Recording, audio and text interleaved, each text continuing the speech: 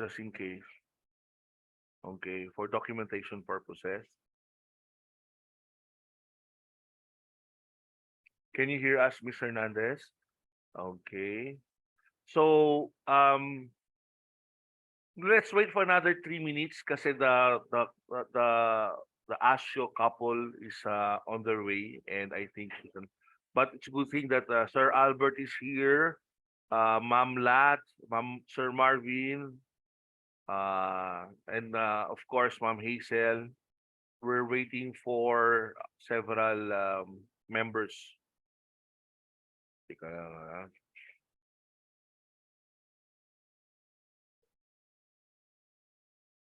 Can you hear us na, ma'am? Okay, good.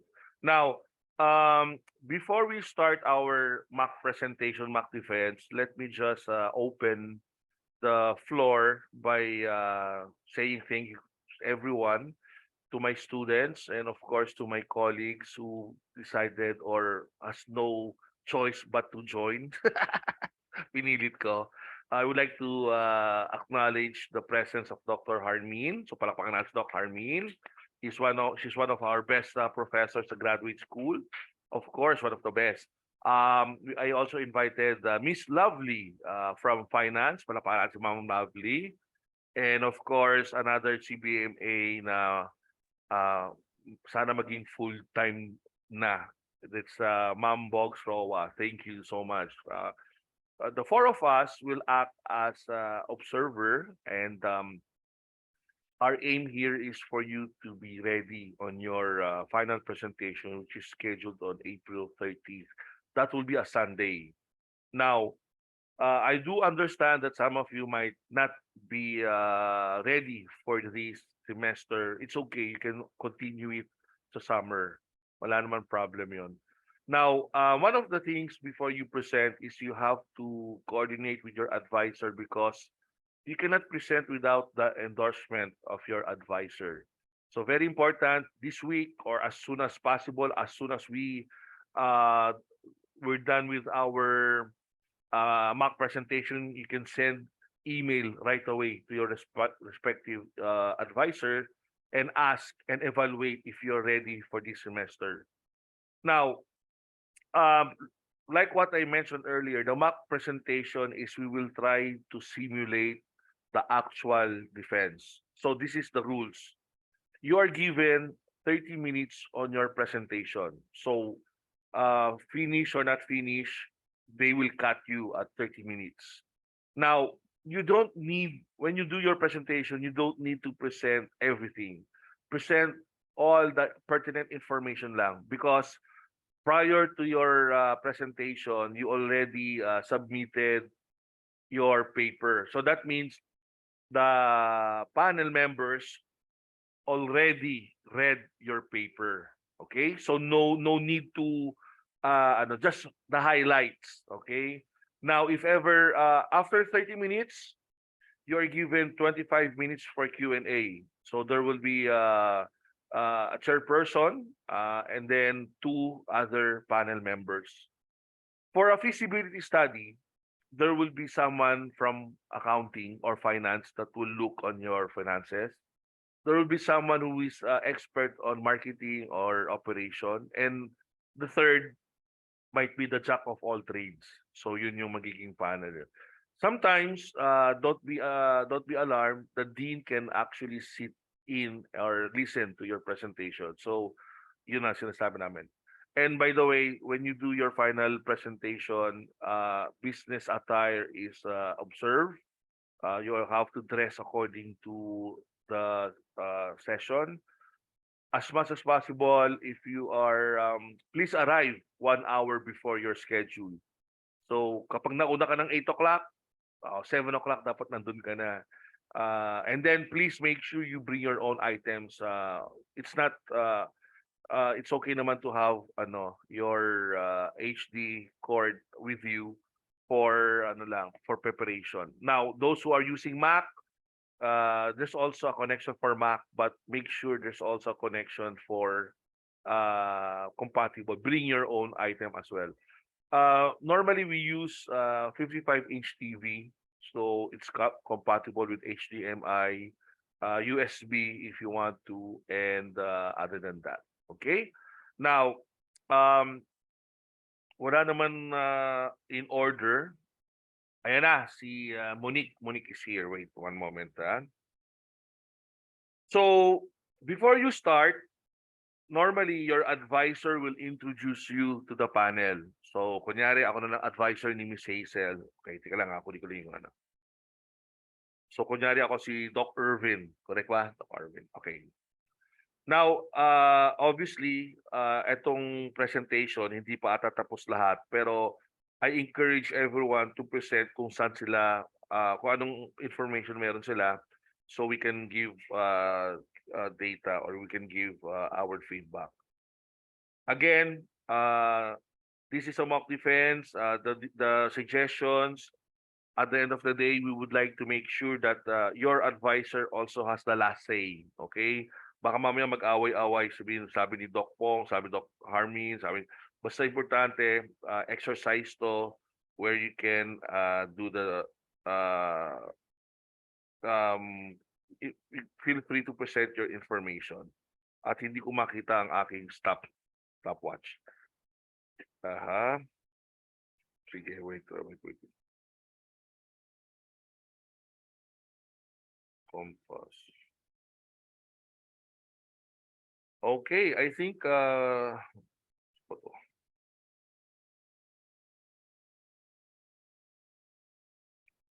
sige, siguro let's simulate. Ma'am Doc Harmin, maybe you can be the chairperson. Kunwari, your members will be Miss Lovely, and then Miss Rowa, and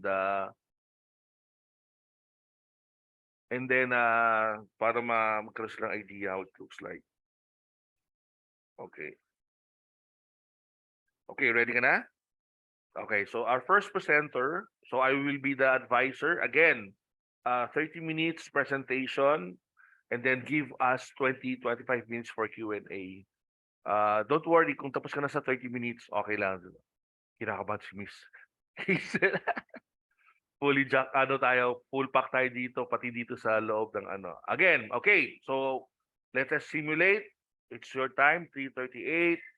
I'll be the advisor. Kunyari kayong panel. Okay. At least may physical panel kunwari dito. Okay. So, good morning. My name is Dr. Irvin Pelano. My name is, my advisee will present a topic entitled Establishing a Pulmonary Diagnostic Center in Santo Tomas, Batangas, a feasibility study. My advisee works at site, looks global, etc., etc., etc., etc. So again, dear panel, allow me to introduce and present Miss Hazel C. Hernandez.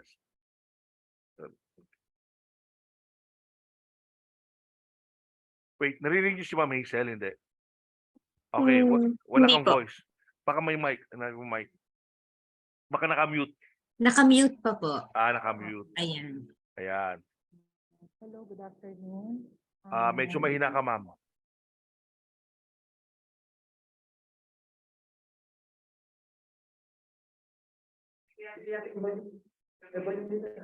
Check mo yung volume.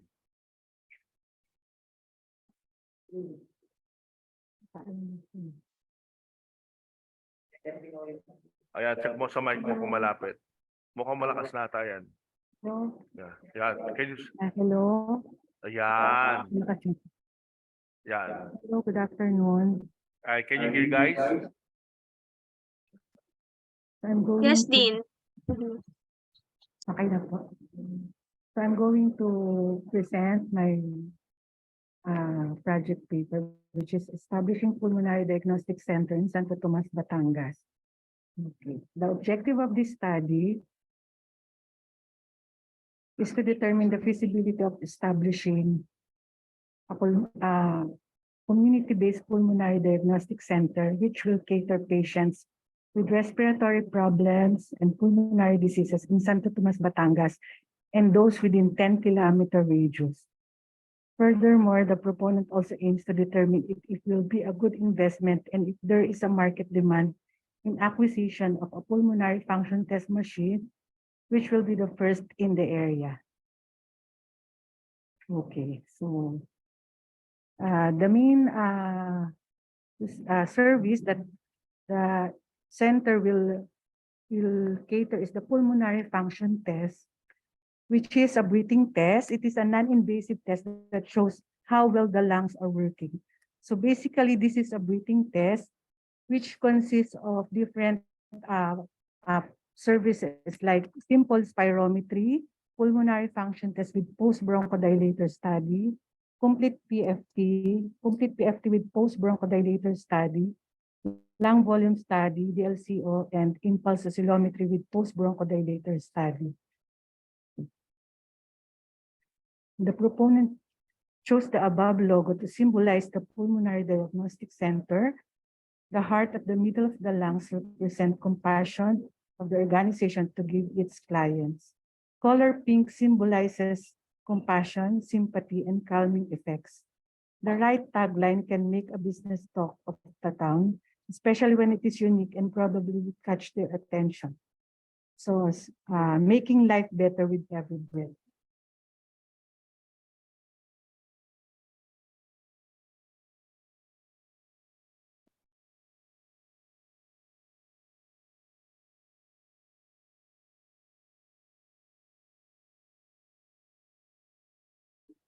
So the proposed pulmonary diagnostic center will be located at the first floor of Lifestyle Street in Santo Tomas, Batangas, at San Antonio, Santo Tomas, Batangas, along the highway. The said commercial center is owned by Agoe and Sons Incorporated. The Lifestyle Strip has a floor area of 50 square meter and rental price of 45,000. Vision: to be the prime pulmonary diagnostic center in terms of diagnostic services, training, and research.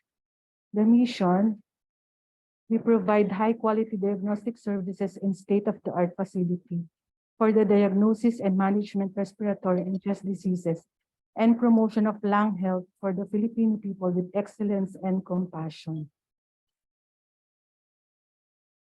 Core values: accountability. Each of us is responsible for our words, our actions, and our results. Respect. We value everyone and treat people with dignity and professionalism. Integrity. We build trust through responsible actions and honest relationships. And teamwork. We achieve more when we collaborate and all work together.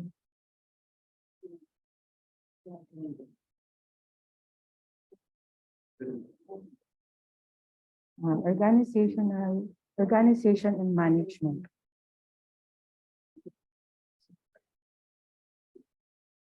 The proposed pulmonary diagnostic center will be registered as a general partnership with 3 persons as the partners.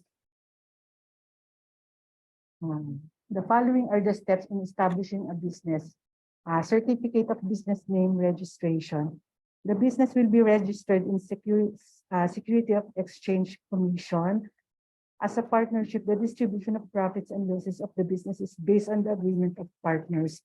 The purpose of registering the business name is to protect it from anyone without the authority of the use of this business trade name. And then barangay clearance, the SSS PhilHealth Pag-ibig registration, mayor's permit, fire safety inspection certificate, Department of Health licensing accreditation, and BIR registration. The organizational structure consists of the head, which is a pulmonologist and pulmonary function test specialist. He will be the one to do the medical assessment and pharmacologic management, referring and screening for PFT test, reading and interpretation of the results. And then the manager, he or she should be licensed BS respiratory therapist with 5 years experience, and he or she will be the one to oversee and manage the operation of the center. And then 2 respiratory therapists should be licensed BS Bachelor in Science in Respiratory Therapist, ACLS certified, and pulmonary educator. They will perform pulmonary function tests and other related procedures. And then one administrative assistant must be computer literate and college graduate. He or she will be the receptionist and handles billing and collection of receivables and documents. And last, the aide or housekeeper, at least high school graduate, responsible for records keeping and housekeeping. The work schedule is Monday to Saturday from 8 a.m. to 5 p.m. within our lunch break. So this is how the recruitment process will be. So first publish job listing and then screen resumes. If unqualified, reject, and if qualified, interview with the manager, then if passed, interview with the head, then if also passed, send job. This is the Gantt chart. As you can see, June mag-start po yung planning and consultation. And then registration for 2 months, registration of business, renovation and construction 3 months, processing of hiring employment is 3 months until December, and then marketing activities is also 3 months, installation of equipment by November, and then inauguration is by December.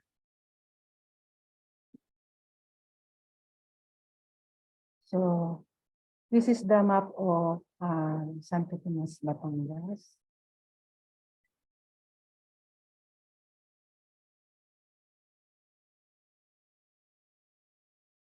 Santo Tomas, officially the city of Santo Tomas, is a first-class component city in the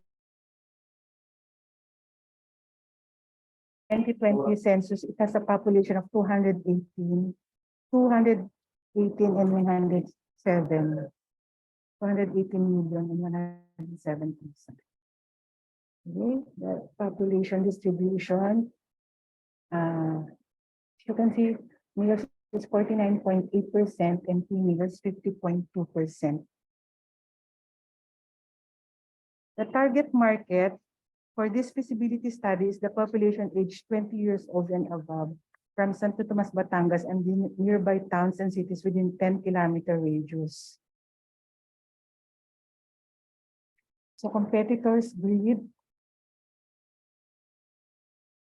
As you can see, nag-survey po ako from yung mga nearby po na 10-kilometer radius. According to my survey po, a survey through phone calls, interview, tapos ano po, mostly PFT simple lang po with post ang nagagawa nila. And may isa po na complete sa Mary Mediatrix, which is 26.8 kilometer po, medyo malayo na siya. Nag-isa lang po siya doon. And ang isa pong pinag-basean ko lang is yung St. Luke's Medical Center, which is kompleto po siya nung lahat ng mga procedures na gagawin po dun sa center po. Nandito rin po yung mga prices nila. And then annual census of different hospitals with pulmonary function test procedure po.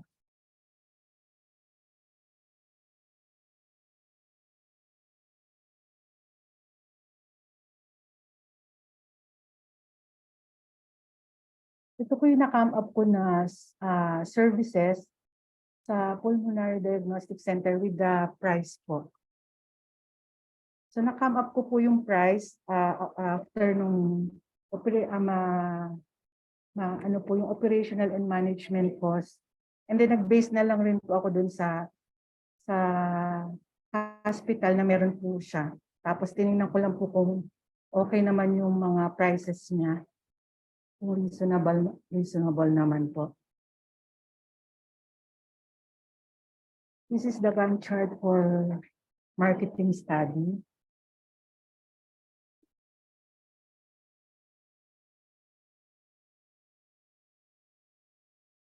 And then the SWOT analysis. You can see the strengths po. the first and only pulmonary diagnostic center outside the hospital in Santo Tomas, Batangas. Lower cost of services, easy accessibility along the highway and inside the commercial area, state-of-the-art pulmonary diagnostic center. And in a weakness, new entrant in the industry, limited financial resources and new service. Opportunities, advanced technology to provide more effective and more efficient way of diagnosis of respiratory diseases and strategic location.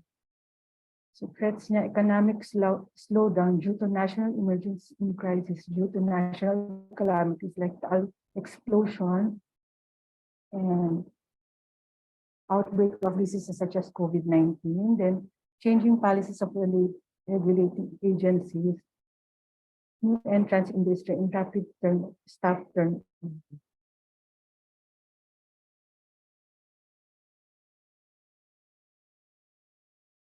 So sa PESTEL analysis po, political factors, many political factors influence the healthcare industry, including insurance mandates, tax registration changes, and consumer protection. Tax policy changes can have an impact on government healthcare spending. Government changes can have an impact on the population and the healthcare services to which they are entitled, especially when healthcare bills and plans change. Economic factors naman po, many economic concerns, particularly inflation, unemployment, and interest rates, will have an impact on healthcare services or businesses. And social factors, the field of the healthcare is heavily reliant on understanding and appreciation of the alterations that occur within demographics and societal attitudes towards healthcare. And technological factors po, technology improvements are leading to favorable changes in treatments for the healthcare sector. Medical equipment advancements enable patients to obtain better care. Companies are utilizing apps to set up in-home consultations between patients and doctors. The environment factors, environmental laws and regulations, environmental catastrophes, global warming, and other environmental challenges are all factors that are taken into consideration. Healthcare professionals and business must give ecologically friendly products and therapies significant consideration. And the legal factors, employment law, consumer law, health and safety laws, international trade regulations, and other factors are among them. Ito po yung quarters 5, yung industry, environment, and macroeconomics. Threat of new entrants, the proponents law, impact of threats of new entrants due to high cost of investment as well as recruiting staff. Limited persons or group of persons would consider venturing into this kind of business. Bargaining power of buyers. The bargaining power of buyers is considered to be moderate. The reason for this is that the patients are most likely to avail the pulmonary diagnostic center. And bargaining power of suppliers. Pulmonary clinics that cater to pulmonary function test procedures are the supplier in this case. Likewise, the proposed pulmonary diagnostic center is also considered as a supplier of the PFT procedures. Therefore, the impact of the bargaining power of suppliers is deemed as moderate. Threat of substitute. There are very few hospitals in Santo Tomas, Batangas that offer the same type of services as the proposed pulmonary diagnostic center in Santo Tomas, Batangas. This means that potential patients have very few options in terms of the same or similar services, make its impact on the pulmonary diagnostic center low. The center will thus have a strong power to dictate its price without prejudice to the capacity and welfare of patients in the area. And then last, the rivalry among existing competitors. There are other hospitals in Batangas. However, in the proposed location, which is Santo Tomas, Batangas, it will be the first one to offer different types of pulmonary function test procedure. Hence, the competition is said, place is low. This is my sample calling card. And then, gagawa din po ng Facebook account for each pulmonary diagnostic center. So the process flow po, first po, inquiry. Hindi ko nasama yung ano po. Inquiry, verify order. And then scheduling, explain the preparation to the patient. On the day of the test, patient will provide the doctor's order for verification. Then respiratory therapist will verify patient's name and birthday and will get the patient's height and weight. Then enter the demographics. The patient needs to answer pre-questionnaires, vital signs prior to the test. And the patient will sign the consent and start the procedure. After the procedure, patient will proceed to the reception area and settle the bill. And then inform the patient the result will be available after 24 to 48 hours. And the patient will interpret the result. The result will be released after 24 hours. So this is the total project cost po.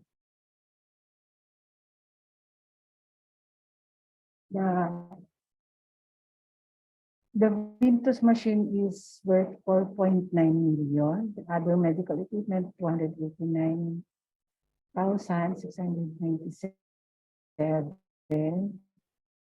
So total of 6.6 million po. The source of financing, the total capacity requirement for this project will be funded 60% through bank loan and 40% investment by the proponent. The cost of the capital will be based on a 10% inflation rate. So ito po yung Ventus machine with iOS. Contribution socio-economic aspect. Ayun na po. That ends my report. Yung finance dito po. It's okay. Palakpakan natin si Mr. Hernandez, siya yung unang-una, okay? Now, congratulations because this is the first presentation. Welcome to those who are latecomers. Narinig mo ako dyan. Sige, ano na lang muna. Mute ako, mute. Okay, so after your presentation, you are given 20 minutes, 25 minutes. Now, Ms. Hazel, please continue. Lagay mo yan. So after your presentation, normally, we will listen from the panel. Okay, now, we will make an actual observation then based from your presentation. Okay, may ballpen ka, ma'am? Pencil, papel, ayan. Okay, sige. Who among the panel would like to start? Any comments, suggestions? Sige, let's start with the pinakabata, si Ma'am Bogs Rowa. Would you like to also showcase PowerPoint then para just in case that start ano mo ulit, open yung PowerPoint mo from the start para we can have it ayan. Dean po, I don't think I'm the youngest, but I'll take the floor anyway. Ayaw ka pa. Ma'am Lovely pala ata the youngest. Oo, parang mas bata pa sa akin si Ma'am bata pa si Ma'am Lovely. Lovely. Oo. Again, just for the information of everyone, we are still in a situation where all the presenters are not yet done with their report. So there are some, of course, missing action or missing information. But again, it's good that we have this exercise para, kamusta feeling mo, Miss Hazel? Okay ka naman? Hindi naman siya nahimatay. Pero by the way, if actual presentation you should stand up or pwede naman kayo po depende. Okay? Welcome, sir. Okay. Now, any question or suggestion from the panel? Okay, Miss Hazel, Miss Rowa, go ahead. Sige, I'll start. Thank you, Dean Pong, first for inviting me here. I'm particularly interested in this feasibility study because I know that area well. Yes, that area in Santo Tomas, Batangas. So I was wondering why she particularly chose yung pulmonary issues. Are there any studies na marami bang may pulmonary issue sa Santo Tomas area? Unmute. Okay. So she can answer now. Parang Yes. Ayan, Miss Um, Hazel. First po, yan po yung hometown ko rin, Santo Tomas Oh, Batangas. And second po, ito po yung aking work po. I'm a respiratory therapist in ah, Philippines po. And third po, nakita ko rin po na marami, according sa mga ano po, marami rin pong mga patients na nangangailangan din po doon kasi kulang po siya.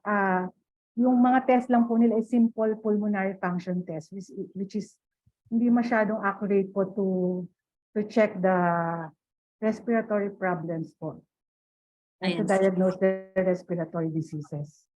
Maybe you can support that with some statistics also para mas may weight yung Yes po. presentation mo. To be Opo. honest with you, I have an uncle who recently had a pulmo problem and he needed to go to Calamba Medical just for that, no? So baka you can also include in your competitors grid suggestion lang, Miss Hazel. Yes po, opo. Maybe you already have it in your study, pero I know for a fact that people from there, because I'm also from there, we go to San Pablo Medical, we go to Calamba Medical. Dinadayo talaga yung malaking mga hospital. So maybe you can include that. Kasi napansin ko dun sa competitors grid mo, you have, di ba parang yung study mo is supposed to be for 10-kilometer radius, Yes, no? opo. So yung ibang establishments mo go as far as 40 plus. So baka you can start off with yung nandoon sa area, sa Calamba, San Pablo. Kasi I know that they have very good pulmo center in their hospitals. Plus also maybe you can include, kasi alam ko maraming high precision sa Calamba at saka sa baka sa San Pablo area. Kasi yung San Pablo area, for those who are not from the south, yun talaga yung hub kasi parang kung taga Quezon ka, pupunta ka pa sa San Pablo, ganyan. Sa Santo Tomas is one of the main routes, main thoroughfare yung Santo Tomas to go to San Pablo. Tama ako, no, Miss Hazel? Opo. I know that area that looks like an expensive area, yung gusto mong rentahan na 45,000. Yes. Oo, that yung lifestyle ngayon kasi may mga restaurants dyan saka malapit sa Yes, gas po. station, 'di ba? Opo. Opo. Ayun. So, this is I think a good idea. Yun. Tapos last na lang siguro for to give others the chance. Siguro in terms of presentation, I know you still have to fix it, pero siguro for the benefit of those who like me are visual learners, maybe you can put some short phrases pagdating sa pestel mo because the pestel is a very important portion na ipe-present. So maybe wag lang yung political ganyan. Lagyan mo ng konting phrases and then make the fonts bigger para mas readable siya dun sa mga may vision problem like most of us. Yun lang. Siguro pagdating doon sa mga total project was hindi kasi ako masyadong familiar, no? You're probably more familiar. Maybe you can add also your source doon sa costing para syempre pag nag-compute tayo dahil because this is a feasibility study, mas mas realistic. And yun, last advice, this is your presentation, showcase it, parang ikaw lang naman ang meron nito, be proud of it and have fun during your defense. Thank you po. You're welcome. Yun lang po, Dean Pong. Thank you, Ma'am Rowa. So let's hear from other.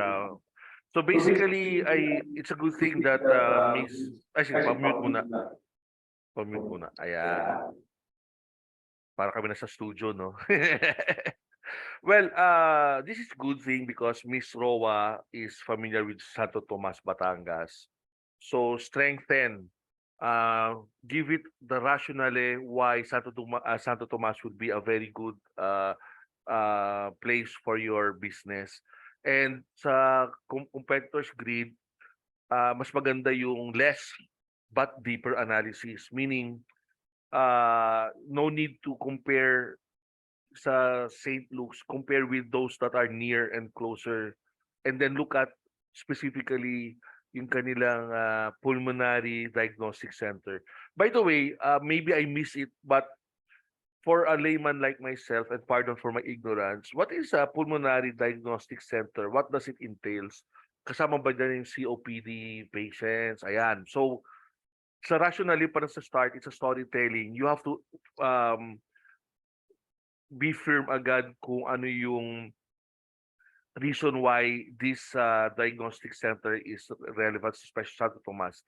Tama si Ma'am Roa, come up with um, statistics. Anong age ang may mga pulmonary problems, specifically sa Santo Tomas, Batangas, or at least yung nearby, because those will be your potential customers. Anyway, sige, later on, I'll try to, ano mamaya, pero anything that you want to add, Ma'am Roa, please feel free to add anything. So, kung tapos na si Ma'am Roa, let's hear from Doc Harmin. Doc Harmin, go ahead po. Thank you, Dean. Hi, Hazel. Good Opo, afternoon. Doc. Kinabahan ka ba? Kailangan ng pulmonary diagnostic. Hindi, kinakabahan eh. Mock defense pala ito. Kala ko na consultation eh. But it's good that we are here to improve the paper of our candidates. So, yun yung goal. Okay. Hazel, additional with to what Ma'am Roa said earlier, kasi it's better talaga, or it's a need to identify you have to conduct a survey actually to know that there is a need in that specific area. Kasi iba yung feeling lang natin eh na mayroon. Pero to support your study, you have to really present the evidence or proof that there is a need to put up this particular clinic doon sa specific area. So para kailangan magkanda ka lang ng survey, tapos present the responses of the respondents that they are really supporting or wanted to have the center, and that's within Santo Tomas, di ba? Kasi napuntahan ko din yan eh, sa may papunta Padre Pio. Maganda, develop na yung area at walang clinic. So there is a feasibility in terms of location-wise, good choice. Ang kailangan mo lang i-support is to identify that there is a demand in the market of this specific area.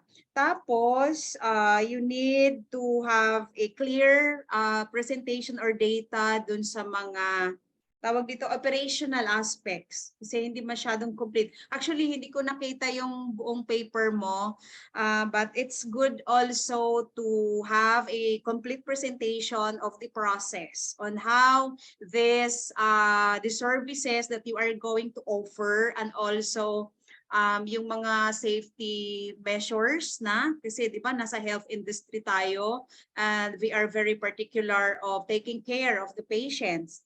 And another thing is, do you think enough yung magkano yun, 4 million ba yun? For 6.6 million po. 6.6. Ay, yung location, ikaw mag-build ba nun? Or Hindi ano po, ba siya? magre-rent po, rent. Magre-rent ka. Tapos, pag nag-rent ka, the design of the office fits to the services that you are going to offer, or kailangan mo pa i-renovate? Renovation po.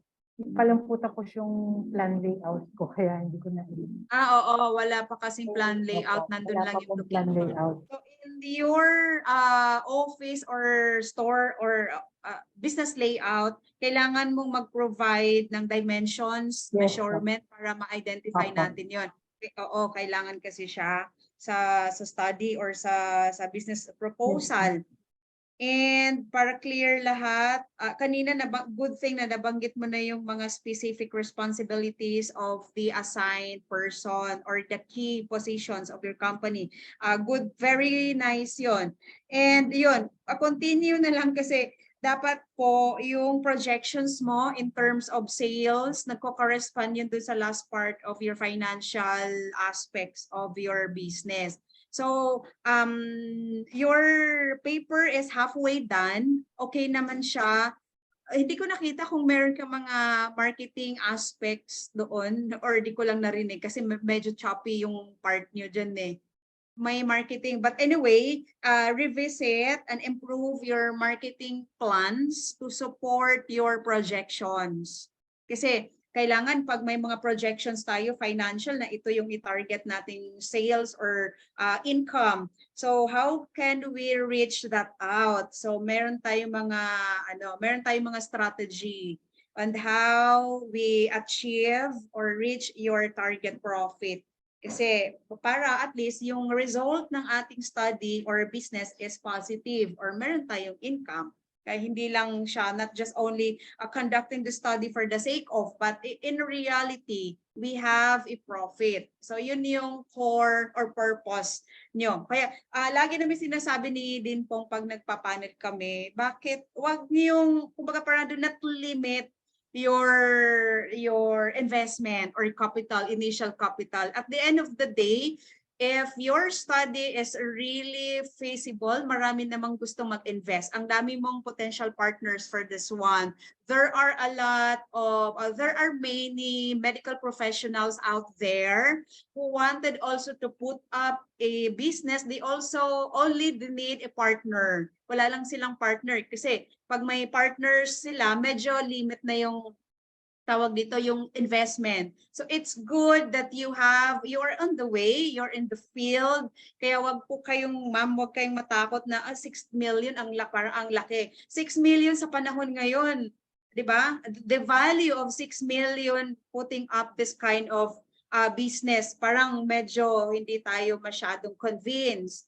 Kasi marami kang makukuhang doctors and other professionals that also practicing this kind of service or yun yung expert nila. Kasi yun nga, 6.6 million sa renovation pa lang, tawag dito, sa area, interior, para ang laki na nun plus facilities fund machines. So, plus initial operations ng first or hanggang 3 months. Kailangan, ma'am, meron tayong backup sa financial natin na hindi lang yung basta kailangan nating alam mo yun, we need to really try our best na meron tayong pera. At least during the first year of operations, we have a initial capital or backup revenue or backup finances para makapag-diskarte pa. Mahirap kasi yung nawalan na tayo ng money or budget. So ang chances kasi doon, what if kung hindi pa tayo kasi nasa entry level pa lang tayo ng business. What if kung lesser pa yung opportunity for us to have an income. So at least meron tayong backup finance or budget to sustain the business up until maka-recover na tayo. So ma'am, revisit your financial initial capital need in your proposal. Yun lang sa akin so far. So I hope nagkaroon ka na ng idea kasi marami pang mga kailangan i-improve sa paper, but at least you have an idea and you have to put it in writing. Anyway, if you follow our suggestion, somehow magkaroon tayo ng magandang paper. Okay, so that's for me, Din Pong. Thank you so much. Thank you po. Congratulations for your hard work pala. Kasi Thank you alam ko pinag-aralan ko yan. Okay, thank you. Thank you, Doc Carmine. It's very comprehensive analysis. Thank you. And again, we will highlight again later on sa mga points of view. Now let's go to Miss Lovely, the youngest of the group. Miss Lovely, go ahead. Yeah, thank you, Dean. Okay, so good afternoon, everyone. Ma'am Hazel. So first kasi, dun pa lang sa title, it's a proposed pulmonary diagnostic center. So concern ko is yung safety measures, sanitation part, mga like disposal ng mga medical items na ginagamit. I think medyo hindi siya, kung hindi man masyado, parang hindi ko siya nakita din sa presentation. I think isa din yun sa factor or important na kailangan dapat pa ma-mention mo siya since ito yung ipopropose mo na business, startup business. So mga ganun, mga permit, ganyan. So syempre yung sanitary permit. And then, since startup nga siya, first business siya din sa location, so Santo Tomas, Batangas. How do you plan to market it or advertise it? Yung, for example, ba yung mga future clients nyo ba? Or do you plan na mag-tie up with HMO companies or accredited, yung maging accredited siya ng PhilHealth or something like that? Kasi importante na, for example, like yung minention nila Ma'am Rowa and Ma'am Harmin, importante na mag-conduct ka ng survey. So with that, makapag-gather ka ng data, paano nagsimula yung ibang clinic na dun sa proximity ng pinaplan mo na location. So with that, I think magkakaroon ka pa ng mas deeper understanding and idea paano mo ima-market yung business mo. And kung like yun nga, syempre kailangan mo ng sales. And I think dun sa financial aspect, medyo like hindi nga siya completely tapos pa. Medyo kulang doon sa part na yun, like projected sales mo. How do you plan to mag-going concern na continue mo siya at least, di ba, projected sales at least 3 to 5 years, something like that. And then sa financial aspect, concern ko lang, no, kasi more on kulang yung nabanggit mo na expenses na sa total projected cost mo is yung mga equipment pa lang, furniture and fixtures. Actually, hindi mo nasama dun sa 6 point something million, yung sa rental. Hindi mo siya nasama doon. So, hindi pa din nasama yung labor cost, no wages, salaries and wages. And then, you also have to, I think, study or magkaroon kahit brief lang, cost-benefit analysis. And then yung ROI, part kasi din yun ng financial. So, syempre, when, di ba I think dun sa presentation mo, you mentioned na 60-40, yun yung plan mo ng fund resourcing, ganun. Pero how would you plan na, ano ba, paano ka mag-attract na investors, ganun? If kailangan mo i-present sa kanila eh. Like, ito yung ROI. Pagka mag-invest ba kami, ito yung makukuha namin or ganitong period, ganyan. So you have to, I think, i-present din yun or maging malinaw yun sa kanila to convince them to invest sa company mo. And then, yung sa 6.6, since medyo kulang nga siya, I think hindi siya appropriate pa na estimate for that. So, medyo kailangan mo pang isama mo yung mga what we call this, yung wages and salaries and other costs pa kasi more on hindi pa siya more on sa equipment lang siya, furniture and fixtures, which is yung parang lang siya nung mismong location mo, tas yung mga machine lang na physical, mga tangible lang na nandoon, yun lang yung nasama mo na cost. So, ayun. What else? Yung sa services cost mo, ma'am, yung sa machine and equipment cost, ano po ulit yung basis niyo doon? Based dun sa iba po bang clinic yun na existing na? Opo. Okay. So, yun din, kailangan mo din magkaroon ng break-even analysis na tinatawag.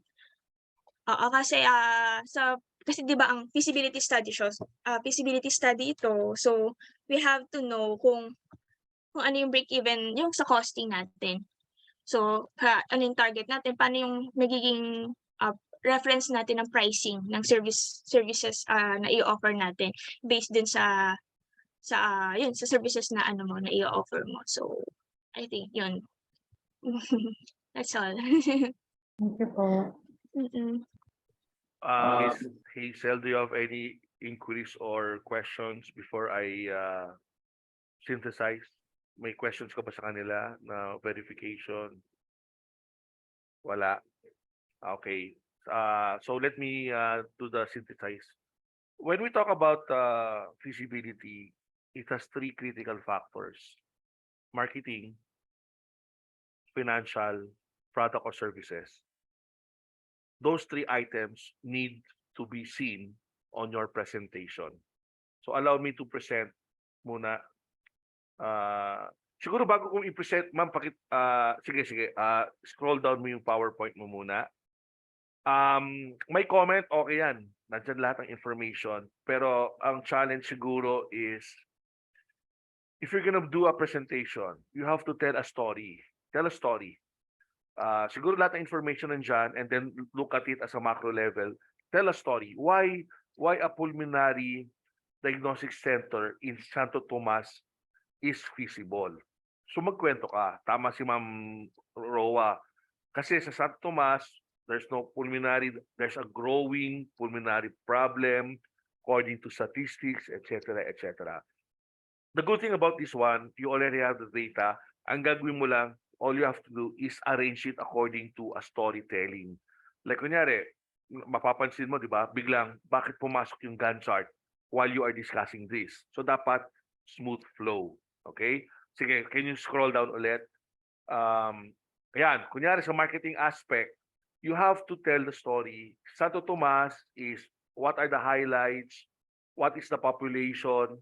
Why is it there? Is it a first class, second class? Give us description. Ano ba tong category nito? Ano bang ano siya? Category A, B, di ba? Normally may ganun yun sa probinsya. So, given that, you are now building your case that the kind of people here can probably is in the middle or upper level. So, you tell the story. Okay? Next. Ayan. So, target market, why yan? Kailangan mo may data dyan. Kasi sa target market mo, is that population growing? Diyan ba yung malaki? Baka mamaya, for that particular year lang. So you have to fix on that. Next, tama sinabi ni Ma'am Roa, competitors grid. Wag mo nang bigay yung mga malayo, yung the closest lang na direct competition. And then, sorry for my ignorance, but I don't know what's LVS, CPFT. So siguro sa presentation mo ilagay mo what does that mean and ano yon kasi I'm a non-medical doctor. So please, again, wala atang doctor sa panel kaya baka they might not know what it is. So go ahead. Next. Ayan, sige lang. Ayusin mo yan. Next. Services. And then yung Gantt chart, ilagay mo na sa ibang lugar yan. Sa marketing study. Okay, next. Okay, SWOT analysis. Tap on that. You have to focus on SWOT analysis. But before you do the SWOT analysis, the first thing that you need to do is strengthen your PESTEL. Because the PESTEL is the one that gives you the opportunities and threats. Weaknesses, new service, it's not a weakness. New entrant in the industry. Ano yung, siguro the best way to analyze your company is what we mentioned sa class. Use the McKinsey 7S. What is the structure of your company? Is that a strength or weakness? Yan yung mga ano. And then, the opportunities are favorable information that comes from the PESTEL. Tignan mo, opportunities, baka yung PhilHealth, baka you can service that, di ba? Baka sa mga PhilHealth holders sa Santo Tomas ba, madami, can you tie up with them? So knowing the industry, di ba? Kasi you have to know what they have and what they need. And then yung threats mo, if you notice, rapid staff turnover is not a threat because that is something that you can control. So ang threat is, example, competition, siguro inflation. Dun mo makikita yun sa PESTEL. Okay, so analysis of PESTEL is a must for you to have a strong SWOT analysis. And then after SWOT analysis, that's where you can formulate your strategy later on. Next. Yan, PESTEL analysis, ilagay mo na yung mas maganda i-table mo na lang, tabular, and then ilagay mo what is, by the way, when you do PESTEL, guys, wag kayong favorable sa good. So always be walang bias, and then you analyze if it is good for you or not. Okay, and then from there, you identify if it's an opportunity to you or if it's a threat to your company. Next. Porter, ayan. Yung Porter, the reason why we need this is because to understand the attractiveness of the industry. So you would like to see ano ba yung big picture of the industry and and then ever since you have that picture, you may now have some strategy that you can penetrate sa industry na yan. Like for instance, what is your basis why you mentioned low, yung rivalry among competitors? So you can talk this to your advisors, okay? Threat of substitutes, meron bang mga services that can replace your product or service? And then analyze mo kasi there are some variables that you need to consider, okay? And then you relate that analysis to your company or your proposed company. Okay, next. Ayan, siguro yung marketing. So sama mo lahat ng marketing, pakita mo yung card, pakita mo yung social media platform. Again, dapat may basis yon. If you're targeting 20 years old, what will be best? What are the strategies, marketing strategies that you can do for you to attract these potential target markets, 'di ba? Again, are they highly educated? Kasi if they are, you might use different wordings, 'di ba? Pero kung kunyari pang masa, then you can use another wordings as well. Especially sa pulmonary, medyo pang medical field and those who can work in ano. Okay, next. Okay, yan ang sinasabi ni Ma'am Lovely. Before you do the project cost, you have to have a strong financial assumption. So that includes everything, the cost, the building, the salary, etc. So let me, sige, scroll mo daw. Ayan. So dito mo ilagay yung mga i-itemize mo. 4.9 million. Brand new ba to, ma'am? Ba? Parang ngayon ko lang nakita to. Next. Yan. Last. Yan yung last, ano? Okay. Can I share my screen? Thank you. Sige, let me share. Now, what I'm gonna share right now is for everyone para mayroon kayong guideline. Sige, ma'am. I-ano mo pa. Paano ba yan? Sir Jason, i-ano mo? Unshare mo para I can share my screen. Ayan. Yung stop sharing. Ayan. Parang feeling ko nasa registration kami ngayon kasi etong malitong booth namin. Tapos ako yung DJ, nandito si David. David. Si David ay Sanggupsal, correct? Ayan. Nano mo na ba? Yan. I-ano mo na lang. Stop sharing.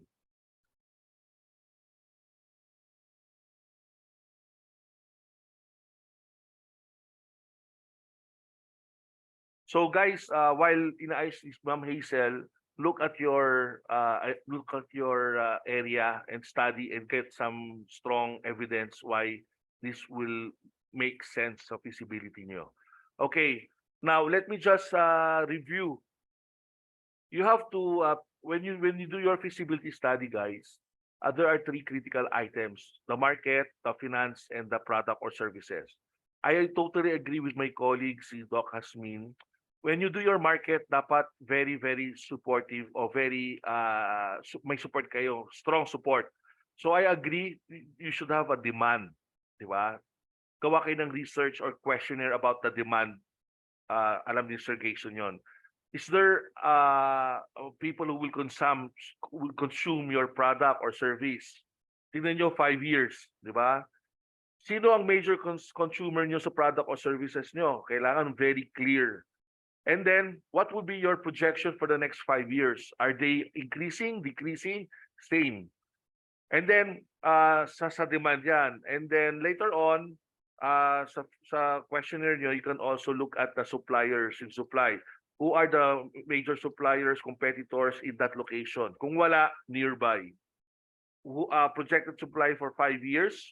And then you do the demand and supply analysis. And then from there, you're gonna see kung may gap. Yung gap, that is where you target your potential market. And then, once you know and understand the gap, how would you compete? How would you position your company or your proposed company in that area? And then, selling price and service price. Sa survey nyo, guys, I think there are three critical things that you need to ask question. Number one, siguro the question of, are they willing to avail your product or services? Para you will know exactly if there is someone who will avail. Second, pricing. What is the price price ceiling that they are comfortable paying that service, di ba? And then number three, probably the frequency. How frequent will you avail this product? I don't know. Sa COPD ba, how many times sila papacheck? Every week, every month, every 6 months. Ayun. So knowing yung kanilang pattern is essential. Tulad kay Sir David, Sanggupsal ka, di ba? How many times are you going to eat sa Sanggupsal? Di naman every day. Pero having that question will have you an idea na, itong target market ko most likely once a month yan. So ito yon. Yan yung mga web. And then, under sa market, you can now have a strong basis of projected sales. And then ito, what would be your market strategies and programs? So, if you can include that in your presentation later on. And then how would you position your product or service, category, quality, and style? What would be the brand? How would you be different from the competitors? Ayan, sinabi mo na yung place of distribution. 45,000, how big is that area, ma'am? 56 square, is that enough? 50. And then yung parking mo, you have to also look at what are the critical factors that will make your business successful. Kasi you might be located in a building pero mahirap ang parking or walang parking, that might limit your market, di ba? So look at those areas na what makes it convenient to my potential market. Pricing strategies, ayan, promotion and advertising, this is other market. You can look at ito, pinag-usapan natin to, market profile, be more specific, and geographical consideration, demographics, psychographics. Look at the population growth rate, talk about the target market, competitors analysis. And then you can also use your own research data. You can ask people if taga doon ka, then SWOT and PESTEL, and then okay, tika. Marketing mix and then marketing objectives. Maybe you don't need to present it, or maybe you can just say something. Pero sa paper nyo, maybe 3 or 5 marketing objectives: branding, penetration, pricing, among others. Okay? Depende sa advisor nyo. Now, another aspect is the price and service. Dito lalagay yung physical, mechanical, properties nyo, anong kailangan gagamitin, i-itemize nyo, anong kailangan sa business, ano yung mga kailangan sa office, categorize nyo para, sabi nga ni Miss Lovely, the more specific, the better. Kasi you get to have a better financial projections, di ba?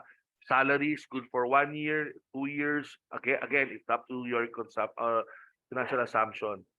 What will be the flow chart? Kunyari, you're providing this service, paano ba yan? Lagay niyo yung flow chart yan para makita namin or makita ng mga What are the materials, energy requirements? What are the machinery, equipment, di ba? Lahat. Kasi kanina pinakita mo yung 4.9, baka mayroon pang others, di ba? How would your office look like? Baka mamaya, pagpasok ba nila, ganun agad. Siyempre may desk, may aircon, dapat specific. Layout, ayan, sinabi ni Ma'am Hasmin kanina, with the 50 square meters, how would you do the layout? Dapat mas maganda yung talagang very efficient, effective way of using the space. Location maps, stock shoes. And then ito, in-outline ko rin sinabi ni Ma'am Lovely kanina, sa financial, general assumptions. So every time meron kayong may money, lagay nyo sa assumptions yan, lagay nyo sa pero sa presentation nyo, maybe yung major assumptions, but on your report, dapat lahat. Diba?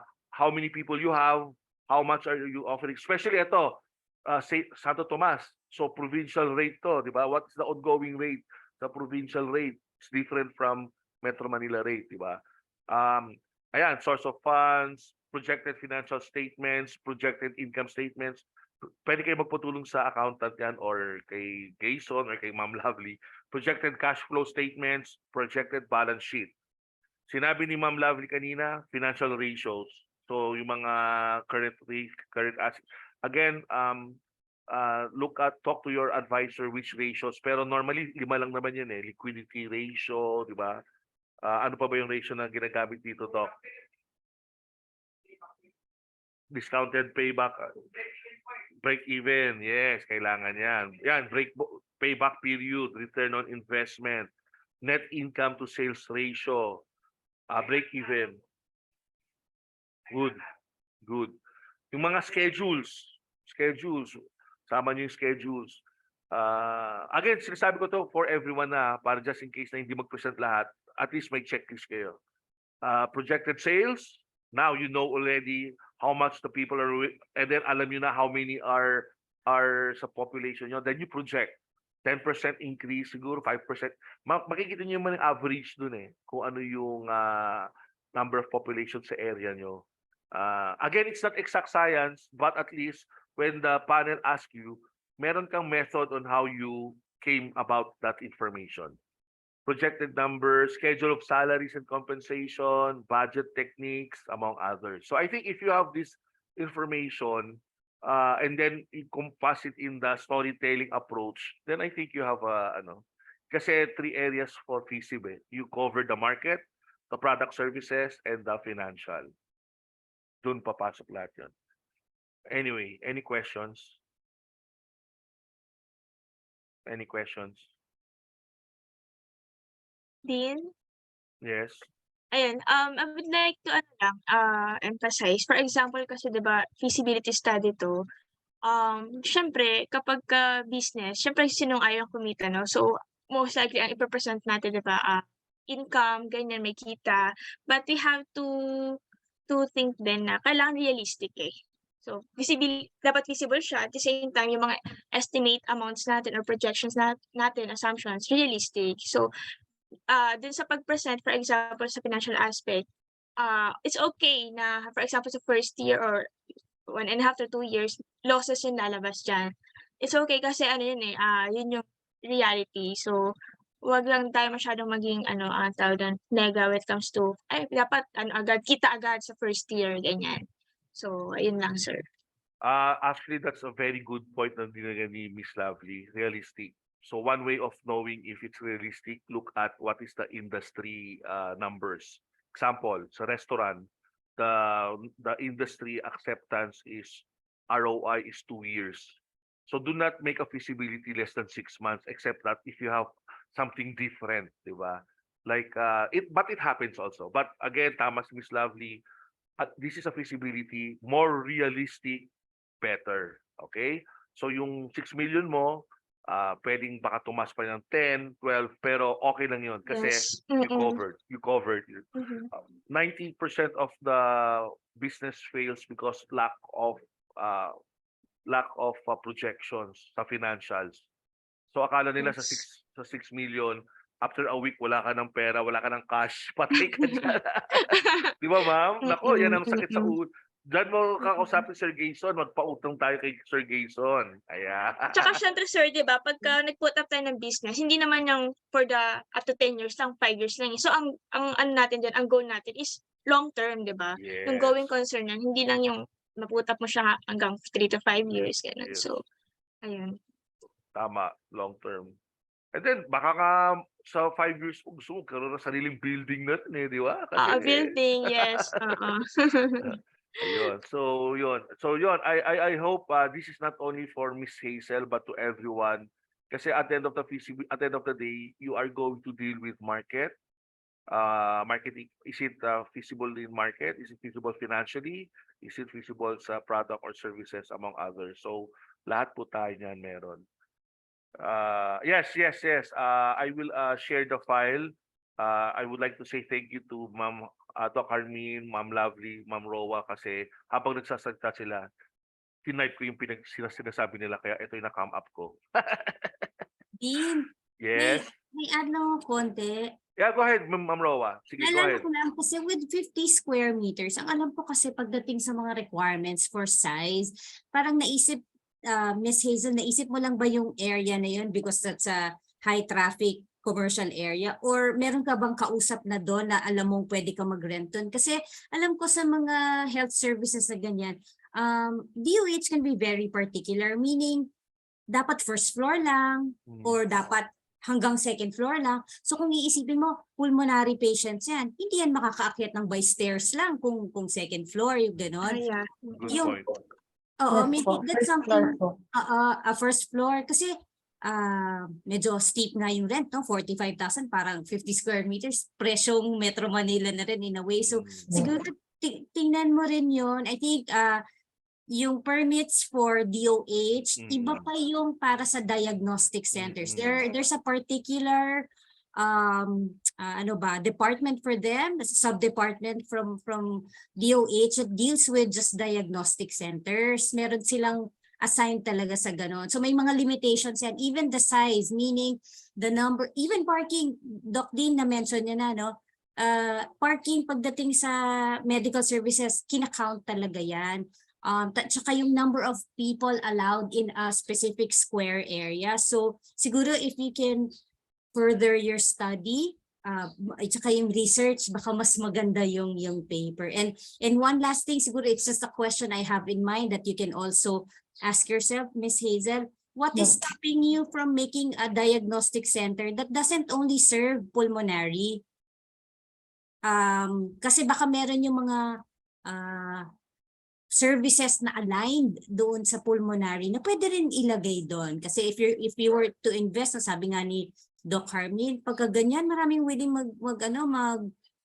mag-invest, and I think 6 million nga is too small an amount for, maybe that's just an investment for one equipment, no? And ano ba yung size niyan? Anong square area ang i-occupy niyan doon sa limited 50 square meters mo? So maybe take a step further with all the suggestion ni Doc po. Ang gaganda ng mga sinabi niya. Pero if this pushes through, I'll have a patient for you already. So yun lang. Wow. Galing. Again, that's a very good thing about Ma'am Rowa, that information of basta gather information. Maybe they have some parameters, diba? Like for instance, si David, he's here. You should follow what are the requirements of a certain restaurant, diba? So I think tama, that's a very, very good point ni Ma'am Rowa. Baka hindi mo kailangan ng masyadong high traffic kasi kung may ganun ka, pupuntahan ka naman eh. Baka pwede ka pumunta sa area na medyo, I'm just playing the idea na hindi masyadong, kasi create Yes, Dean, mahal yung area na yan yung tinuturo Mm. niya. 50. Parang kung 45,000, parang 900 square meters per square meter, tama ba? Mahal din. Anyway, pero again, if that's the best place and you think it's the best, again, it's up to the reporter and the student because at the end of the day, you have some basis and evidence that this will be the best aside from high traffic, diba? Yung natin. Pwede ka na siguro bumili ng lupa. Hindi, joke. Ayan. So, any questions from the class? Ma'am Hazel, do you have any, So, nakakatuwa kasi nagsimula tayo ng 3:30 at 4:43 na pa lang at iisa pa lang ang nag-present. I hope this will be something na, actually, this is something fun kasi feasibility is something na challenging but it's fun when we do it as a group kasi we share ideas. Siguro, Ma'am Hasmin, maybe do you have any sample of questions? So our students have some ideas. Siguro, hindi naman kailangan masyadong maraming questions eh. Basta pricing, acceptance of your product, yes, no lang naman yan, frequency, and then tignan nyo na kung ano yung mga attributes, no? Parang gano'n. Yes, sir. Actually, the direction from the graduate school office is to help develop to help improve the paper. So wala nang masyadong questions kasi idea nandiyan eh. So improve the paper na lang, and then to help also the candidate na magiging feasible yung study niya. Ganun yung ginagawa natin, sir. So more on validation na talagang okay ba yung area na yon. Somehow pag hindi natin kabisado yung area, sino magiging potential clients natin, yung mga ganyan customers. Pero at the end of the day, yung ang core na why we assess or review the paper is to improve the paper of the candidate. Yun po yung direction natin, sir. Para hindi na iikot pa yung, alam mo yun, kasi kung tutuusin, kung tanong, naubos na yung oras eh. Biro mo sa ngayon, estudyante pala. Go directly na talaga tayo sa goal to improve the paper of the student. Hanggang alas 12 tayo dito, ma'am. De joke. Thank you, ma'am. Dapat pala ginawa pala natin, ma'am, another, siguro sa next feasibility, there should be series of workshop na kung saan ay, kunyari, chapter 1, o sige, pag-usapan natin lahat ng chapter 1 muna. Anyway, pag-usapan. Yes. Siguro let's do that. This is the beauty. Thank you, ma'am. Okay, Miss Hazel, congratulations. back to the drawing board, but talk to your advisor. You already know what to do. I will send you a copy, and this is also recorded. So those sa inyo na nag-o-observe, you can watch this again. Now, who wants to do the second presentation? Sorry. Second presentation, meron ba? I think meron ditong gusto again, the purpose this is not fault finding. It's more about having the practice. Practice lang, di ba? David, gusto mo? Akin na ba? Dito yung aking mga radio station dito sa aking Anyone else would like to present? Or would you like to go back to your drawing board and reflect what you want to write? Siguro maganda yung sinabi ni Doc Asmin, maybe we'll see if we can do some standard questionnaire para it can act. And then you coordinate with your advisor kung meron pa siyang gustong idagdag. Kasi tama si Doc Asmin, you have to have a questionnaire that will give information. Baka may demand ba talaga dyan? Baka naman mamaya wala, di ba? Yun. Anyone here in this class would like to present? Sorry, I just, meron bang hands na tataas? Sorry, hindi ko masyado makita. I have a question po. Sino may question? Monique po, Doc. Monique, go ahead. Open your camera, please. Hi, Doc. Good afternoon Ba't di po. ko ma-open? Doc, sa final defense po ba, kailangan kasama po namin yung advisor namin? Yes, ang advisor nyo kasama. In fact, your advisor will be the one to introduce you to the panel. Okay. Kasi Doc, I just recently talked to Doc Jojo. Hindi po siya available by April 30. Oh, sige. Ako na lang advisor. Mag-present. Not present, introduce. Pero guys, please talk to your advisor kasi they will be the one to recommend if your paper is ready on April 30. Pagka kunyari nag-usap kayo, sabi ng advisor, I have some reservation, let's do it on summer, and then you agreed, let me know so I can inform Dr. Manzano who among my students will present. So can you do that during the week para alam na? Kasi some of you, one of you already would like to do it etong summer. So yun, with the approval of the advisor and advising. So yun. Thank you po. Okay, gusto mo present, Monique? Not yet, Doc. Not yet. Okay. Anyone else would like to have presentation? Parang ayaw nyo mag-present. Doc, natakot na tuloy sila. Di naman, actually, dito nakakatakot ha. Kita mo naman, yung in-invite ko, mga magaganda. O, di ba? Di nakakatakot. The reason why I invited them because they already had some experience and familiarity with feasibility. So, they're the next best sa panel on April 30. Anyone else? Doc Kat, nandito ba si Doc Kat? Doc Pat, would you like to present? Sir Albert, Albert, would you like to present? Doc, pwedeng after the next presenter, tinatapos ko lang yung initial na PowerPoint. Oo, wala nang next presenter, ikaw na eh. Sige. Meron pa ba? Marvin, are you going to present? Isa-isay ko na lang to. Marvin, yes, no. Parang ano tayo, ano ba to? Parang sa American Idol. Is it a yes or no? Marvin, present ka, yes, no? No po, Doc. Present ka? Hindi po. Hindi. Okay. Miss Lat, present, no. Miss Lat. Miss Lat. Miss Lat. Nandiyan ba si Miss Lat? Si Hazel nag-present na. Si Albert most likely is present. Magtatapos na ng PowerPoint. Monique will not present. David is here. He will not present. Doc Kat, would you like to present? Sir, hindi pa ako ganun masyadong tapos, pero sige po. Sige. Let's listen to Doc Kat. Now, while Doc Kat is, let me make you a co-host. Yan. Okay. So, again, to the latecomers, you are given 30 minutes to present.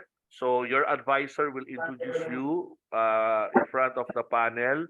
Again, basic information, please make sure that you're using, not using, but wearing business attire. Make at least 1 hour before your presentation be there. Bring your laptop, bring a HDMI or VGA just to make sure that all technical aspects are covered. Bring a copy of your presentation, both PowerPoint and written, just to make sure. And yon, okay. So Miss Kat, Doc Kat, if you're ready, just share your PowerPoint slide. Okay po. Wait lang. Okay, ma'am. So I will pretend that I will be your advisor. So I'll introduce you later before you start. To some of you, you can start by a simple prayer if you want to. Pero the more you present kasi, the more you have this idea how would you like to present sa PowerPoint. Again, mas maganda sana storytelling para at least excited kayo na meron kayong business feasibility na ito yung gusto niyong gawin. Di ba, Doc Arvin, kwento lang. Ayan. Kasi there's no way you present everything eh. Di ba, ma'am? Wala talaga, you cannot present everything. But the good thing is, nabasa na ng mga panel yon. So, sa presentation sa PowerPoint nyo, yung highlights lang yung present nyo. Okay? So, si Doc Kat will be here. Habang inay si Doc Kat, Doc Pat, are you going to present?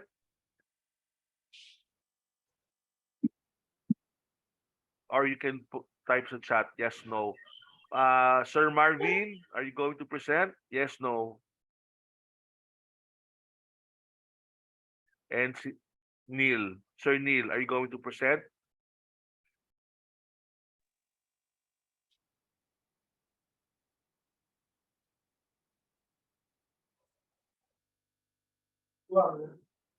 Ayaw niya Okay, Marvin, no daw. Neil, no. So most likely after Doc Kat, we might listen to Sir Albert. Tama-tama, nandito yung advisor mo para at least makita na rin yung advisor. And yun. Kaso nga lang, Doc po? yes, Doc Kat. Okay lang po yung doon na lang si Doc Pat na laptop na lang, sir. Kasi ayaw dito sa akin. Yes, ma'am. Yes, no problem. I'll make you a co-host so Doc Pat will share your screen and then Yes, po. habang nakikita ano yan. Okay. By the way, for the information of everyone, Doc Pat and Doc Kat are husband and wife from Pampanga. So, very, very nice yung kanilang business and Doc Kat would like, hindi ko nang unahan, sige, si Ma'am Kat na magkwento mamaya. And then si Doc Pat. So, they are medical doctors. Nakakatuwa kasi medical doctors sila and then they are also studying business aspect, di ba? So dapat si Ma'am Rowa from business to medical naman. Sir, content. Ayan. Sir, content. Oo, co-host ko na. Ayan. Ano naman, Kamusta sir, naman, Hazel? Okay naman, di ba? Oh, Sir, naka-share pa. Si Ma'am Hazel tapos na. Oh, at least you have the feeling. Actually, yung presentation ni Ma'am Hazel did not reach 30 minutes. Nasa ano ko, Ma'am? 23 minutes. You started at 3:30, then you ended around 3:55. Oo, okay lang. Yung mga iba, pwede mong, sa isang slide, pwede mo nang, yung 3 slides, 4 slides, pwede gawin mo isa na lang eh. Kunyari, pagsama-sama mo yung ano, and then practice ka ulit. Practice ka, i-record mo, and then pag pinanood mo yung sarili mo, pwede ko siguro tanggalin to, improve. Kasi di ba napansin mo kanina, parang nag-explain ka, biglang nag-slide ka na Gantt chart, parang huminto ka na, nawala yung momentum. So dapat tignan mo yung storyboard mo. Ayan. Ay, to my colleague, Doc Hasmin and si Ma'am Rowa, if you can text me your address and cell number at home address so we can send something to your habang nagre-report ang ating mga colleagues. Nakuha ko na kay Ma'am Lovely. Thank you. Sige. Ayan na. Ayan.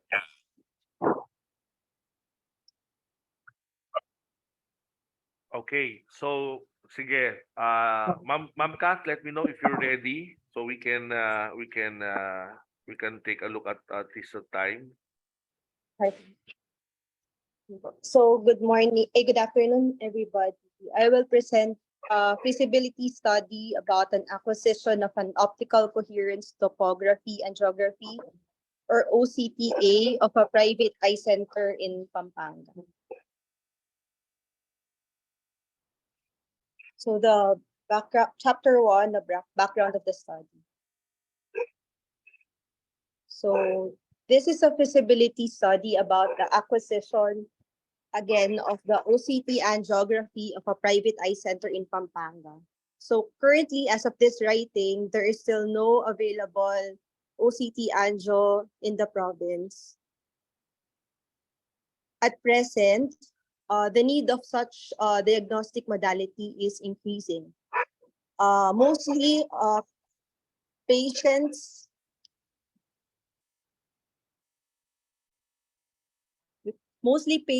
are being referred to Metro Manila or Nueva Ecija.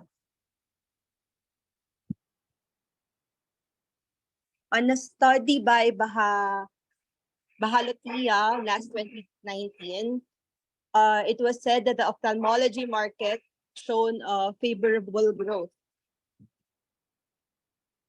due to an aging population, increased exposure to electronic gadgets, increasing diabetes population, and rising air pollution. So the market CAGR for eye consultation was seen at increased at 8.8%. With regard to the eye center, the average growth rate is 10%, while its CAGR is 4%. Currently, there are 10 eye centers in Pampanga. Majority of these eye centers are located in San Fernando City. So there are 9 private and only 1 government eye center. So the eye center itself that I'm talking about is the only eye center in Apalit, Pampanga. Nearby municipalities in Pampanga, such as Macabebe, Masantol, San Simon, Menalin, Santo Tomas, San Luis, Candaba, and some nearby areas in Bulacan, such as Kalumpit and Polilan, does not have any eye center as of this writing. Again, to reiterate, there is no eye center currently offering OCT and geography in Pampanga as of this time. So Pampanga Premier Eye Center Incorporated is a C corporation located in the premises of Pampanga Premier Medical Center, which is a level 2 hospital in Apalit, Pampanga. It is a stock for profit organization incorporated last 2017. Existing examinations present is the visual field perimetry, OCT of the macula and optic nerve, fluorescein angiography, and A-scan ultrasound biometry. The machine I'm talking about is a dye-free imaging modality that uses a motion contrast, producing a non-invasive image of the retina, choroid, and vasculature.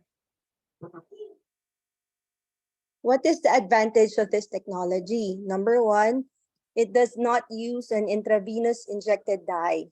So this dye is usually injected in the fluorescein angiography, which is the gold standard before, uses an injected dye. So this dye is known to be toxic to the kidneys. So it is said to be contraindicated for patients with renal problems. Number 2, it is high risk for allergic reaction. Number 3, since you need to insert an intravenous line, so it's a little unpleasant for the patient. Also the fluorescein angiography causes nausea and vomiting. And again, as a while ago said, it is contraindicated for patients with kidney disease, pregnancy, and lactation. The OCT angio, since it doesn't use any dye, so it can be repeated unlimited number of times. And also, you don't need a specialized manpower to help you insert the intravenous line, unlike the fluorescein angiography. But what is the disadvantage? Number one, it is very costly. Number two, it doesn't detect leakage since it doesn't inject dye, but on the contrary, it can detect blood flow. Also, OCT angiography is limited by opaque media like cataract or vitreous hemorrhage. What are the needs giving rise to the project? SAIDI, last 2019, said that several causes of vision loss can be avoided or corrected. It was seen that demand increases as the patient ages. So 463 million people worldwide with diabetes is seen last 2019 and expected to rise to 700 million by 2045. The top causes of visual impairment is number one is still cataract, followed by glaucoma, uncorrected refractive error, age-related macular degeneration, and diabetic retinopathy. A local study done by Cobillian showed that there are more than 2 million Filipinos who are visually handicapped.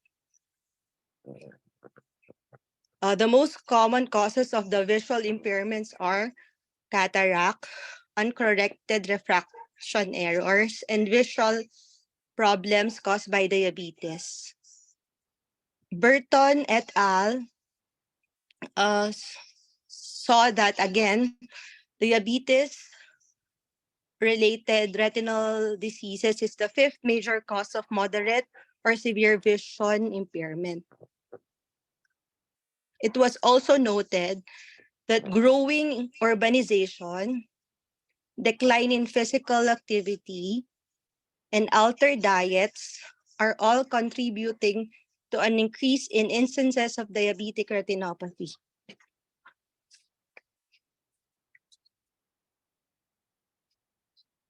Teo et al. Said that the most prevalent and particular complication of diabetes is still diabetic retinopathy.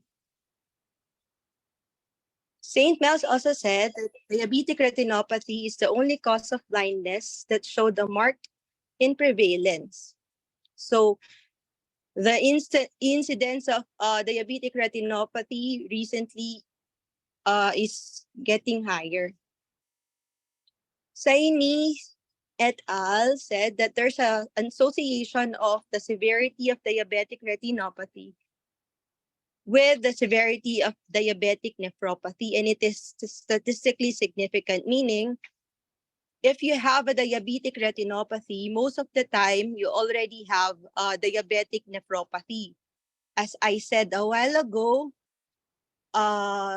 the gold standard before that being used, like the fluorescein angiography, uses a dye which is toxic to the kidneys. So these patients who has diabetic nephropathy will be the one who will benefit the most for the OCT angiography, since the new technology doesn't use any dye. So this modality will be able to help this patient preserve and protect their vision. At least this time, we will have a diagnostic modality that we can use to be able to give them the needed diagnostic tests. Plus, with the given diagnostic test, we will be able to give them the best treatment possible, thus preserving their vision.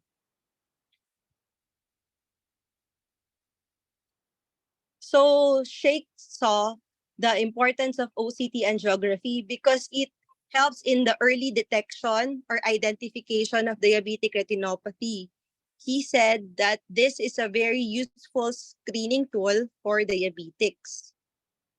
Afarid said again that diabetic patients are seen to have larger foveal avascular zone and lower macular vascular density. So during this stage, the patients here being examined doesn't show any signs that they already have blurring of vision. It's just so happened that they were screened, and these are the ones that was observed. So again, to reiterate, OCT angiography can help in the early detection of macular involvement. The last paper talks about OCT angiography with being helpful also for the diagnosis of glaucoma. But this feasibility study focused more on the diabetics.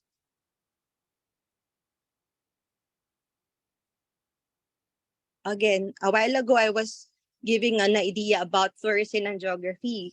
It is again the gold standard as of now, but it uses a fluorescein dye, which is toxic to some individuals and contraindicated in patients with renal problems, children, and pregnant and lactating women.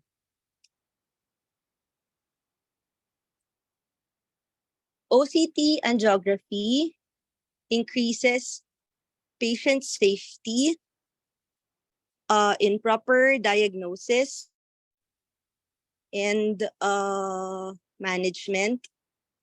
It helps the doctors in the treatment, giving the right treatment for them or treatment option, thus allowing further research on diseases.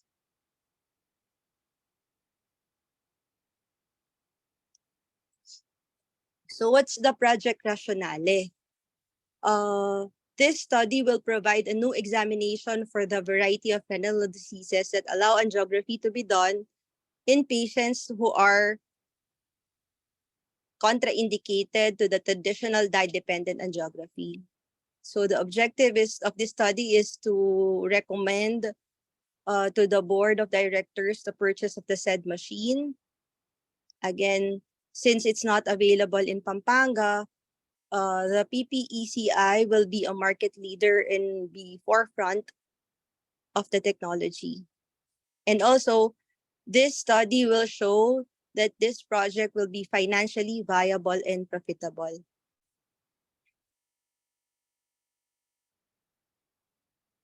So the purchase of the OCT machine will give an additional retinal imaging for the eye center. It's gonna be a game changer in the future.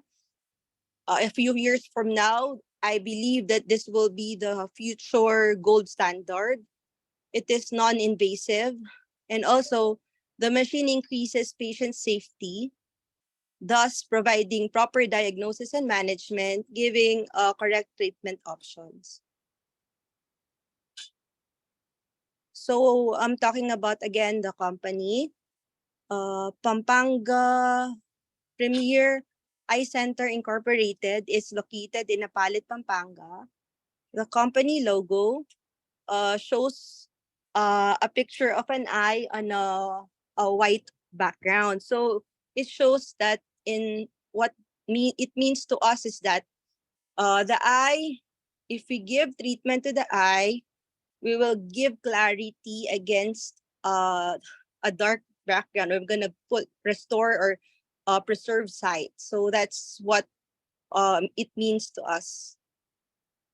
So the vision of the eye center is to be the preferred eye center in Pampanga by providing excellent quality eye care and exceptional patient care experience.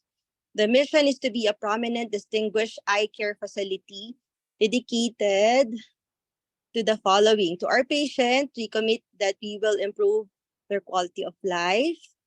To our employees, we commit that we will offer a safe, professional, and harmonious working environment, fair compensation, and opportunities for continuous personal and professional growth. To our stakeholders, we guarantee to provide a reasonable return on investment. To our community, we pledge to help the surrounding community by taking part in corporate social responsibility initiatives that will help improve and prevent vision impairment within our province, in Central Luzon, and its surrounding regions. Core values of the company are integrity, competence, compassion, and excellence. Integrity, because we are committed to uphold the highest standard of professionalism and ethics in all our works. Competence, so we are proud that all of our eye doctors are all board certified, and also all our staff receive the necessary training needed for the eye center. Compassion, we recognize and emphasize that our patient, our customers, are deserving of our respect, attention, and support. Excellence, again, we are committed to provide superior clinical, surgical, and customer services in order to achieve exceptional health or wellness outcomes. So this is the organizational structure of Pampanga Premier Eye Center Incorporated. So the board of directors, then the officer in charge, then the finance admin head, on the other side, a head nurse or our clinic manager. And then under the head nurse or clinic manager are the other staff, like the staff nurses, administrative assistant, and technician. Under the finance or admin head is the cashier, and our accountant is outsourced. This is the human resource. This is a sample of the manpower salary, a yearly expense per employee. So under is a chart showing the minimum wage in Central Luzon. I just put it here just to show that our company is giving the minimum wage requirement, more than the minimum wage requirement of Central Luzon. So employees also are all eligible for government mandated benefits like PhilHealth, SSS Pag-ibig, and the 13th-month pay. So the job descriptions, we have the ophthalmologists of our consultants. This are the doctors who see the patients, then the head nurse.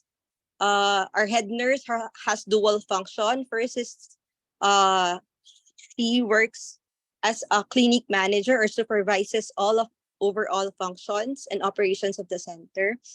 Then we have 2 staff nurses, which is assist the doctors in seeing the patient at the clinic and also assist while doing any procedures or surgery. We have an admin assistant who do the visual acuity and assist the ophthalmologist during the consultation, and also responsible for safekeeping of medical records. We have a technician. The technician is the one who operates the diagnostic equipment and monitors scheduled preventive maintenance. We have the cashier who handles financial affairs with the patient and submits organized daily financial report of the center to the accountant in OIC. She is also tasked to remit daily sales to the bank. The recruitment process includes first is the posting of ad. Then the clinic manager will answer all the queries and would advise, just in case, the applicant to submit a CV, and she will tell the applicant that they have to wait for a schedule for interview and exam. After the interview and exam, the applicants will be selected, and the selected applicants will then be contacted to submit or process some of the requirements prior to hiring. Then after the employee is hired, they will undergo a job orientation just to make them familiar with the company, the policies, and also their job description. So this is an example of my Gantt chart. So the eye center, with regards to the business operation, is open every Monday to Saturday, 8 a.m. to 5 p.m. And the eye center is closed every Sunday and public holiday. So our employees work for 26 days in a month. Chapter 3, marketing aspect. So the eye center is located, again, as I said a while ago, is located in Apalit, Pampanga. It is located inside Pampanga Premier Medical Center on the second floor of the said hospital, which is a level 2 hospital in the area. It is located near all the major highways. It's just along the major highway, which is MacArthur Highway, and also it is near the NLEX, or the North Luzon Expressway. So it means that that's why there's a picture here in the Google map showing that the hospital itself is very accessible.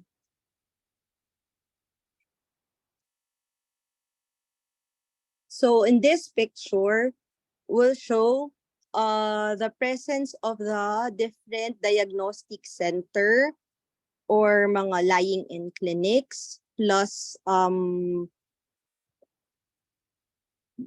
diagnostic clinics lying in, other small hospitals, also the regional hospital there on the top. I'm sorry. The Lingad Memorial Regional Hospital is the nearest eye center from Pampanga Premier Medical Center. Around here in Apalit area, there's no other eye center. It's only the Pampanga Premier Eye Center.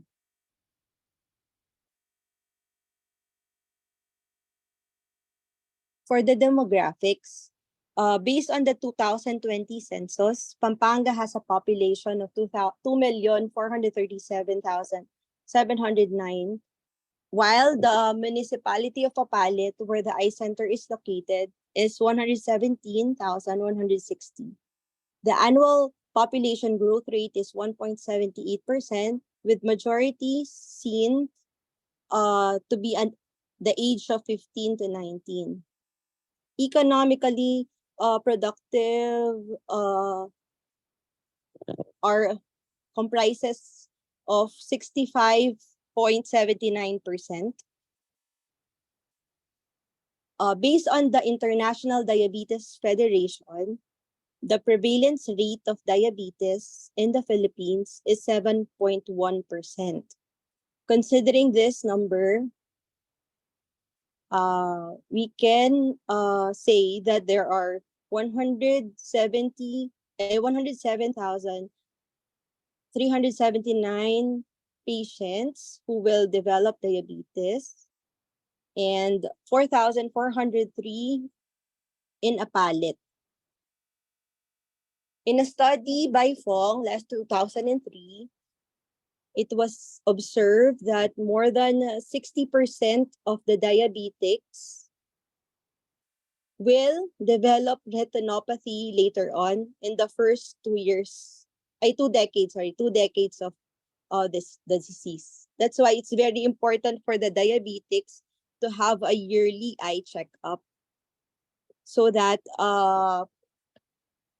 the disability for a visual disability due to diabetes will be prevented. World Health Organization said that there are 2.2 billion worldwide who are visually impaired. About 146 million of this are because of diabetic retinopathy. In a study by Yao, it was said that 34% will develop diabetic retinopathy. Cobillion, this is a local study wherein they look into the usual cause of visual impairment here in the Philippines. It was done last 2018.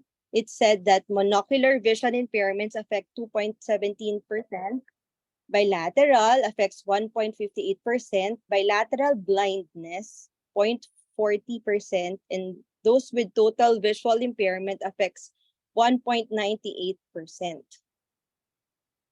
Those naman po that has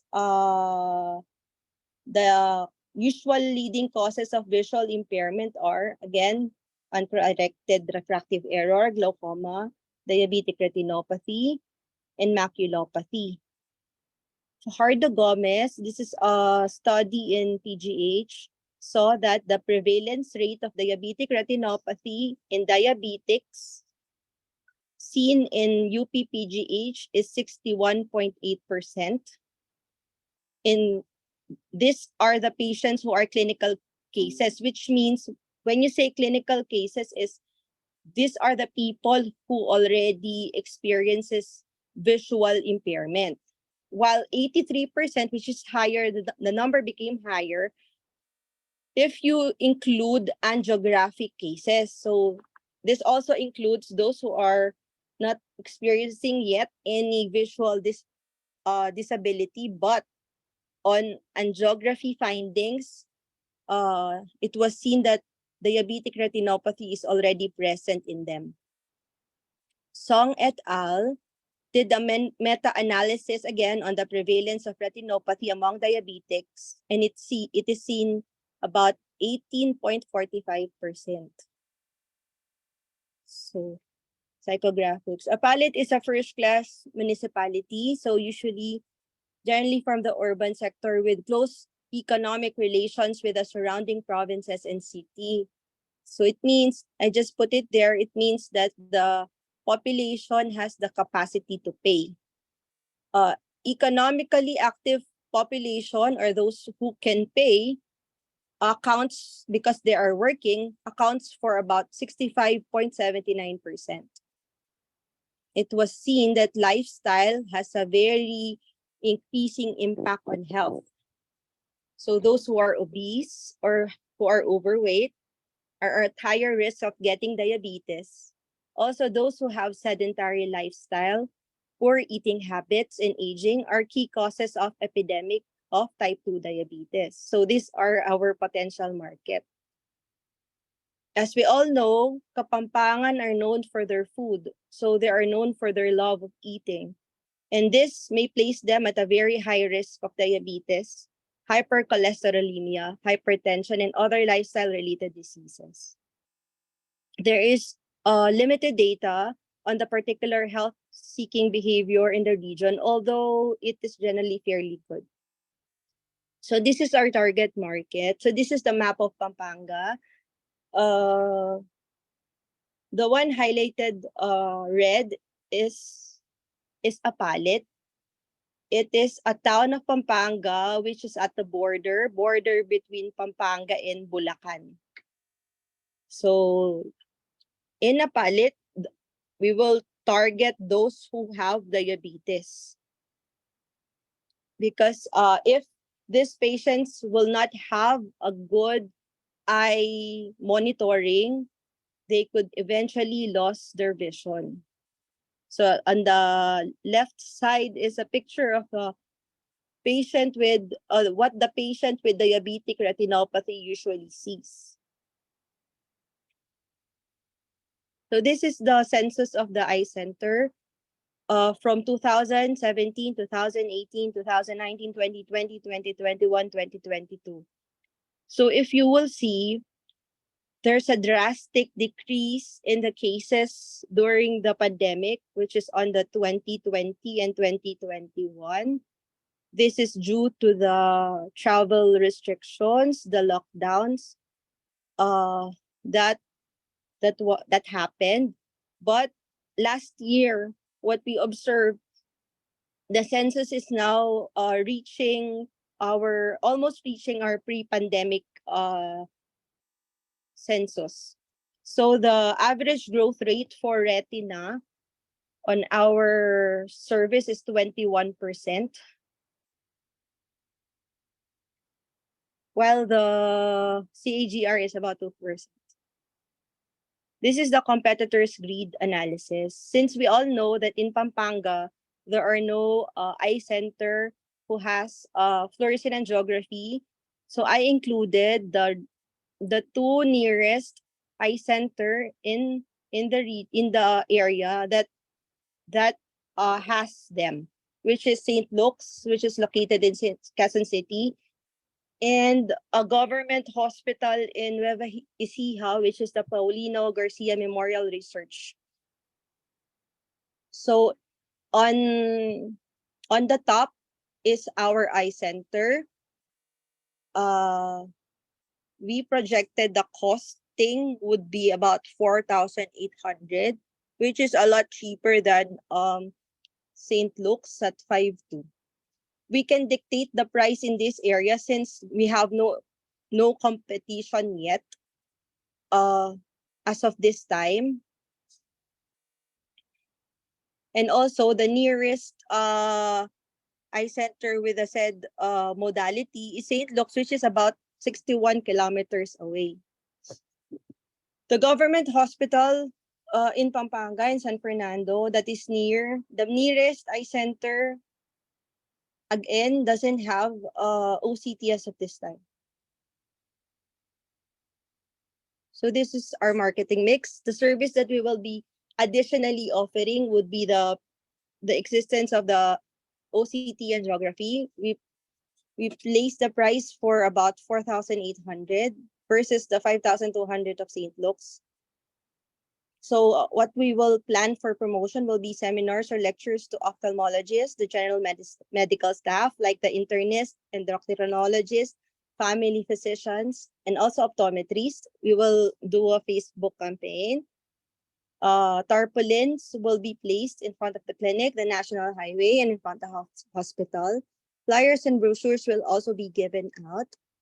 AM radio station advertising will be done for, this is just a local radio station for 6 months. And also we'll be offering 10% discount on the first 3 months of operation.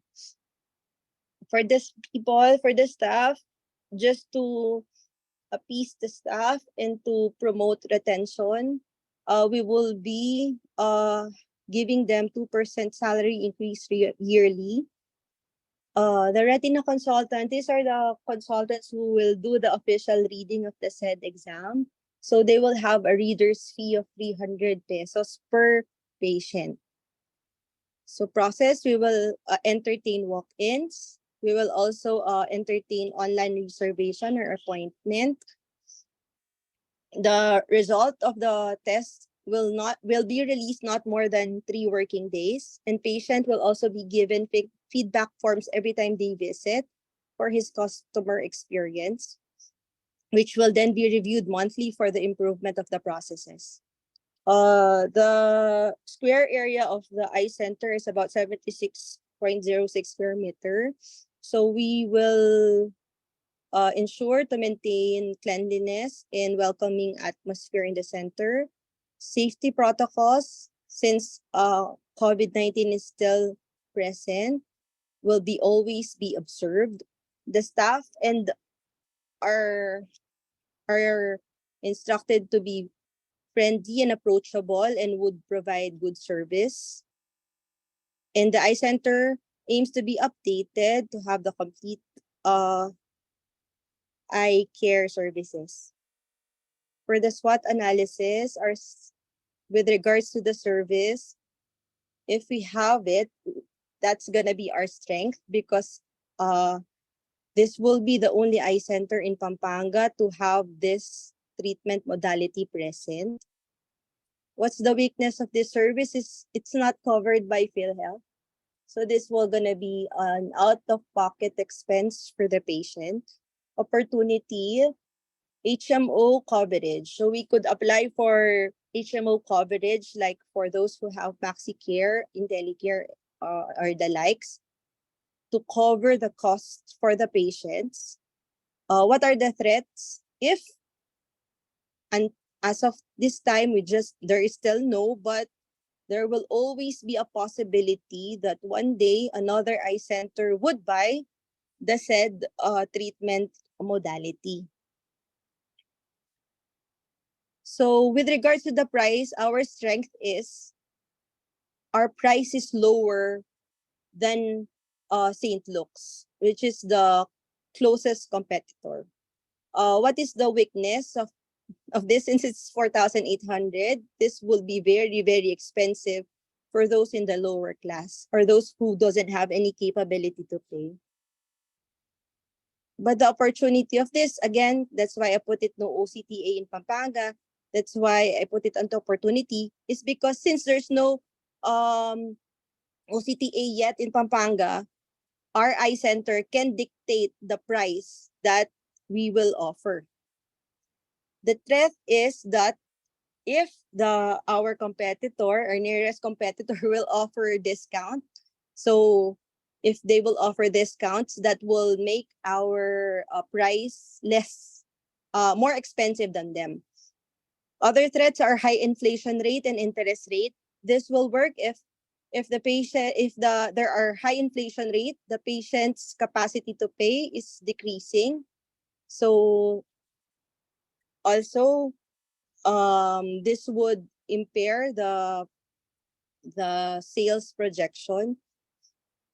Place, the strength is it is strategically situated near Manila Region 3 with a very, very easy access to the NLEX.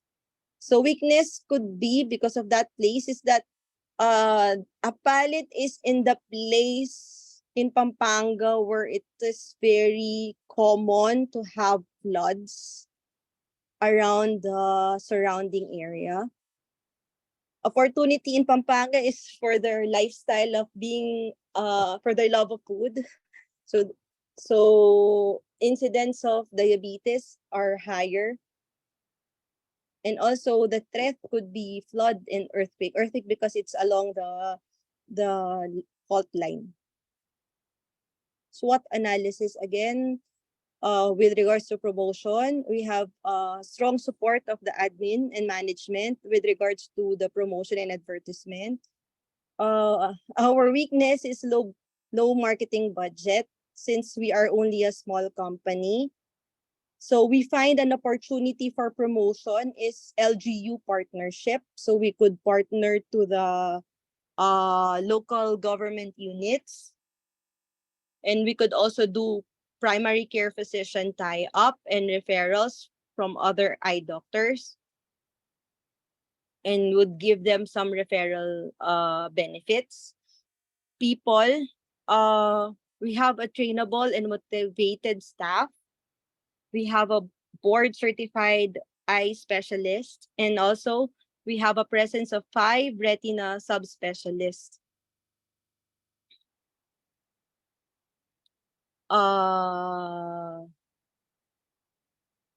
Opportunity is the increasing aging population. So if there's more aging population, there's increased cases of diabetes. Also, in regards to those employees, our threat is high staff turnover, especially for the nurses who usually has plans or dreams of going abroad. Also, the resistance to adaptation of new technology falls to the other eye doctors who still is not adept to the new technology, but this could be reversed by giving them seminars and training. For the processes, we accommodate walk-ins and online appointments. I put the result being released 3 working days. It could be a weakness because sometimes maybe some patients wants the result fast. And also opportunity is telemedicine. So if we could venture into that, since the start of pandemic, we see some some medical professionals venturing into it, but ophthalmology side, we haven't really ventured on it that further. And for the physical evidence, we have a good space, good environment, safety protocols are being served, but our weakness is the small waiting area outside the center that would make the patients be crowded. For the pestle analysis, for the political side, the opportunity is for number one is the universal healthcare law. So again, this law give access to healthcare for everyone. Also, opportunity is, as what I mentioned earlier, is LGU partnership. The LGU there in Apalit is welcome for that partnership if we have medical missions, they're open to it. The threat is with regards to political is if for example the mayor is not permanent there, so eventually after the election there might be a new mayor, so I just don't know if that mayor will be supportive to health as this current mayor is. Number two, the train law, because the train law caused high inflation of the basic necessities. So this again put a strain on the budget of the patient, so making healthcare least priority. Economic opportunity, Apalit is a first-class municipality. Number two, the current unemployment rate of the Philippines is decreasing. So compared to the time of pandemic, the unemployment rate was 10.3. Now it is currently at 4.8. So since there are less people who are unemployed, there will be more patients who will be able to afford healthcare. Economic also opportunities, partnership with some companies or corporation for their annual physical exam. So those with diabetes will be able to be screened. So we find that an opportunity. Threat, again, as mentioned a while ago, the high inflation rate and interest rate. Social, increasing population in the area, usually majority in the working class. There's surging unhealthy lifestyle. Threats is social media misinformation, because recently there are gonna be like misinformation in the social media, the false news that sometimes some patients are very tangible or very easily persuaded. Also in the belief of some superstitious belief. Technological, so this machine will more or less serve more patients. So this time, since this technology is present, we will be able to serve those patients who are before contraindicated to the said procedure. Telehealth services could also be considered an opportunity.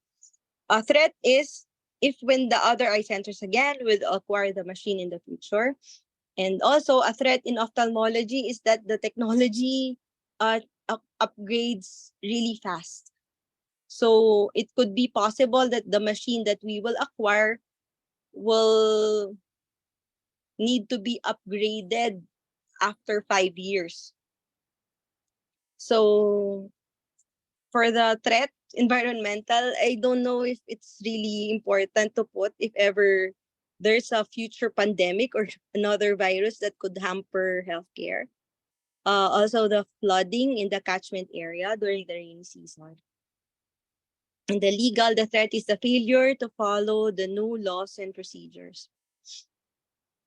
Porter's 5 forces.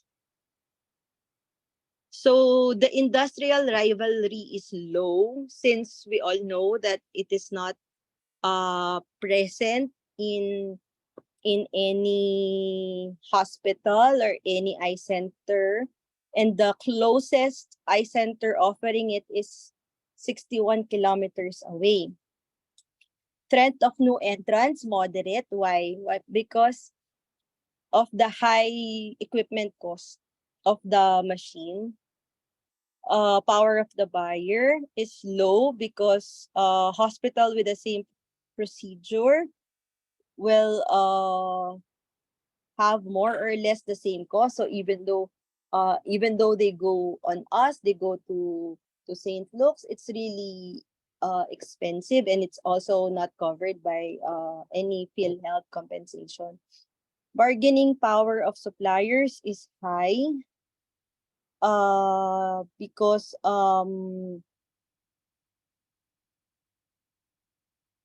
the cost of the machine is high. So even though I check to the other supplier, it's also the price is still high. The threats for substitutes low because there are no options available for this kind of treatment modality. So marketing objectives. With regards to the product of services, is to launch the new service such as the use of OCT angiography. So our strategy will be to acquire the said machine. So my tactical action plan is to present this feasibility study to the board members and investors. My KPI would be the revenue growth. For the price of the procedure is 2,400 per eye or 4,800 for both eyes. Usually both eyes naman po yung procedure. Strategy to use is the cost plus pricing, and also we will give discounts for the first 3 months. Our plan is to compute again the expenses and other necessary profit. So our KPI is profit margin. Place is to increase market coverage. This is the only machine available in the whole province. So now kasi we're all only our patient are majority from Apalit. So our strategy for our development is to extend our market. Promotion is to promote the availability of the services by, again, the direct marketing to doctors, digital marketing, the sales promotion. We will give seminars, flyers, tarpaulins, LGU partnership for revenue growth. People, to prevent employee resignation, we will give some strategies like salary and compensation increases, 2%, and non-tangible benefits. Training of the technician and other staff is care of the supplier. But what we will do is we will not only train the technician, we will also train the other staff of the eye center on how to operate the machines. Also, we need to have training or refresher seminar for the retina consultant on the proper reading of the said tests. Processes is to provide services to people of Pampanga. Those are diabetic and the physical evidence. Hindi ko po alam tama nila dito. Next. Chapter 4, technical aspects. So this is the floor area of the eye center. There's from down is the waiting area. Then there's a front desk. On the farther right is a diagnostic room. This is where we will put the machine. Next is the diagnostic room for perimetry and fluorescein angiography. Next, the laser room, and then the consultation room. So this is the actual picture of the said eye center. So overall project cost. The OCT angiography machine requires a capital outlay of 8.9 million. For the infrastructure, we will not make any reservation, and also the eye center has a provision for it, so no construction will be done. And also the machine is very small. It will just occupy approximately 5 square meters. For the fixture cost, the equipment is placed on a table or motorized stand already, again provided together with 2 stools by the machine supplier, so we will not buy any more furniture. Office supply cost is the printer is free, included in the machine, but we will need some consumables like bond paper, brown envelope, and the ink sets. Other factors considered for the cost are the taxes, licenses, salaries, and rentals. Tapos, working capital. So, to compute for the overall project cost, so for the working capital, that's the year 1 total expenses times 3 months. So then I add the cost of the machine. So the overall project cost is 9.1 million. So waste management. Process flow. So from the start, patient will go to the front desk. Then the front desk, that's the admin assistant, will check if the patient is a new or old patient. And then after that, the patient will be called by his name to get the vital signs, the weight, the visual acuity, and then forward that chart to the OPD nurse, to the ophthalmologist. The ophthalmologist will give proper diagnosis and disposition. If the ophthalmologist will tell the patient to have a diagnostic test, he will go back to the front desk, and then that's the time they will do the procedure or schedule the procedure for some other time. If the patient will just be given just a prescription, he will just have to pay for the consultation fee and the facility fee. So the general assumptions is the pricing of the OCT angiography will be at 4,800 for both eyes for the first 2 years. However, on the 3rd year, increase in the cost is anticipated. So the price will increase by 10%. Starting the 3rd year. The projected number of procedure is 80 cases per month or 960 cases per year. How did I get this? From the population of Apalit. And then I compute for the incidence of diabetes, which is 7.1%. And then from that, as we heard earlier, 60% of those patients will develop diabetic retinopathy. So that number, I got it, but I didn't get all of them. I just targeted about 27% of that certain number. That's why I arrived at a conservative number of 960 cases per year.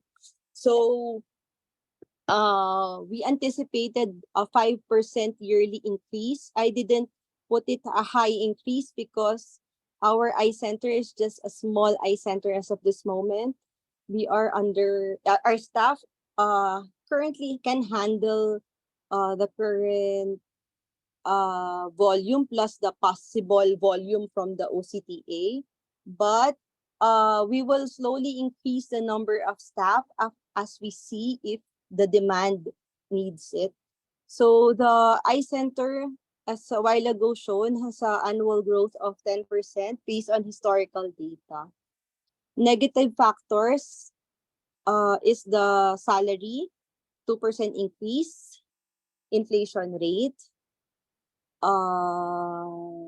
also. But despite all of this, the 10% growth rate, there will still be enough for profit.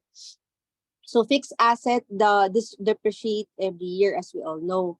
So I computed for the depreciation expenses using a straight line method. So I just divided 9 into 5 years. So I just distributed it for the depreciation for 1,780,000 per year.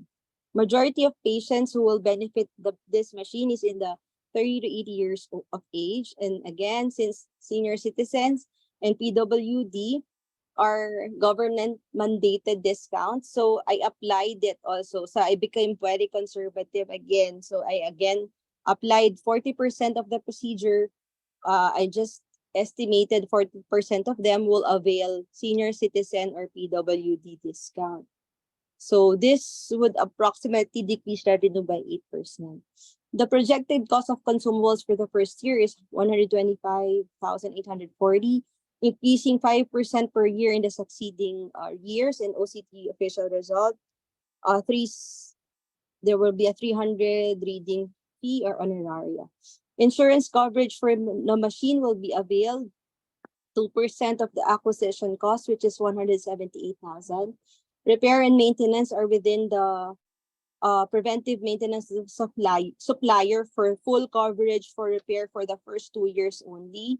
So after 2 years, repair and maintenance costs will be computed at 5% of the acquisition cost, amounting to 445,000, which is expected to be added to the operating cost starting year 3.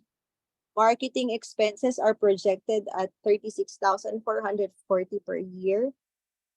Electricity consumptions computed from the machine's wattage consumption of 963.6 watts against the average kilowatt use of the hospital. This computed at 4,480 annually. It is expected to compound yearly at 10%. Permits and licenses will be computed as 2% of the net revenues. Again, this is just to reiterate what I was telling a while ago. But the OCT machine itself, it is 8.9 million. But the supplier will just need 30% down payment for the machine. And the rest of the balance will be paid for 5 years. For the consumables of the OCT, I projected it 5% increase every year. Honoraria, again, annually, it's about 309,600 pesos. Administrative fee share. Since the eye center offers other services, so I just divided the rental of the eye center, about 20% of the rental share. So yearly, it's about 60,000. Permits computed at 2% of the net revenue. Salary shares of the eye center staff. Electricity, maintenance, marketing, insurance cost, again. So what's the source of financing? So again, as I said a while ago, the total amount of the machine is 8.9 million, but the down payment required is just 30%. And the remaining balance is for monthly installment for 5 years. So the eye center has a good credit line with the distributor company and have good business relationship. So the total cost for this down payment is already has provision. It is taken from the eye center savings for expansion. Half of the amount is mainly the monetary shares of the co-owners at the start of the opening of the eye center, and half portion of the earnings in the past 5 years. So this is the projected number of availment. So in the first year, conservatively, I just put 960 patients, increasing 5% yearly. The cost of procedure for the first 2 years is fixed, but after the 3rd year, that's the time the cost will increase gradually. So also, those who will avail discounts for senior citizen and PWDs also being factored in here, and also those who are indigents and the referral of doctors are also discounted here. So the projected revenue, discounted revenue for the first year is 4,193,280. So this is the projected income statement for the machine, which is the OCT angiography. In the direct cost, you could see the consumable plus the machine yearly payment of 1.246 million. Then also the operating expenses such like the insurance, the honoraria, repairs, marketing, permits, rental share, electricity share, salary share, benefit share. So the net income is 1.9 with the income tax minus the income tax, which I computed at 25% of the revenue. Then also after that is the net income after taxes. So this is just the net cash flow. So for the NPV or the net present value, so I used the discount rate of 8%. So the total present value that I was able to compute is about 16.572 million minus the investment of 8,900. So I have a final NPV of 7.6 million. So since the NPV is a positive value, it means this is attractive. So this is a good investment. Budgeting techniques that I will use for the company is the incremental budgeting, wherein the budget for the current year will be based from the last year's figure, adding 5% to obtain the current year's budget. Profitability index, so I computed it at 1.86%. So again, since it is more than 1, it is said to be a good sign of profitability. So the expected return of actual investment with profit is 186%. Discounted payback period. So after computing for this, I was able to see that the investment will be recovered in 3 years and 5 months and 19 days. With the IRR, or the internal rate of return, is around 33.1%. So this is the discount rate that will make the net present value of all cash flows equal to 0. Since this project has a high IRR, again, it just shows that this is a good investment. Break-even analysis. So for the first year of operations, I divided the projected annual expense into 12 months. So that 12 months divided into 24 days. So I will have a goal income of 7,650 per day. So knowing that the cost of procedure is just 4,800, so I just need a daily goal of 1 to 2 procedures per day.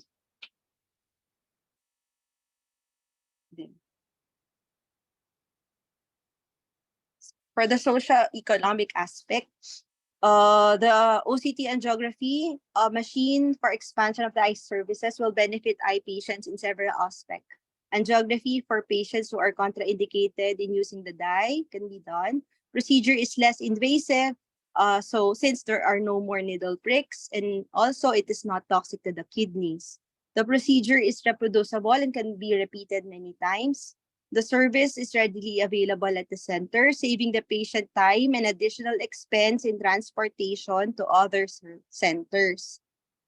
So some patients who had to look for centers that will provide needed services tend to become lost to follow up, so delaying the early diagnosis and subsequent treatment. So in the long run, the worst case scenario may lead to irreversible blindness for some of the patients. So also, very important in times of pandemic, less travel, less exposure means more safety.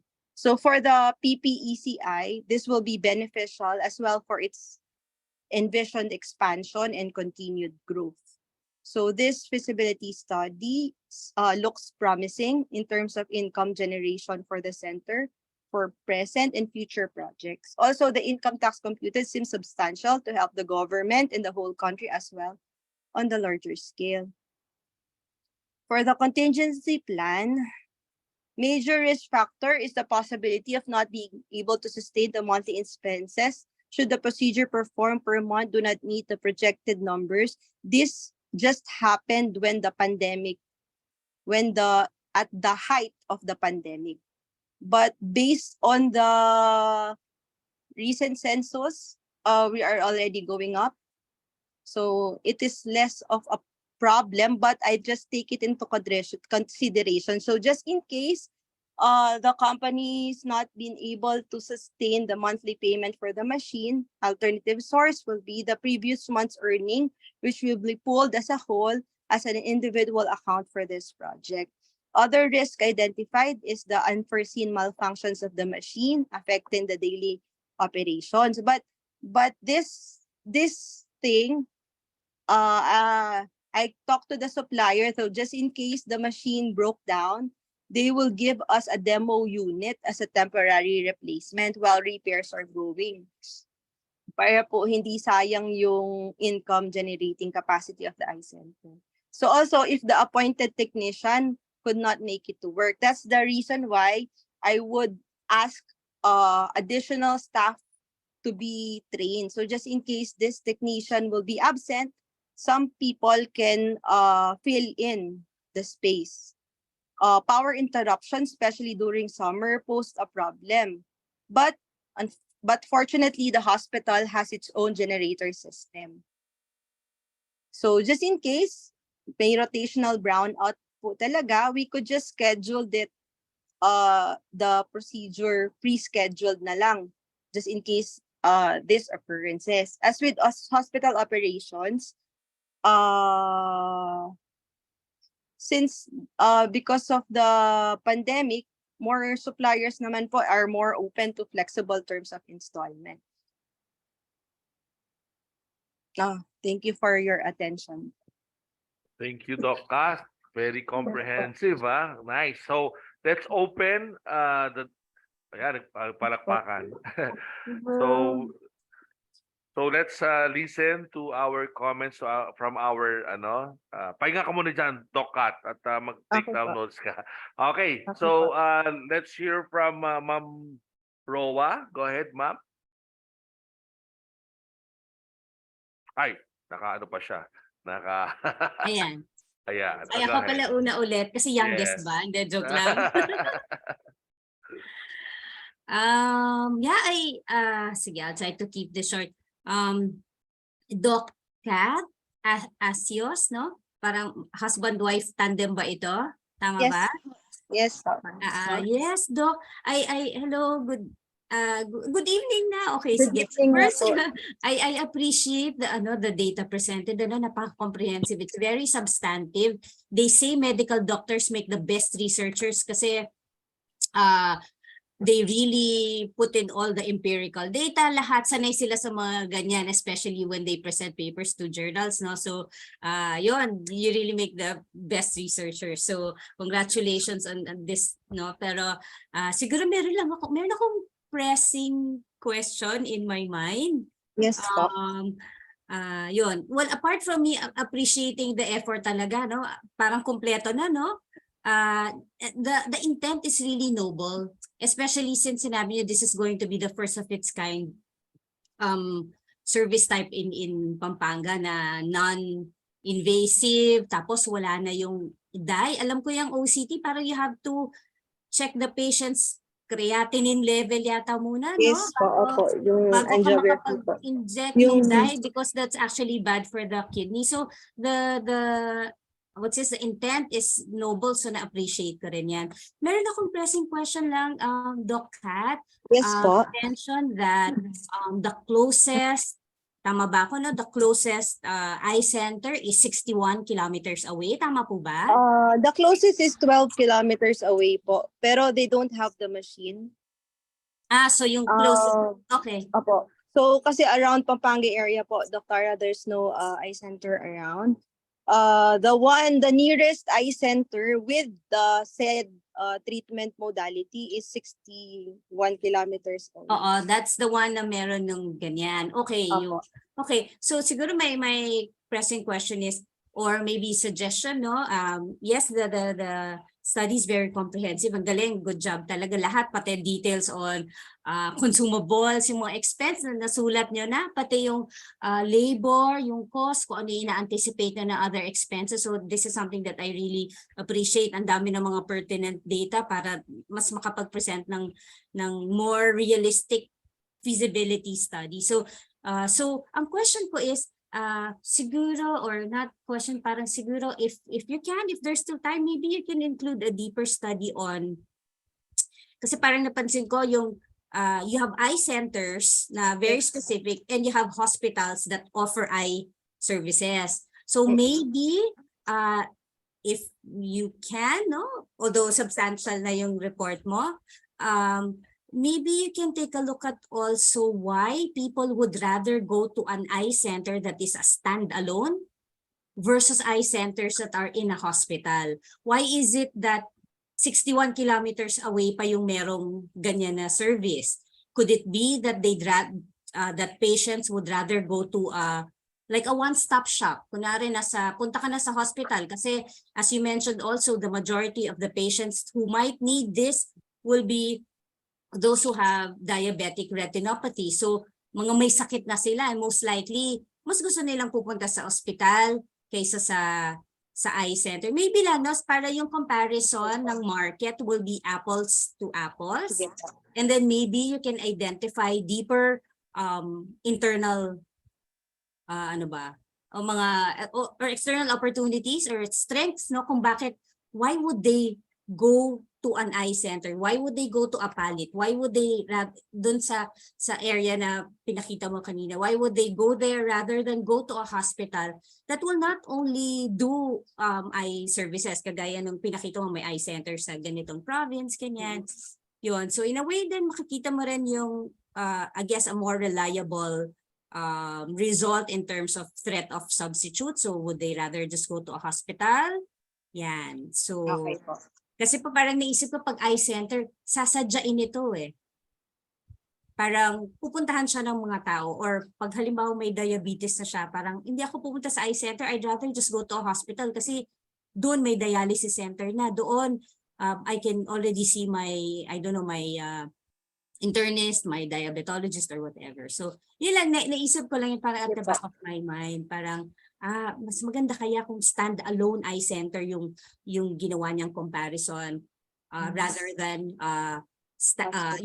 yung eye centers that are found in a hospital. So included there will be maybe yung mga famous na eye centers like American Eye Center, no, that's something that that you can also maybe include in the study, pati yung Asian Eye. Kasi sa St. Luke's, known din siya for promote ko yung St. Luke's, known din siya sa eye center niya. But siguro you can include those that have been in existence for more than 20 years kasi baka mamaya nag-i-invest na rin pala sila sa ganitong technology, yung non-invasive, no-dye type of OCT. Yun. Yun lang, but I appreciate all the data. Parang siya, sa isang nag-aaral na, okay itong feasibility, mag-i-invest ba ako dito? Parang pag i-offer mo siya sa isang gustong mag-invest, the information is there already. So, I was telling, Dean Pong, sabi ko, ang ganda ng presentation, tabihan natin ng dialysis center. No? Kasi lahat po talaga nga merong dialysis. Means Opo, may kidney opo. problem plus Yes, opo. So yun lang po yung apples to apples comparison po. Thank you so much for your presentation. Congratulations. Thank you po. Okay, thank you. Now let's hear from Doc Armin. Doc, you have the floor. Okay. Good afternoon. Good evening. Good evening, po. Doc Kat.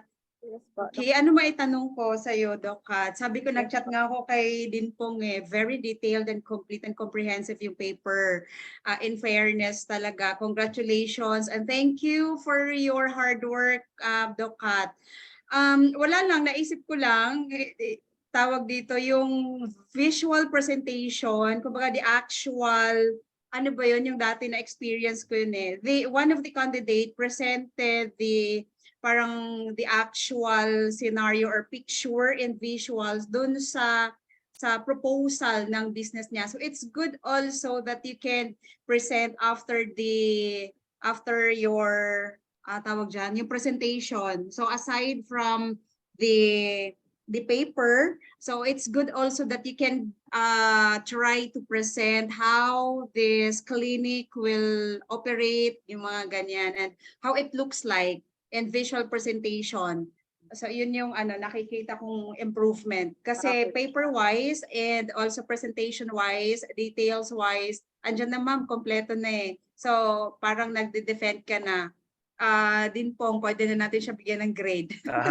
Galing, Doc Kat. Galing daw, galing Doc talaga. Harmin, what do you mean by visual? Like, parang walkthrough, that this is how it's done, this is how it looks like, parang ganun ba, ma'am? Yes, oo. Tsaka yung how the clinic looks like, how the consultation is done, ganyan. Parang papakita niya yung ganito yung mangyayari soon sa business namin. So, ayun.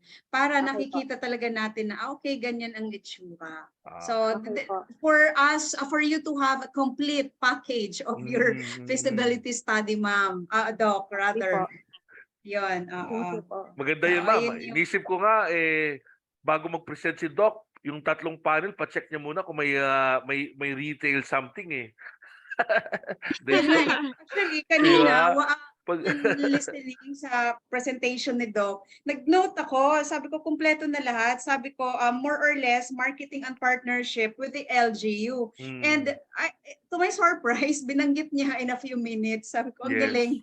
Diba, nandun yung core at saka yung direction in terms of marketing kasi newbie sa industry at saka yung play. So how can the entrepreneur introduce the concept of product or service in the market? So it's more on stepping stone to tie up with the LGU, of which it is being presented. Kaya good job, Doc Kat. And siguro to add that idea, maganda sabi ni Doc Armin sa kay presentation ni Doc Kat, ilagay mo na sa Gantt chart yon para when you present it na I'll partner with LGU etong year na to, whatever it is and how long, at least it's already been in the blueprint. Para when you present it sa board, the feasibility will act as parang blueprint of what you're gonna do. Total, kumpleto ko na rin, edi ilagay mo na lang na, and then strategic how do sa LGU. So maganda yan. Okay yan. Okay. Ayun lang po. Dean, that's all for me. Thank you. Thank you. Maganda siguro nga yung sinasabi ni Doc Harmin, yung parang alam mo sa Preselo, if you look at the mga bahay na binibenta, pinapakita yung swing. Pakita mo yung kunyari, ganito yung namin clinic, very friendly yung staff. This is very safe yung kasi ang mga tao they are not baka kasi yung die-in gano'n baka mamaya nakakatakot, at least that virtual na sinabi ni Miss Harmin, although this is just suggestion again, talk to your advisor, it will prevent it will give a good marketing na this is very very safe. Our intention is talagang ganyan talaga pag diabetic there will be something wrong with your visual, but we're here.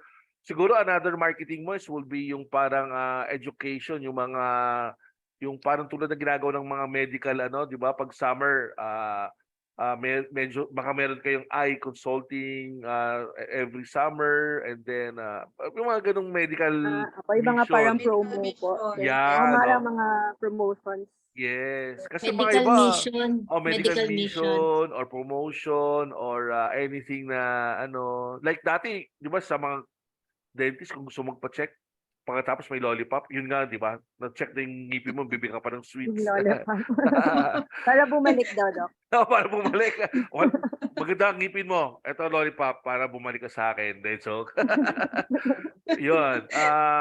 Look at some maganda idea. So let's go to Ma'am Lovely. Thank you, Ma'am Harmin. Let's go to Ma'am Lovely. Thank you, Doc. Go ahead. Yes, actually, Doc Kat, congratulations. Overall, the presentation was good. Yun nga, yung mga necessary expenses like mentioned ko kanina, nandun na siya, like yung mga yung waste management din, ganyan, yung income statement, yung mga ratios, tapos break-even analysis. And yun lang din, yung siguro sa presentation mo itself, observe ako kasi sa actual, meron talaga tayong time limit eh. So, Matagal. oo, sobrang detailed siya, which is good naman yan kasi I think Okay syempre po. sa paper mo, detailed talaga yun. So, okay yun. So, presentation, medyo Bibilisan ko observe na lang mag- natin yung, Yeah. so, yung sa presentation mo, yung highlights lang din. Like, for example, sa umpisa pa lang, napansin ko, di ba, meron kang, okay yun, back up with the studies, surveys, ganyan, like sina Kubilian, Burton, Ital, ganyan. So, kahit 3 to 5, tapos huwag mo na basahin isa-isa.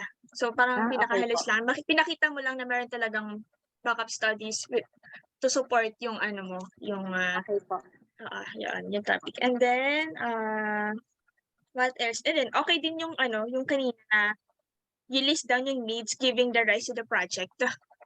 Kasi nga, for example, yung minention ni Doc Rowa kanina, meron ng mga hospital, nandun na lahat, one-stop shop. So, bakit kakailanganin pa ng stand-alone eye center? So, okay yon na somehow na-mention mo siya, generally.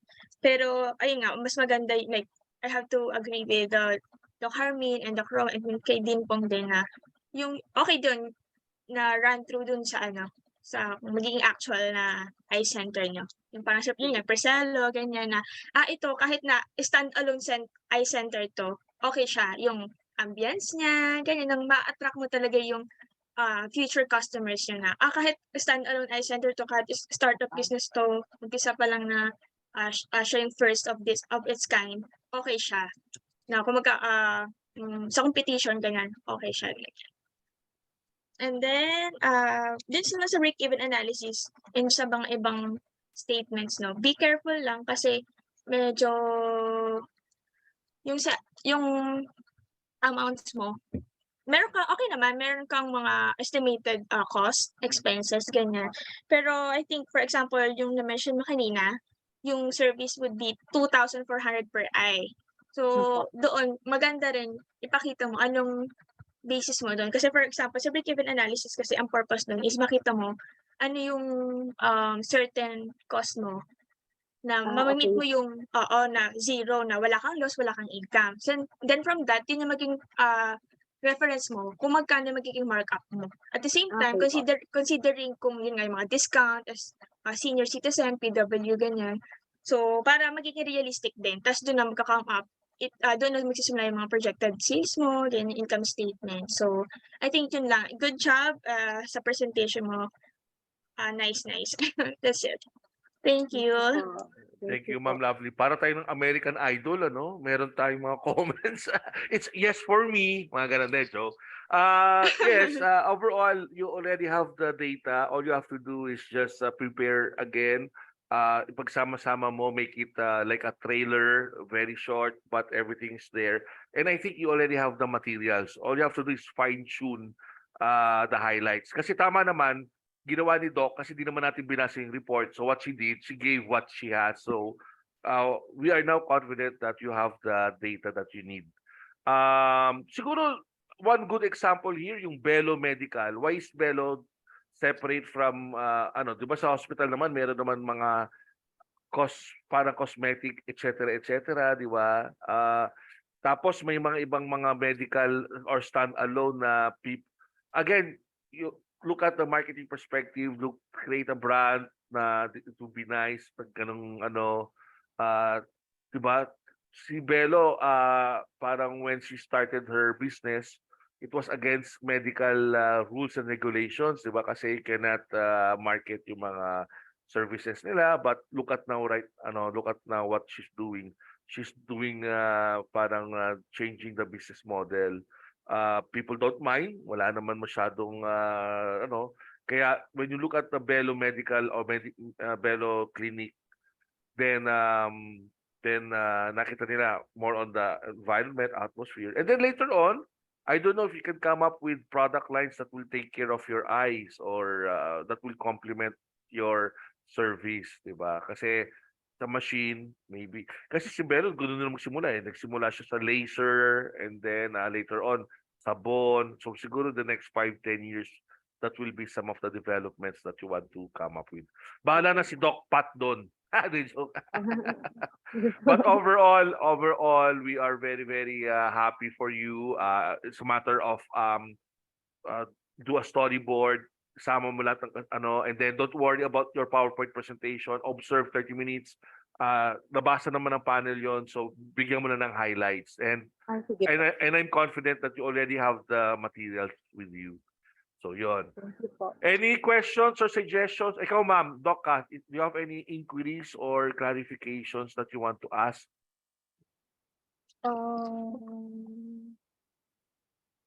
Wala pa naman, okay pa naman, Doc. Yun na lang pong, ayusin ko na lang po yung sinabi po ni Ma'am kanina, yung mag-deeper study na lang po ako siguro dun sa yung sinasabi niyang about eye center standalones po. Kasi hindi ko na deeper study yung area na yun po.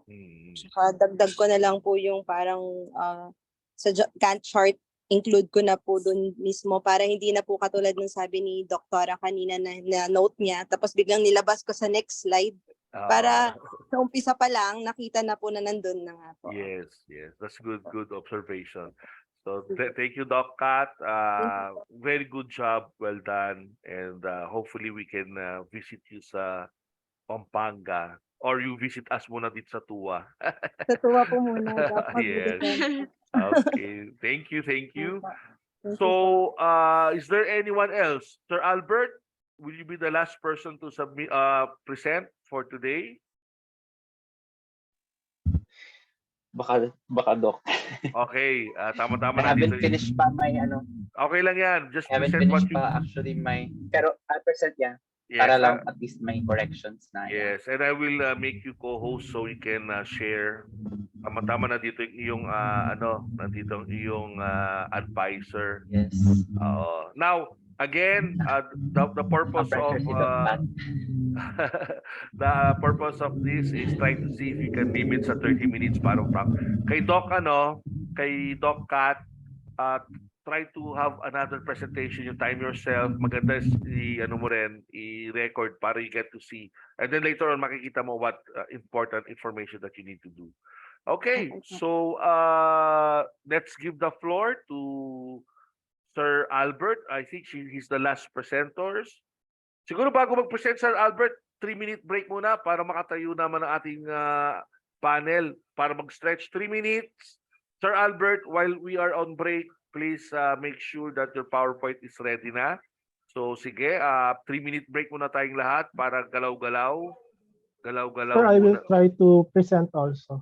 Si Pat. Umabot si Doc Pat. Hindi nagpatalo si Doc Pat. Hindi sir, huwag niyo lang compare dun Be gentle po, be gentle. Not gentle naman. So would you like to go Compared first? to her Or... completeness, malayo pa po ako. Very Sige po. very modest talaga to si Doc Pat.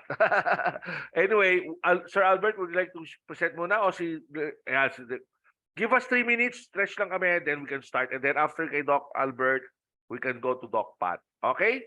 So, yun. So, again, just present what you have and then observe 30 minutes. Okay, thank you. 3-minute break.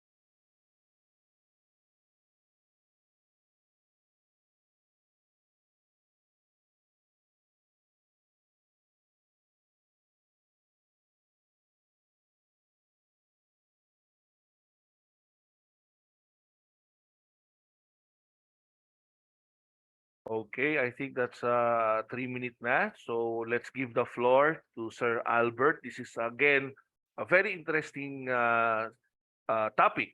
Talks about it's a 50 bed capacity, but this is not based in the Philippines. It will be the first time that it will be based in the US. So, Sir Albert, you have the platform. Again, I would like to encourage everyone to listen. By the way, please feel free again to ask questions kasi at the end of the day, there might be similarity of inquiries and concerns and questions. Okay? So, Doc Albert, Sir Albert, you have the floor. Go ahead.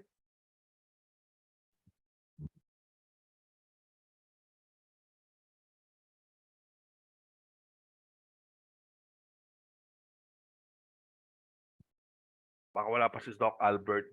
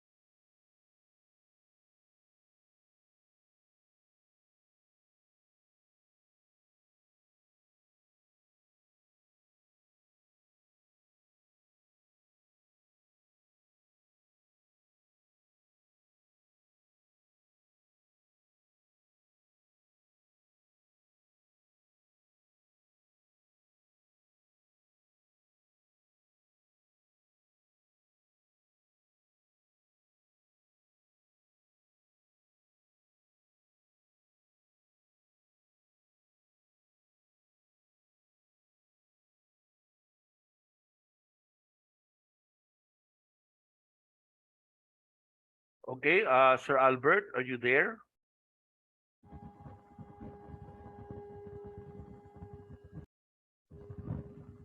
Hello, Sir Albert.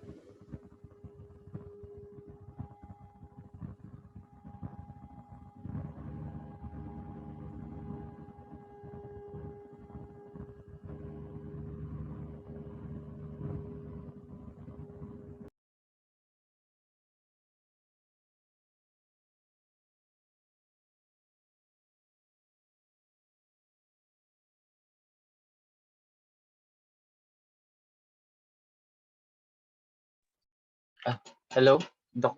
Doc, Yeah, Sir Albert, okay, I think you have the na-unmute. floor. Sige po. Okay, so you have 30 minutes to present or more or less, and then after that, Q&A. Go ahead, you have the platform.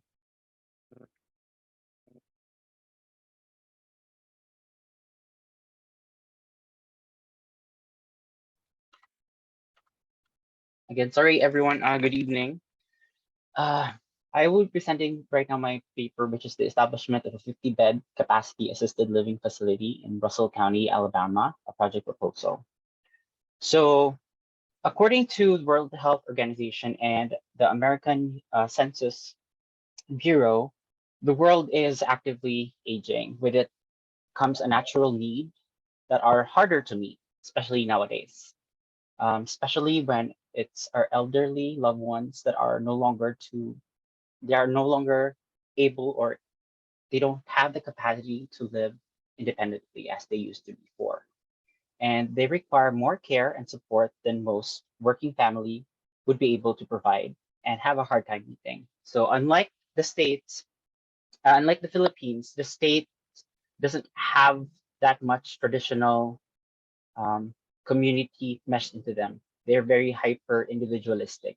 That's why there is even an increased demand for assisted living, because they are used to doing things on their own. So what is assisted living facility? So is it the same as nursing home or any other care facility? No. Assisted living facility mainly provides independent living assistance. So it's not necessarily a skilled nursing, but a combination of both. So, for example, it provides assistance with activities of daily living, so cooking, laundry, making sure that they are able to drink their medication on time, cleaning the house. So it is separated from nursing homes because nursing homes require medical attention constantly. Like they have to be hooked to a medical monitor, cardiac monitor, and such. That's the main gist of the difference with assisted living facility and nursing care facility. So nursing care facility, most of the time, the patient are bedbound, they're not able to go out. Assisted living facilities, though they require assistance, they can actually go out of the facility and do their other errands that they have. It's just that they have someone or some place that they can go to where they would have to worry about the food, the housekeep, and other daily activities that they have. So that's the main separation between the two industries. So unlike here in the Philippines, that we don't distinguish that.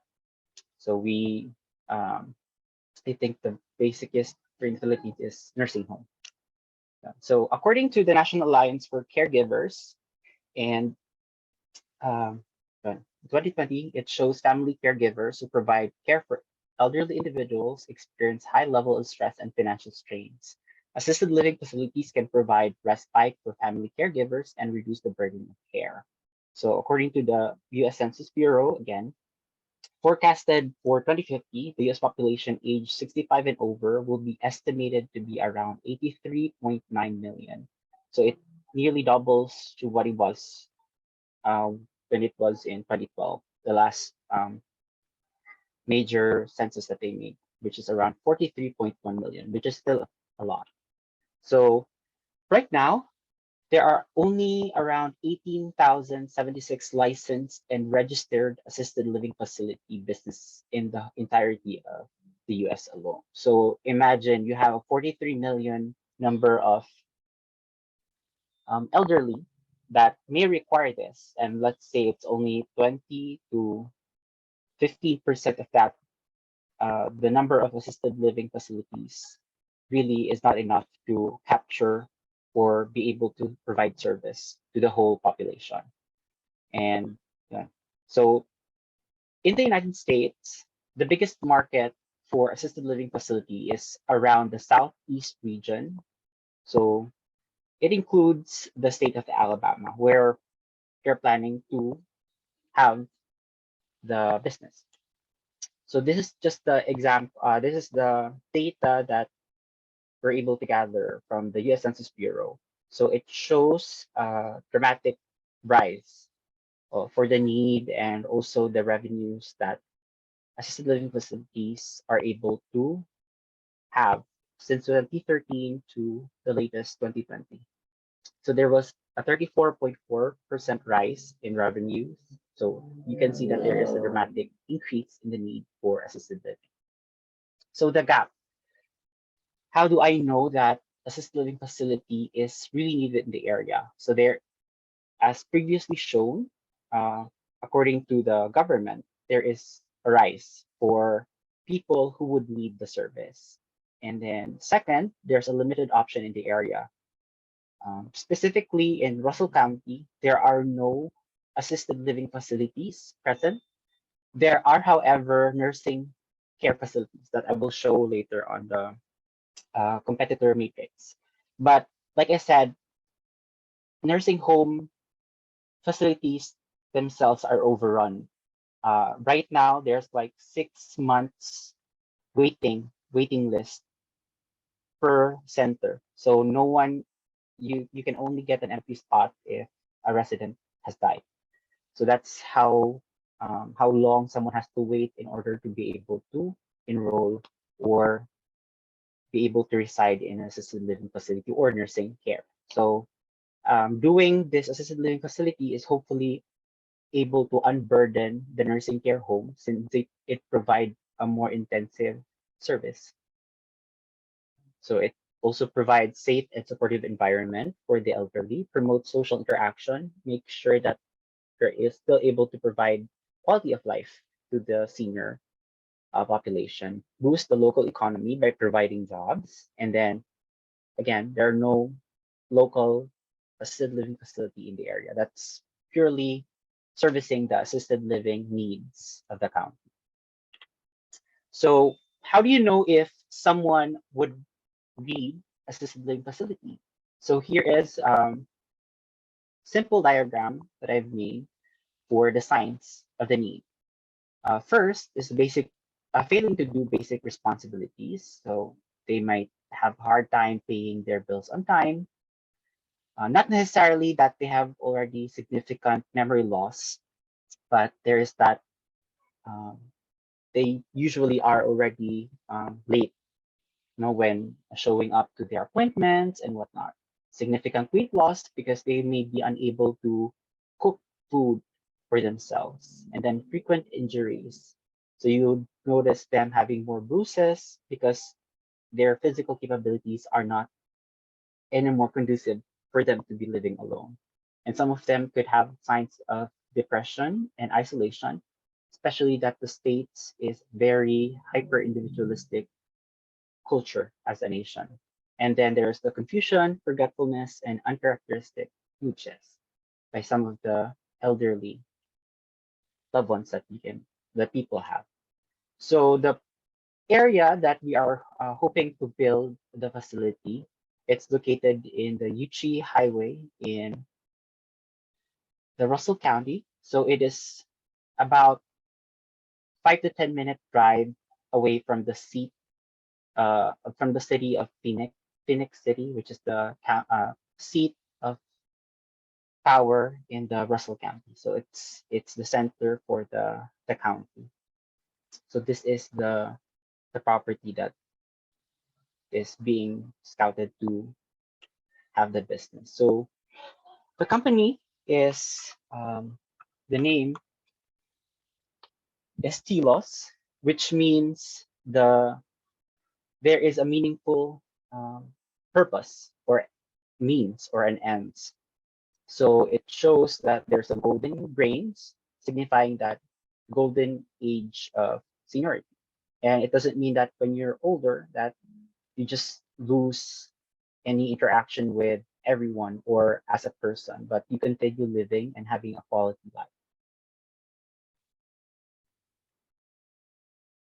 So the mission statement of Telos is to provide safe and comfortable, fulfilling living environment for our seniors who value their independence, and we strive to create a warm and welcoming community where residents can thrive physically, emotionally, and especially socially, with the support of our dedicated staff and high quality service.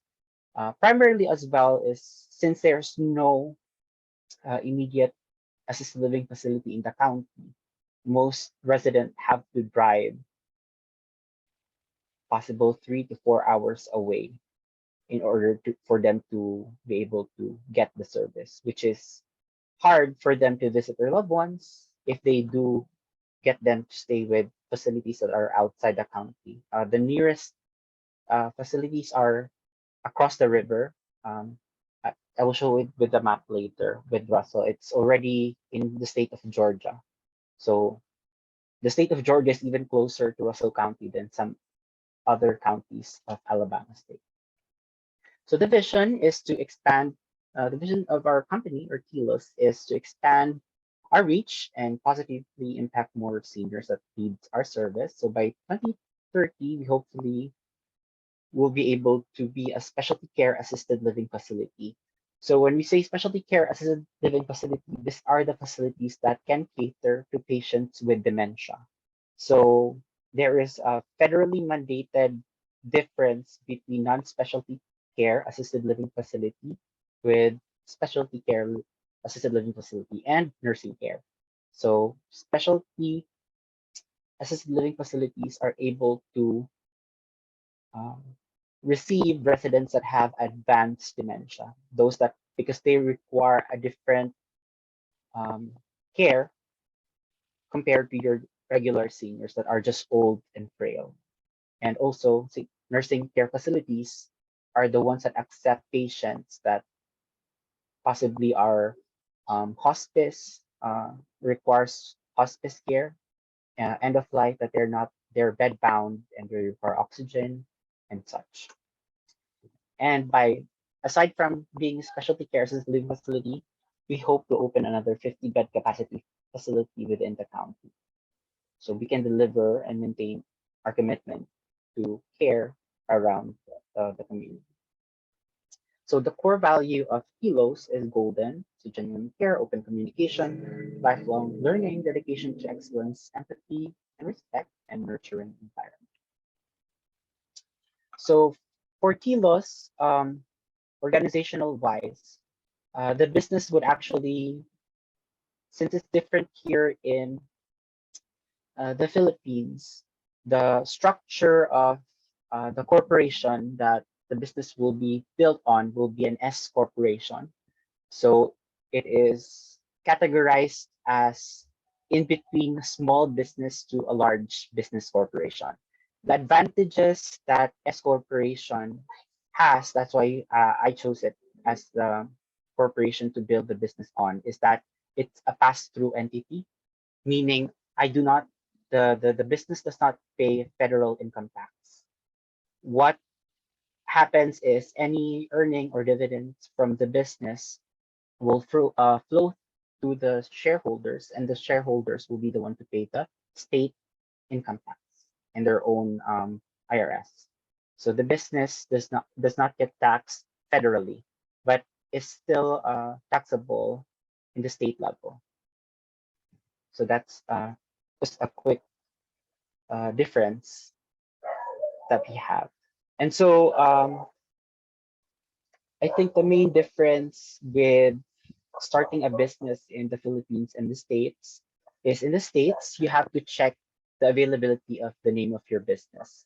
They actually have a state website that you can buy. You basically buy the right for the name of your business. You need that first. Check. It's called the checking of your company name availability. So you do that in the Secretary of the website of the State of Secretary.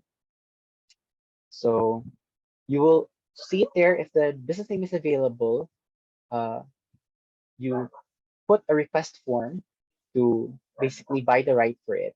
After having that, that's the time you'll be able to do a certificate of formation for the corporation. You have to choose the type of corporation that you will have and then input it there. After that, you will have to file almost like a business tax code here, but in the States, they call it an employer identification number. So it's one way for IRS to identify that you're an employer and you'll be able to withhold taxes for your employees. Those are, I think, the major differences and complications in starting a business in the States, specifically in the state of Alabama. So still same with the Philippines, you have to secure your business permit or business license, as it's called there, and then all other permits pertaining to the building of the business or the facility, since we will be building the facility and not renting. So in this slide, that's our organization management. So it will have its board of directors, since it's an S corporation, which will be hiring an administrator. Assisted living facilities require an administrator that has a license to operate an assisted living facility. That's one of the things that differentiates it, that you cannot run a facility without an administrator, the one who runs a business, to have a license for it. So in the state of, there's no federal law controlling or governing assisted living facilities, but there is a state law. According to Alabama state law, you just have to be 19 years old, at least a high school graduate, to be able to take the exam for licensing as an administrator for assisted living facility. So we wish to Telos has social workers and HR as needed for the business. We opted to have registered nurse, licensed practical nurses, and certified nursing assistant.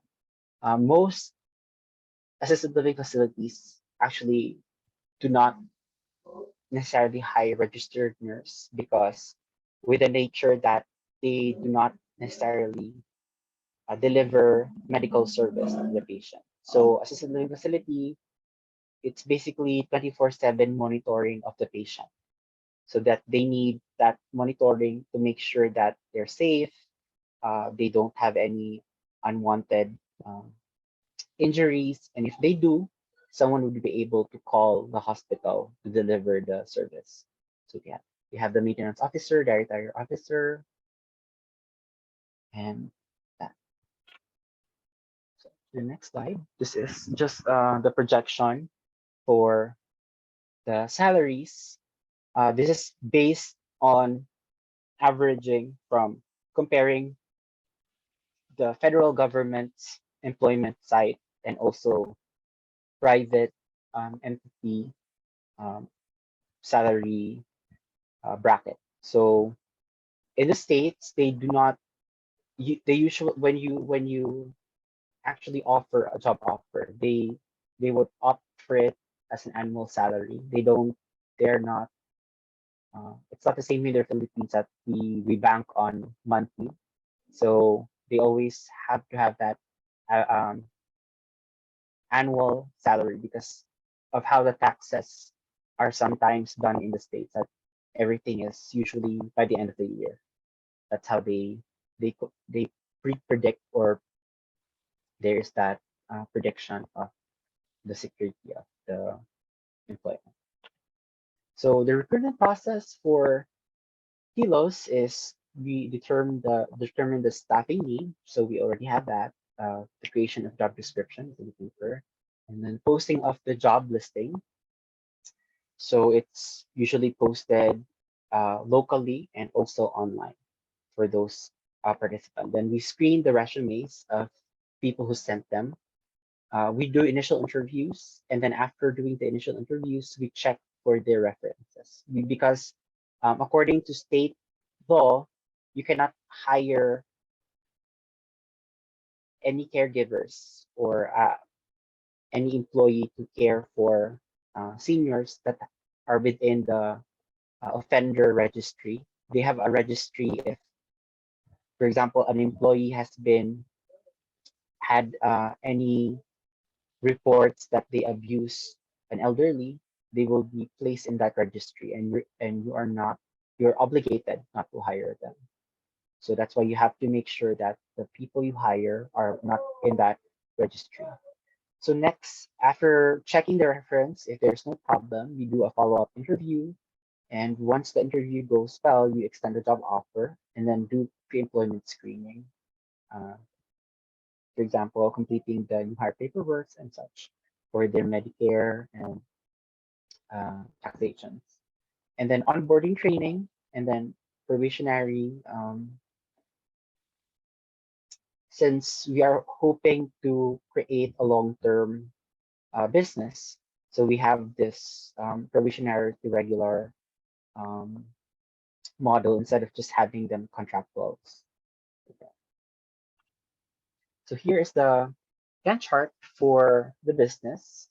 So hopefully we do the consultation and planning by August, and then hiring key staff. When I say key staff, this is mainly the HR and then the administrator, the first people that you want to hire in order to facilitate the hiring of all the other key employments that you have. And then securing facility building sites and plan.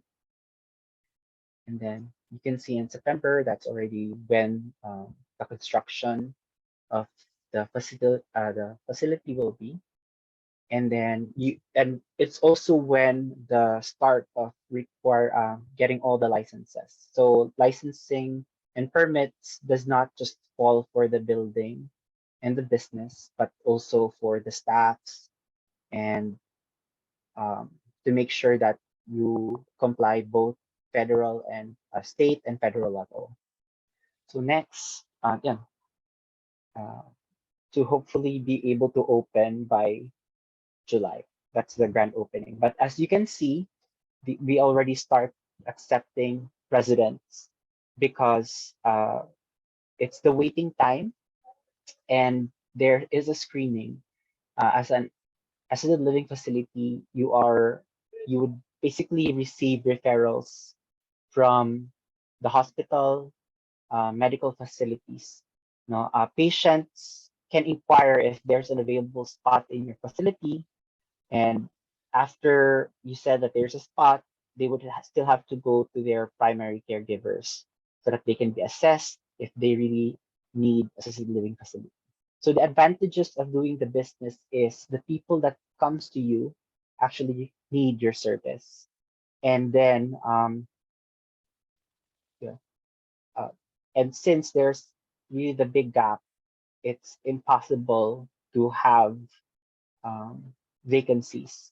The only time, again, it's an experience because my dad is in Alabama. It's one of our experience now. There really is some hospitals will not release the patient if they need assisted living facility because there's no facility available. So there's really that difference. And the advantages in the States is since most of the people who would get the service actually has insurance, you don't have any um, fear of not being able to get paid because patients or residents don't pay out of pocket. It's usually the insurance that covers mostly. If ever they have to pay out of pocket, depending on the insurance that they have, it's not the full amount. It could be a quarter of the full amount of the service. So there. So this is the example of our shift. Again, that there's no regulation. Both, I mean, mainly in the federal level of assisted living facility, they don't have an actual guideline on how to run it. They just have this outline that at least the patient or the residents get that 4 hours a day monitoring from the staff, and unfortunately, that allowed for a lot of lapses in some facilities. That's why for my staffing, I make sure that the ratio is 1:8. I'm actually already following the staffing of a specialty care assisted living facility. It's like an edge. So since there is heavy need for it, it's one of the edge of the pricing, making people want to get hold of your service ahead. So it's like it's one of the main reason to catch and hopefully market the business to your possible clients. The business hours that I put there, it's just for the office. So this includes the administrator and most of the heads. But for the administrator, they're on call for emergencies because they will be the main person to make um, decisions in emergency scenarios for the facilities. But the facility has to run 24/7. So this is the picture for Russell County. So if you can see, Columbus actually is already part of the state of Georgia. So we're actually at the edge of Alabama. And that's why um, the size of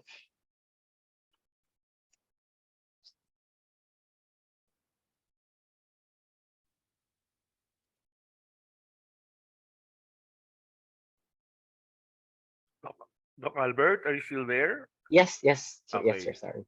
I'm just pulling out some info. So actually, the size of the whole county is around 1,677 kilometer. So it's actually very huge. It's almost the same of the entire Metro Manila. So it's multiple cities. Russell County is considered rural, but according to the U.S. Census Bureau, the average household income of the county itself is around $57,000 US dollars. So in peso, that's roughly around 3.1 million average household income. So it's not as high as other states because the cost of living is actually very cheap. So that's why you would have that um, expectation of slightly lower income threshold because everything around the area is cheaper compared to states like New York or San Francisco, which is also an advantage for having the business there since it's cheaper to source your equipment and other local services in the area.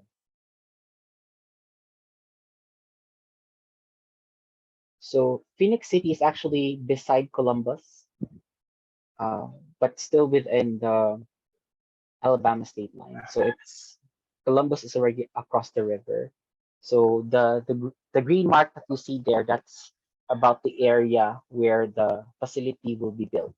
So it's almost at the middle, but we chose that area since we have to make sure that we're still within a short driving distance to major hospitals. Because, like I said, assisted living facilities is to monitor the patient. That way, if they require immediate emergency medical care, we are able to get that care for them and then send them to the hospital. So the advantage in the States, and they have their insurance, there is very little burden for the resident and for Pilos as a facility to cash out those things because usually they just have to make sure that there is an open communication with the other medical establishment that the patients may need. So, for example, if we determine or we are able to assess the patient that the patient is already going into an advanced stage dementia, that's the time we have to um, recommend them to a specialty care assisted living facility. But the advantage of them staying with us while waiting for that to happen is they are taken care they are taken care of and monitored. So a lot of people actually in the States, they have this home care wherein they hire either a caregiver, sometimes not even licensed, that they pay around um, $24 an hour, and that's not 24/7. So most of the time, they take that service. That's an alternative to assisted living. That's why I'm mentioning that. They take that service, but usually if there is no relative or other family that can care for the patient. So it could be from 4 hours to 8 hours, but never 24/7. So that's possibly what most people do. So which most of the time they pay out of pocket, or unless the state helps subsidize the home care. So for Russell County, its estimated population is around 61,000. So it it may not appear a lot compared to here in the Philippines, but out of the 61,000, you have 18.83% of that which are senior. So it's around 11,000. So even if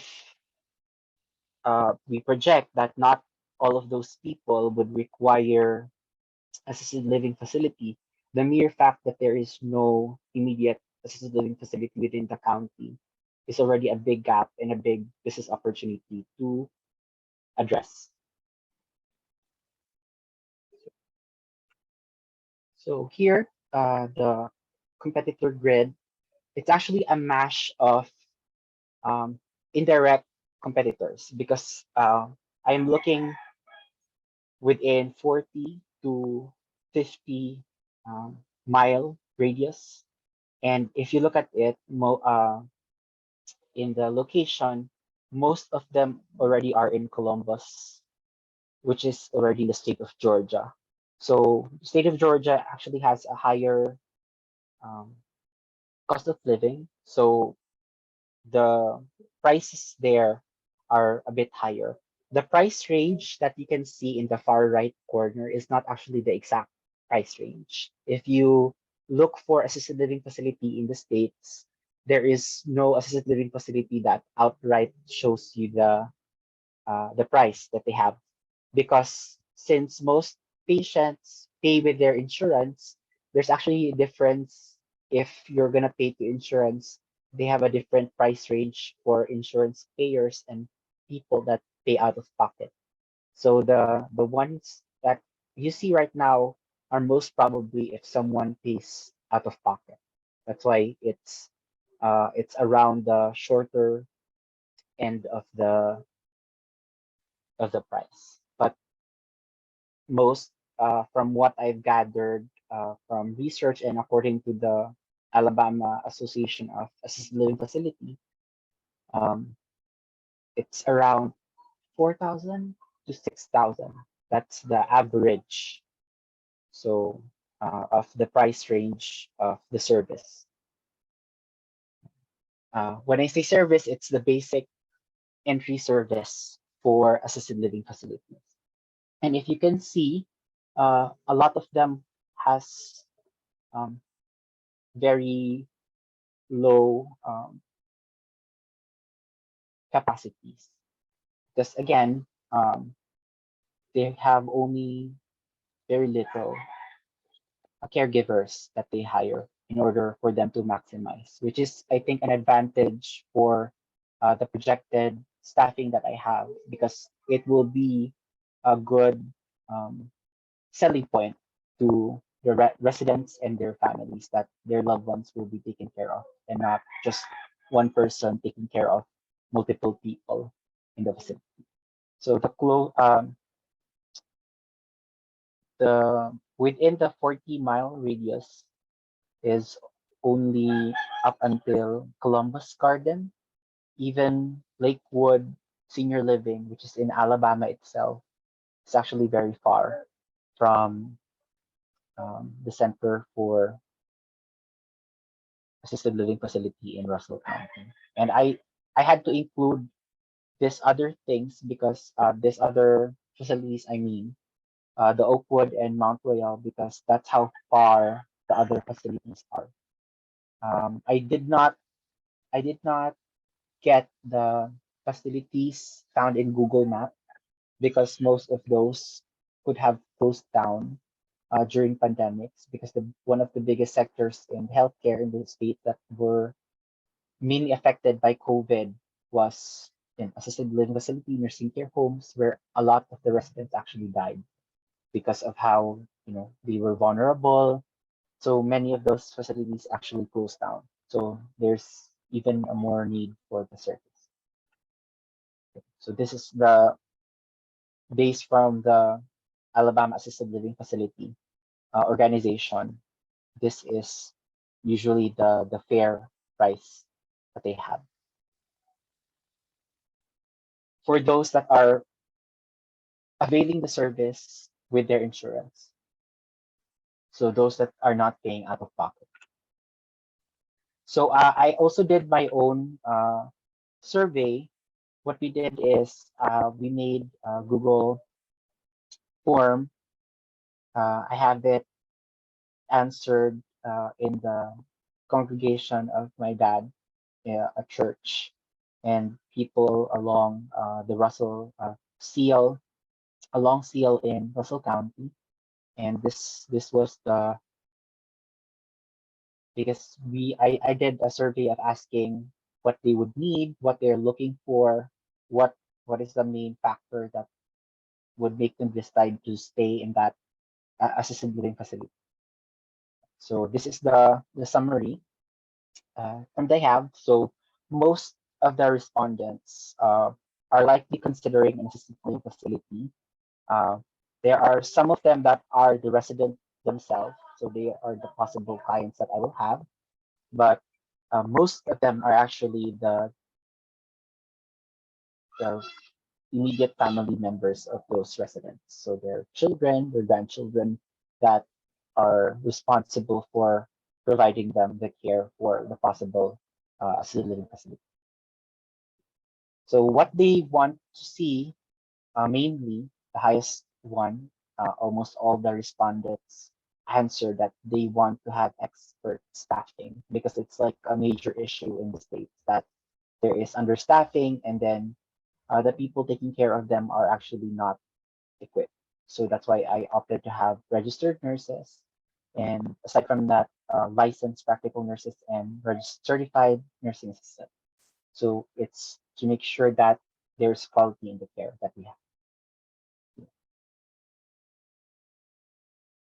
So for the marketing aspect, so the product are we offer a range of services. So assisted living facility usually offers it offers assistance with daily living, medication management. That's why you actually need nurses, registered nurses or licensed practical nurse, because certified nursing assistant, if your facility does not have them, even if you're a specialty care facility, you are not allowed to assist with medication management unless you have a registered or a licensed practical nurse in your staff. And then a 24-hour care or monitoring, housekeeping, and social activities. And then, yeah. So for the prices, the examples, this is just I'm actually still working on finishing the technical, and I mean I've done the technical and then trying to complete the financial aspect in order to have a more comprehensive pricing. So just for the sake of presentation, we have a three-tier care. So the basic care that we provide includes a private or a semi-private room. We have a big enough room that we can house if ever they require to have like old siblings that wants to be in the same room, or old couples that wants to be in the same room. That's why we can change the private to semi-private so they can share in the room. So the deluxe care and then the enhanced care. So you can see that the deluxe care carries over the basic care and then the enhanced care as well.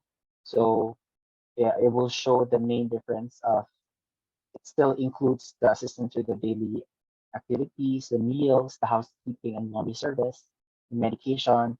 It's just that there will be an additional services that they would get for getting those care. Like they can have more activities that is monthly made for them, and then also have a priority to therapy should they need it. That is available in enhanced care, for example, if they might need physical therapy, that the facility can actually hire, outsource to get them those needs. So for the place, like I said, the facility is placed in a convenient location within Russell County that it's accessible enough with most of the county, since the population is concentrated along that area that I showed before, and it's close enough to need for those that may require hospitalization should the need arise. And so for the promotion, we're actually planning to work with the local county, since this is like a major need for the county itself. So not just with the medical institutions in the area, but even the local government. That way, if they have any programs to subsidize those that cannot afford the service itself and work something out, that way the business itself can um, earn, but at the same time, it's also able to help the community. Now, for the people, we have to make sure that we are hiring um, people that are qualified and have all the necessary licenses to provide the service. So for the process, I will show it later on a later slide. What is the process flow for accepting residents, and how do we decide to just a simple process flow for now on going to decide to move their care, or if they are someone who would require to have their end of life in the facility. And then physical evidence, there's the facility itself, and then the flyers, and then the website that will be created to keep it. So for the SWOT analysis, the strength of the facility based from the assumptions that I've made for the staffing and whatnot, we have a we're able to deliver high quality care compared to most either direct competitor, but from the grid that I've showed, we most likely only have indirect competitor, but still we are able to deliver quality care. Experienced staff, part of the job description, we actually are looking to hire people who actually have at least a year of experience. Modern facility, convenient location, and personalized care. So the weaknesses that we can see is limited capacity. So a client we're not able to get is already a loss for the business. Limited service for now, since we're not a specialty assisted living facility. There's a limit to the people we can accept and also the services that we can provide. So there will be time when we will have to hand off our client to a different facility. And then limited visibility, since we are a new entrant in the area. So it may not be apparent that the service is available. So those are one of the weaknesses. The opportunities, there is indeed a growing demand, as shown with the different government census and projections. Next is partnering with medical professionals or even other medical facilities that do not have any more the capacity. They can always refer to us in case we have an opening or we need residents. It's a good dynamic to have. And then there's diversifying services, maybe adding on more services, like once it is established, we can even open up a salon or even outer other amenities that could also drive services. The examples I can provide are in Florida. Their assisted living facilities are almost like resorts. So that's how they earn more, but they also charge more. That they have this resort-like assisted living facility where they have fine dining and even cafes within the facilities for their residents. And people from the outside or visitors can avail those. They pay for it, unlike the residents, but it creates this socialization that the residents of almost all the residents of a assisted living facility actually needs. And then the threat is for competition, of course, if another facility opens, but with the demand of there's actually the demand outweighs the supply of service that we can provide. So even if there is a competition, I don't think it would significantly hurt the facility in the apparent future. Then, of course, the economic downturn, especially right now with the rising inflation, it's definitely a bigger risk because then it can actively affect the capabilities of the residents to pay. And then changing regulation, if ever the state or the federal imposes new regulation on how to run assisted living facilities, it will definitely impact how the facility will operate and the additional costs that will entail for those regulations or laws. So for PESTEL, we have the political, senior care and healthcare funding regulations and policies. Like I said, it would definitely be the main impacting factor of how the facility can operate. So again, changes to Medicare and Medicaid funding, since a majority of the people who avail assisted living facilities are paying by insurance. So any changes to this can affect how the facility earns and operates. Next, changes to immigration policies and regulation. As we all know, there is a shortage all over the world, and one of the avenues that can actually hire workers is possible from the outside of the Philippines. So that that could hamper being able to maintain staffing at a very good level. Changing in zone regulations and building codes. So this will entail that there will be increased cost for the facility in order to meet the demand for from the county for any changes in uh, infrastructure.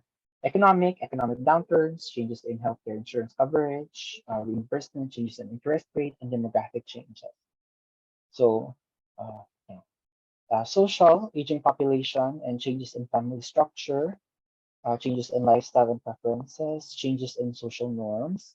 But thankfully, for the states, I don't think there is that significant change when it comes to their social or cultural trend that they would turn away from assisted living facility. They would welcome it so long as it's definitely well maintained staffing and quality. Technology, definitely advancing technology would require additional training for the staff, moving from paper records to paperless, implementation of electronic health records, change in technology, emergence of new technologies that would increase the care for assisted living facilities. Environment changes in climate and weather patterns. So this is very important because both the state of Georgia and the state of Alabama is actually very prone to tornadoes. So it's like a big factor when you're doing business, even if it's not a assisted living facility. That's why we are able to mitigate this with insurance.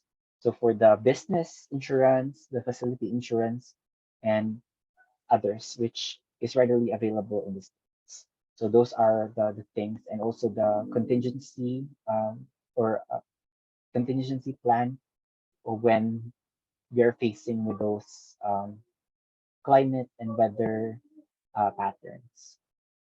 So thankfully, Alabama naman, they have the tornado watch. If there's a good chance that a tornado appear and uh, tornado warning when there is already a tornado, they are actually tracking where it's headed. That way, uh, minutes to hours away, they can predict if the area that you're in, if madadaanan ng tornado, so we can evacuate the patients and what natural disasters. For legal, again, yun, healthcare and senior care regulation, labor laws, and any increase or changes in employees' salaries and compensation that will be affected by the changes of those laws. Okay. Now, Porter's 5 forces, you have the threat of new entrants. It's slow. Like I said, because there is actually a very high, there is like a high entry in order to start a business. Our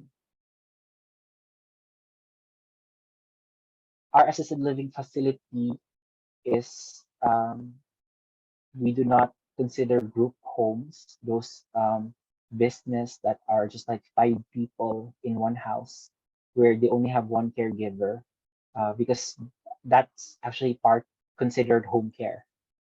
So it's not really assisted living facility, but it's hard to enter the business because you will have to create your own facility big enough to house at least 15 or more people.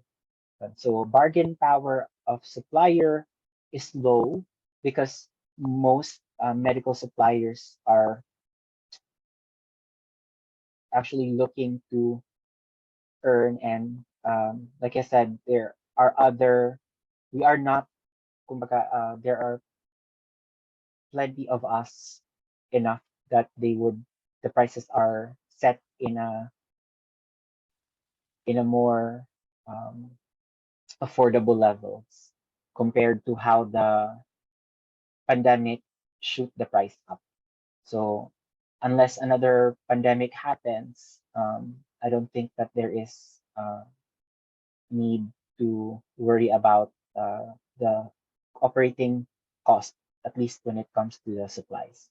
Then the bargaining power of buyers is definitely low because assisted living facilities compared to the number of people needing them really there's a very huge discrepancy. Like I said, most people who wants to be admitted to an assisted living facility up to a nursing care has to like 120, 180, 120 days or 6 months of waiting time. So they have to inform the facility that they're looking to enroll in assisted living facility. That's the only time that they can be put into waiting lists. And from the time that they are put in the waiting list, that's usually the time that it takes. That's the average time. So this is actually the actual floor plan that I have made is not I have a friend of mine made is not yet available. So I just have this plan that we made that one basing this. So you would see that there are nursing stations, and then there are large enough activity area to have the residents socialize, because that's also one of the major factors why people actually opt to have assisted living facility. So they are not isolated. They do not progress into dementia because they are always alone and not talking to anyone. And you see that there are ample enough space in the dining. They also have available housekeeping and laundry area to provide all the services that is being offered in the facility.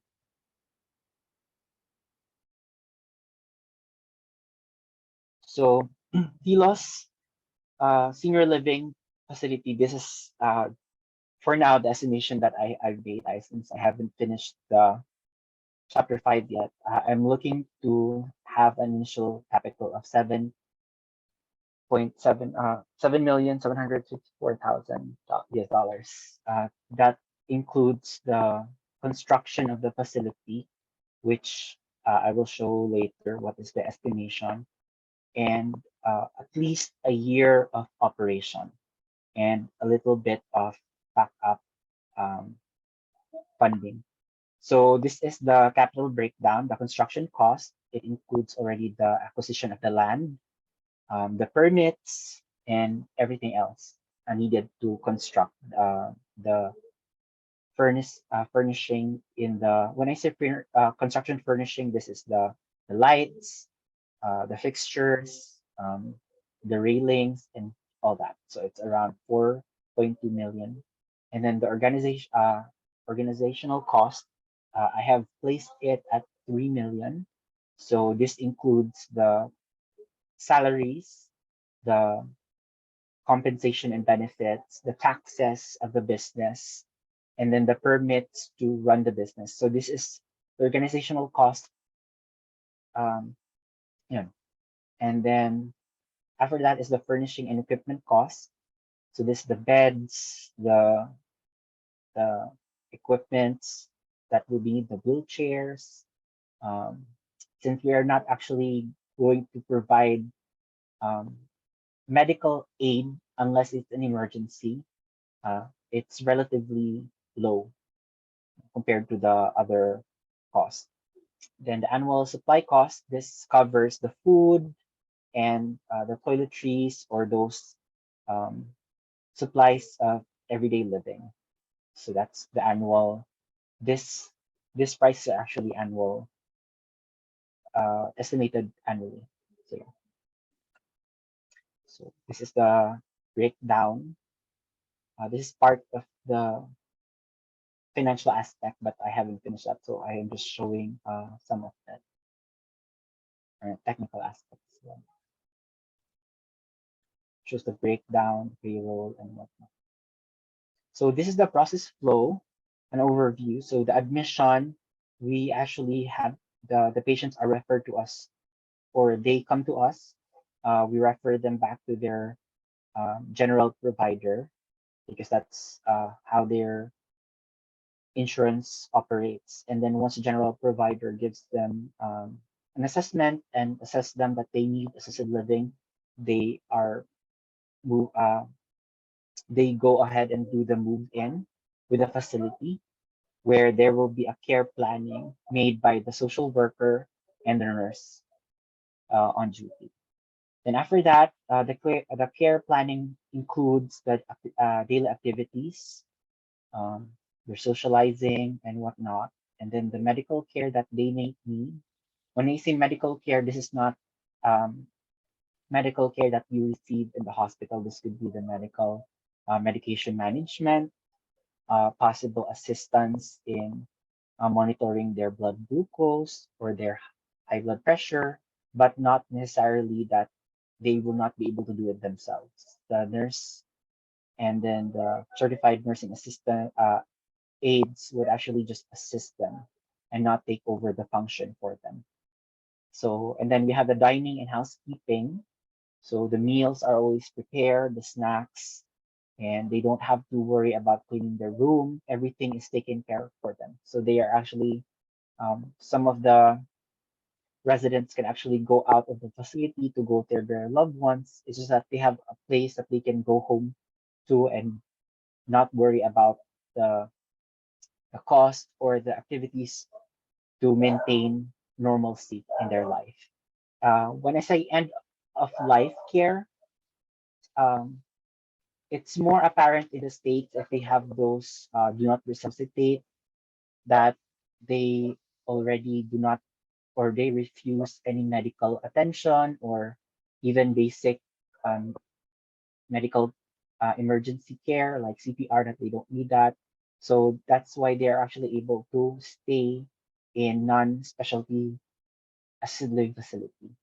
So they can wait out their life there in comfort and not having to worry and not having to pay very big bills in the hospitals that sometimes range as low as 200,000 US dollar for just the same services that is being provided by the facility. So yeah, unfortunately, I haven't finished fully the technical and financial aspects. So I'll jump right away to the socioeconomic aspect.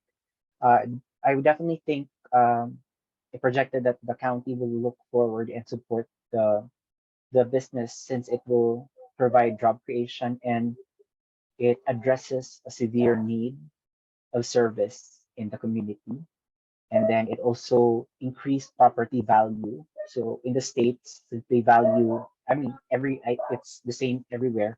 So it's like it helps the value of the area. So the Uchi Highway that the facility will be made is actually it's actually holding the property itself is holding the I-85 highway, which is like a direct route to Atlanta, which is another very big city in Georgia. So it's like already just 25 to an hour drive if there is a need for any accessibility from loved ones or even the residents themselves, if they have a place to go.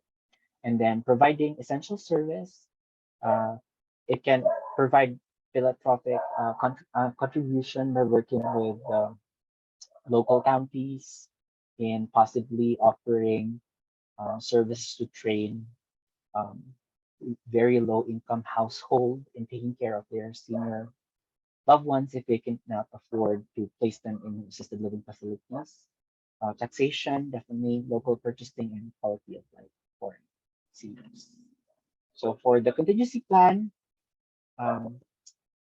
this is the flow process that the facility will follow in creating contingency plan, either it's a disaster or finances or the operation of the business. So you have the plan development, plan implementation, the monitoring, and trying to see if there's a positive or negative impact from the plan made. and then reevaluating to correct it, to address and make sure that it gives positive feedback to shareholders in the facility, and then risk analysis.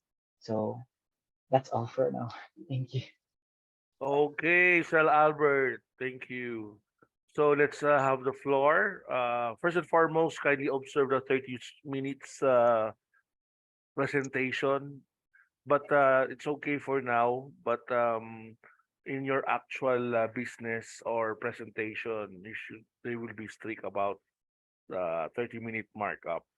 Okay, let's start up with Ma'am Roa. Ma'am Roa, do you have any observation? Hi, Dean Pong. Wait, let me switch on my camera and I'm wearing a Ayan, I'm wearing a ganda. headset now because Headset. no, because there's something wrong with my speaker. I parang choppy siya if I don't wear a Okay. anyway. So I appreciate the presentation kasi I mean, this is something new to me. The audience is ano ba, Alabama, so medyo America siya, no? Hindi siya yung usual. So I got interested kasi ganun pala ang assisted living, no? Sir Howard, you're here in the Philippines? Tama ba ako? Ayun, wala siya. Baka nasa Alabama. Nasa Delayed. Alabama. Delayed. Delayed. Cebu lang yan, Sa- nasa Cebu. Set ko, nawawala-wala kasi.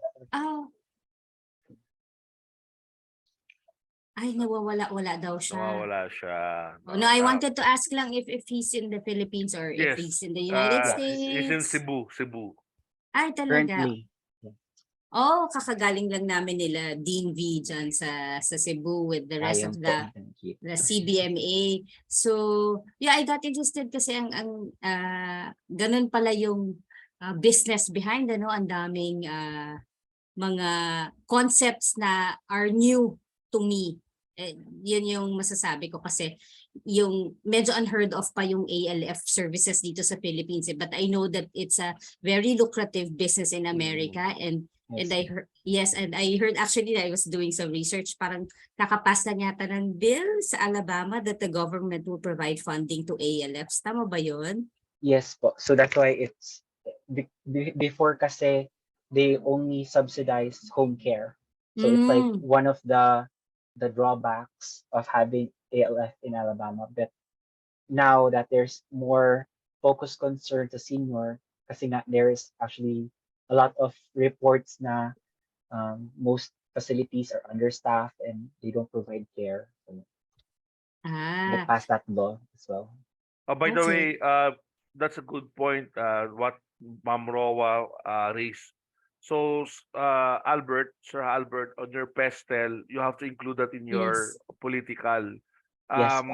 You have to Noted be po. specific. Like, kunyari, kung sa atin merong executive order or EO 775, in your pestel, it should also be reflected.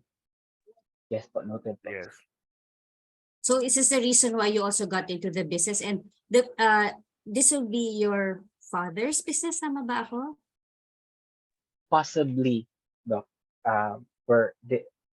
This Ah, might we might start a little bit downscale, not really entirely 50, but it's like this visibility will help us gather if we already upsize the scale.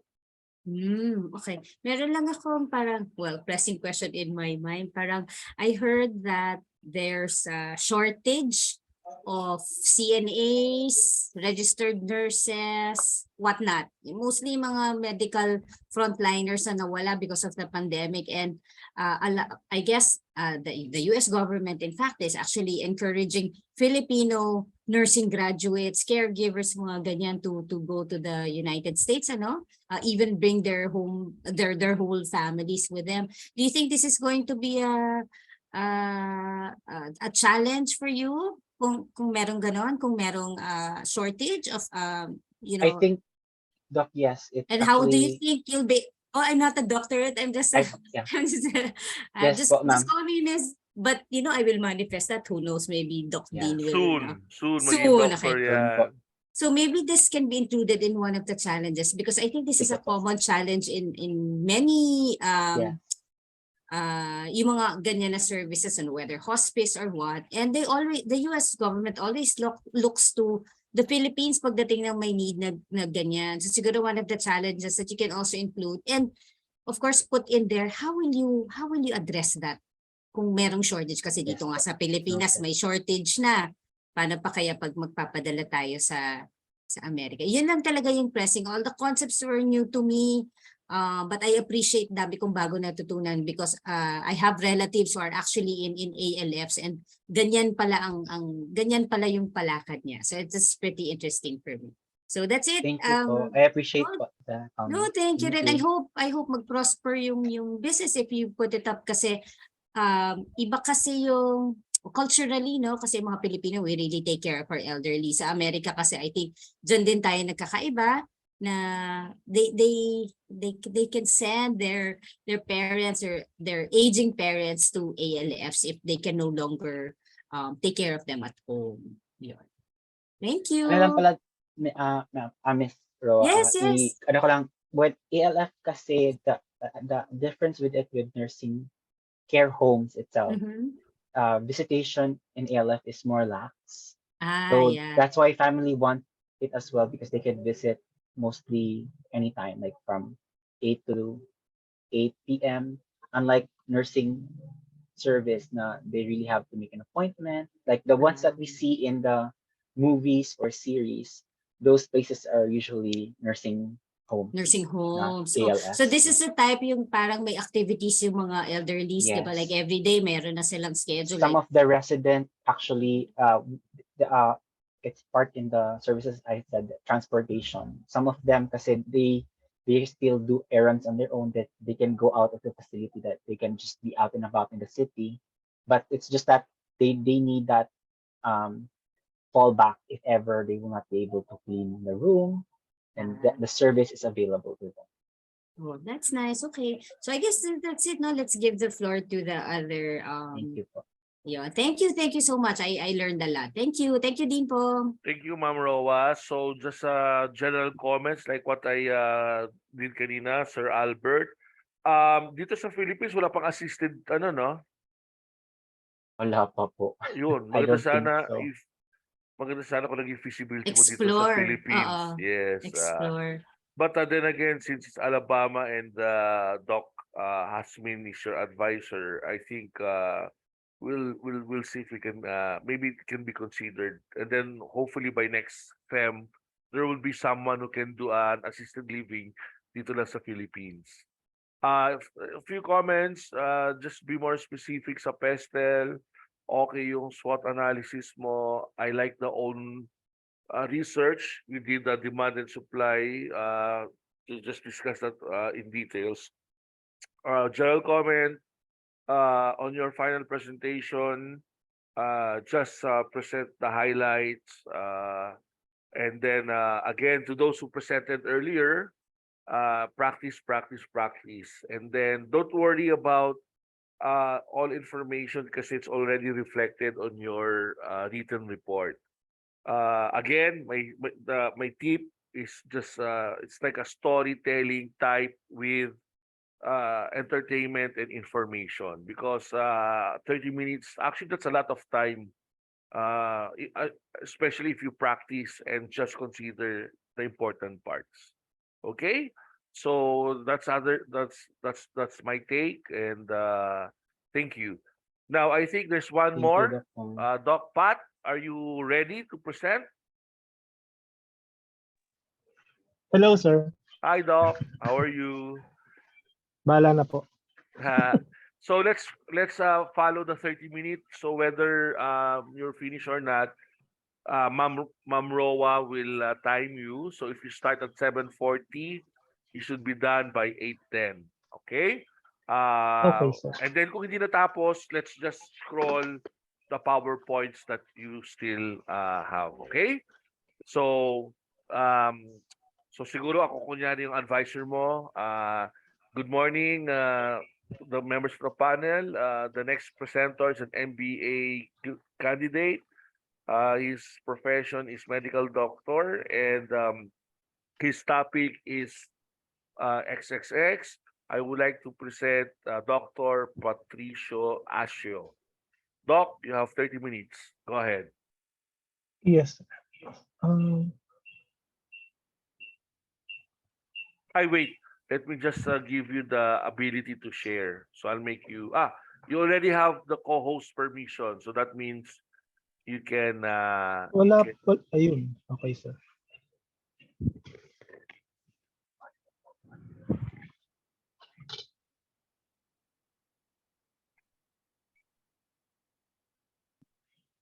and then later on I'll just give a brief summary based from your presentation.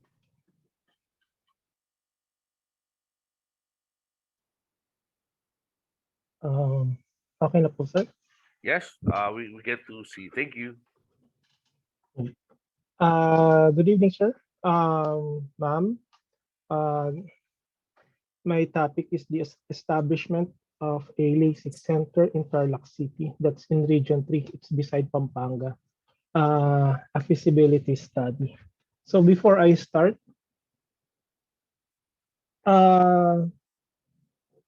this is not a company of mine or of ours. It's actually a project of the hospital to which I am affiliated on. So they were planning to establish such a unit, and I offered them to do a feasibility study. Since I noticed that they were just discussing what are the equipment, and it seems that it was not complete. So at least parang pakonsuelo na lang. I gave them, ako yung gagawin feasibility, then at least they have an idea of what they're getting into. Yeah. And this is the approval letter, so that everything that I put here are a lot of hospital data actually, which are confidential. So I had to ask permission first, and they were supportive. So just to give you an introduction on the study, we have a LASIK center. So LASIK is laser in situ keratomiliosis. It's a type of surgery wherein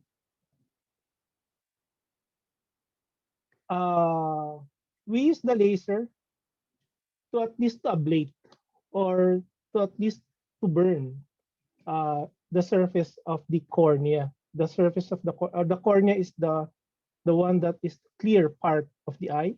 Okay, so in laser cytokeratomeliosis, we change the shape of the cornea.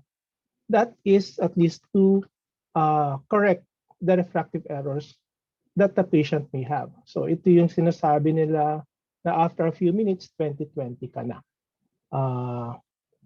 So each has an appeal to a lot of the population, especially the younger ones and those who are on the go, because after the surgery, parang walang nangyari. Ang difference lang is malinaw kaagad yung tingin nila. They have a clear vision.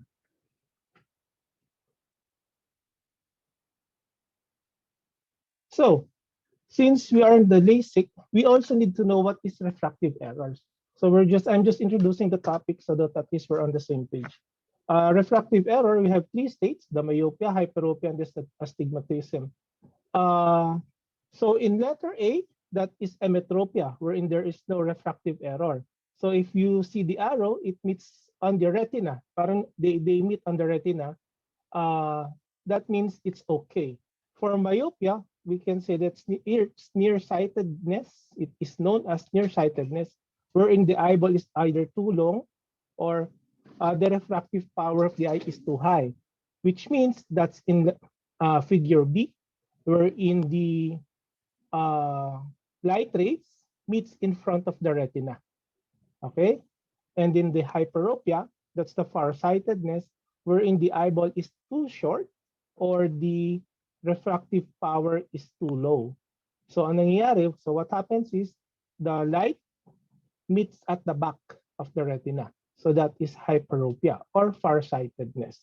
Astigmatism, there's no problem. There's no problem with the length of the eye or the power of the eye. What's the problem is the unevenness of the corneal surface, wherein there are several points. They don't meet at a certain point. More of they are scattered. That's causing the blurring of vision. So for the LASIK, it is used to correct the refractive power of the eye. So whether it be myopia, hyperopia, or astigmatism. So the patients or the personalities or individuals that who may undergo or are qualified to undergo are those that have refractive errors. So whatever refractive errors they may be. So in this table, we can see the type of refraction on the left and the range of the refraction on the right. So for the myopia, it can cover, the LASIK can do minus 100, ito po yung 100 na sinasabi, and the minus 13, that's already 1,300. So that's ganun kataas po yung refraction or yung grado niya. So for the hyperopia or the farsighted, this is +1 diopter or +100 in common term, and up to +4 or +400 diopters. The astigmatism or the cylinder, this is usually ito yung medyo laging nababanggit po ng pasyente when they do their checkups that they have astigmatism. It doesn't have a place there, it depends on the normal or the standard that you are following, but it could do in our case, since we follow the minus standard, it could do -100 to -500 diopters. So these are the range of refraction that the procedure can correct. Also, if the patient is 18 years old and above, these are the ages wherein the refraction is already stable. The patient is not pregnant, especially if it's for the women, and there are no other concomitant eye disorder, because if there are other disorders, it may affect the result or nothing will happen because merong defect yung mata. So the site of the center on where it will be established is the Central Luzon Doctors Hospital. So it's located in Tarlac City. It is a level 3 hospital and is the largest hospital, not just in the city, but also largest private hospital. I mean, not just in the city, but also in the province. This is under the group of Manny Pangilinan, the MPIC group. So what gave the rise on the need for the project? So according to the World Health Organization, so there is an uncorrected refractive error that is prevalent and is the 5th most common cause of vision impairment among individuals. So on the right, we have the table on the grading of the vision impairment. We have the mild, moderate, severe, and the blindness. We can ignore the near vision impairment, but we'll just concentrate or we'll focus on the mild, moderate, severe, and the blindness. That's because that's the distance vision. So mild is 20/40. That's 20/40 to 20/60 or 20/70. That is mild, considered mild. Moderate is 20. It should be 20/70 to 2200, and then the severe is 2200 to 2400. Medyo hindi na ho nakakakita yung mga yan. Nagpapa-assist na lang. And blindness, if it's worse than that, it's already considered blind. In our case, sa mga nagpapa-PWD, they should have a vision of moderate, wherein hanggang 20/70 lang yung best corrected visual acuity nila. That's what we, or worse, that's what we classify as visually disabled. So in the 2020 Philippine Statistics Census of Population, it was noted that 8.7% of Filipinos have functional disability, and 78% of which have difficulty in seeing. Now, there was a survey done in Tarlac, the province of Tarlac, which involved the demographic population of the 50 and above. it was noted there that 8.6% of them had severe visual impairment, and that 19.5% had a moderate visual impairment. Although we should take these results with a grain of salt, since there could be other factors that could maybe affecting these visual impairments. So this is just to give you the outlook. So for our, as I've mentioned earlier, the feasibility is about the establishment of a LASIK surgery center. So why LASIK surgery, and what are its advantages? So it's a painless procedure. Both eyes could be done in 15 minutes. So after 15 minutes, tayo na yung pasyente, parehong mata na po yung nagawa. It gives instant result. That's why it's appealing to a lot of individuals who underwent the procedure. In one case, about 92% of patients were satisfied with the result that they had. And usually, to achieve a 20/20 vision, it depends on the how high the refraction is. So the lower the refraction, the better the predictability of having 20/20. The higher the refraction, it's a little bit difficult to predict, but it's still above 90%. Probability that you will get a 20/20 vision for those having high refraction or very high refraction. So the patients could go, or those who underwent the procedure could go back to work after a few days. So actually, pagtayo nila, when they stand up after undergoing the surgery, actually they can move around, or they can move about already while wearing their protective goggles. And most important, it's that it is a lifetime effect on the individual.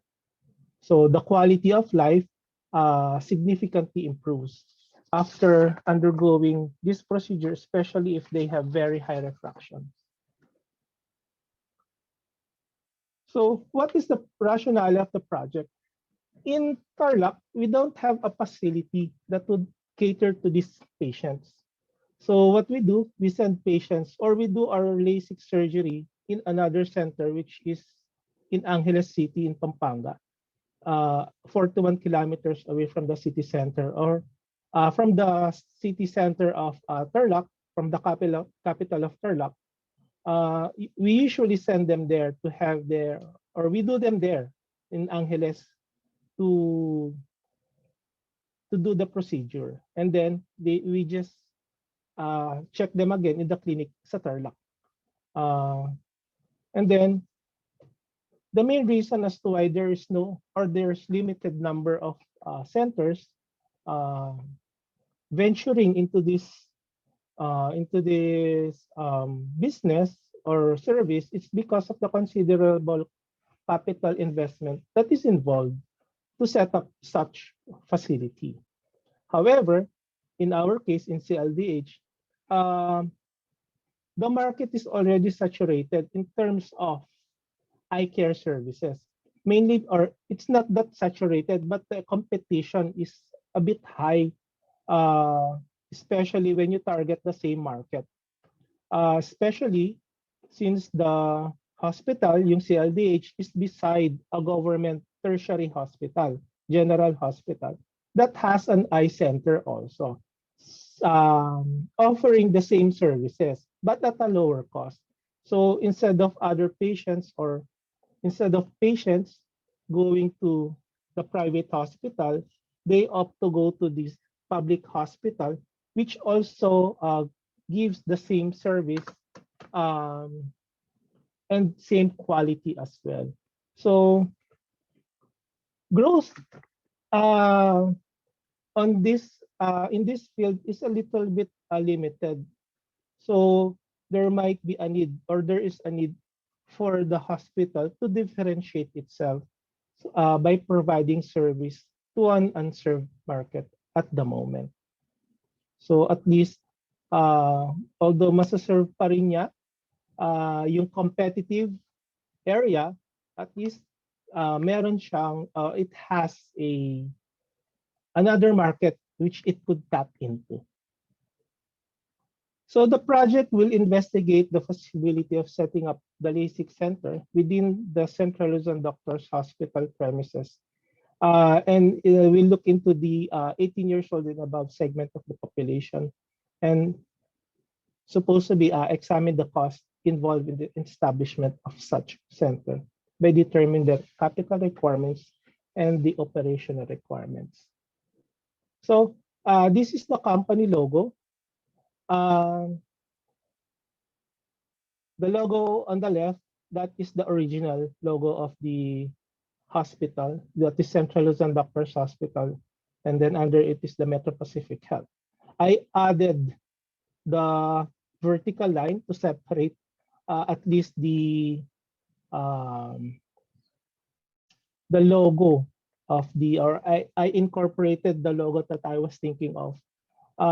Pinapagawa ko po ito dun sa hospital eh. Kaso by contract daw yun, ginawan ko na lang po ng paraan.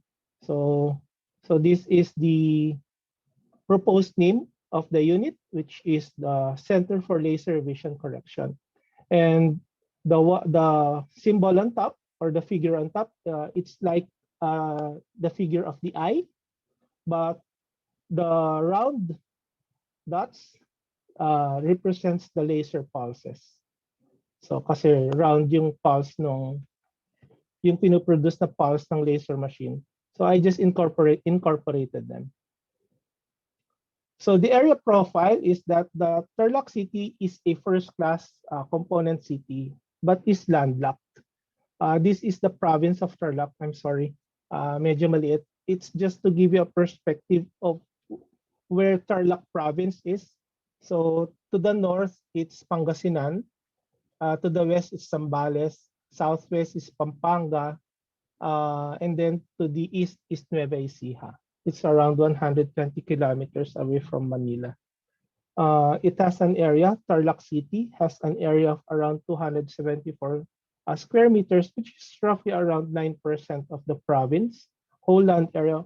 But what is significant is the population, since 25% of the population of the province is in Tarlac City, which is 385,398, based on the 2020 census of population. Sorry, I will just flash this is the vision of the hospital. I was asking if they have a different vision mission for the center, but unfortunately they don't have.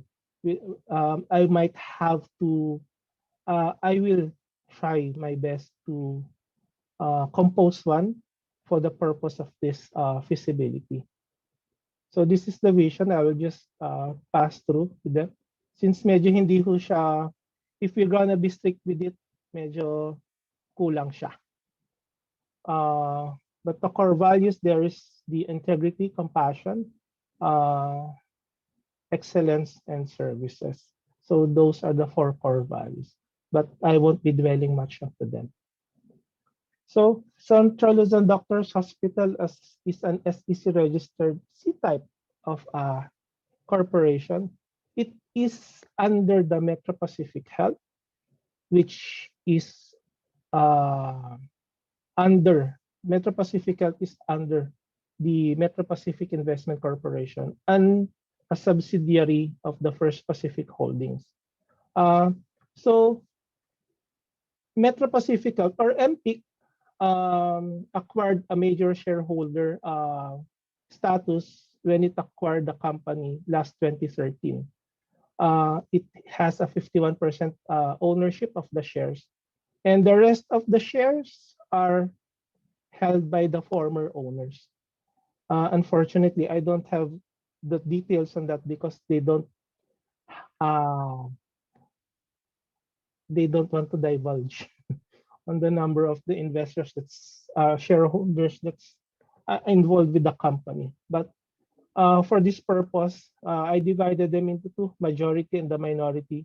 Metro Pacific being the majority, and the former owners as the minority, shareholders. This is a little bit busy.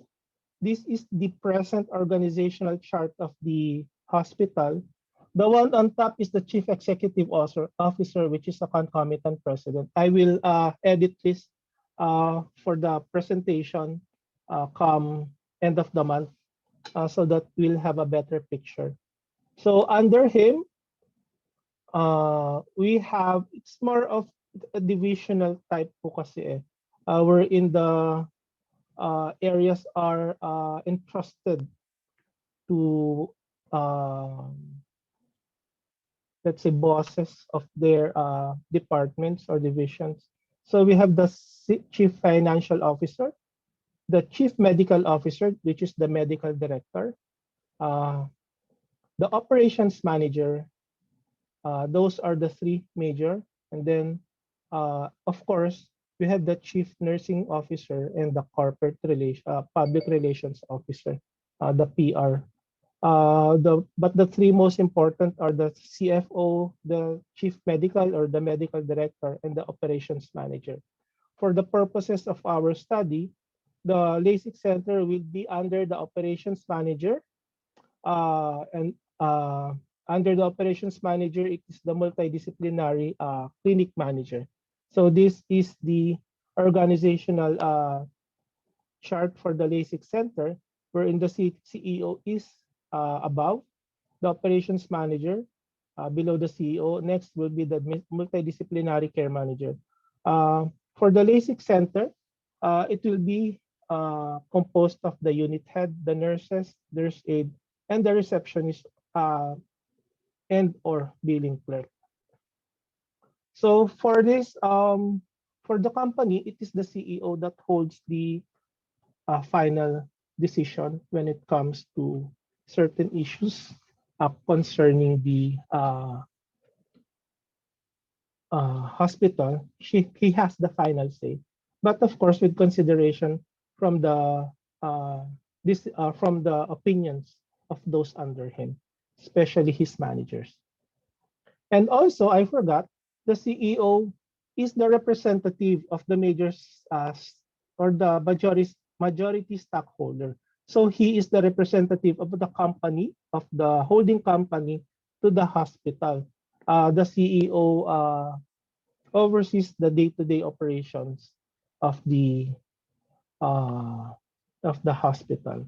And also, the CEO is assigned by the or appointed by the majority shareholder, which is MPIC, the Metro Pacific Group.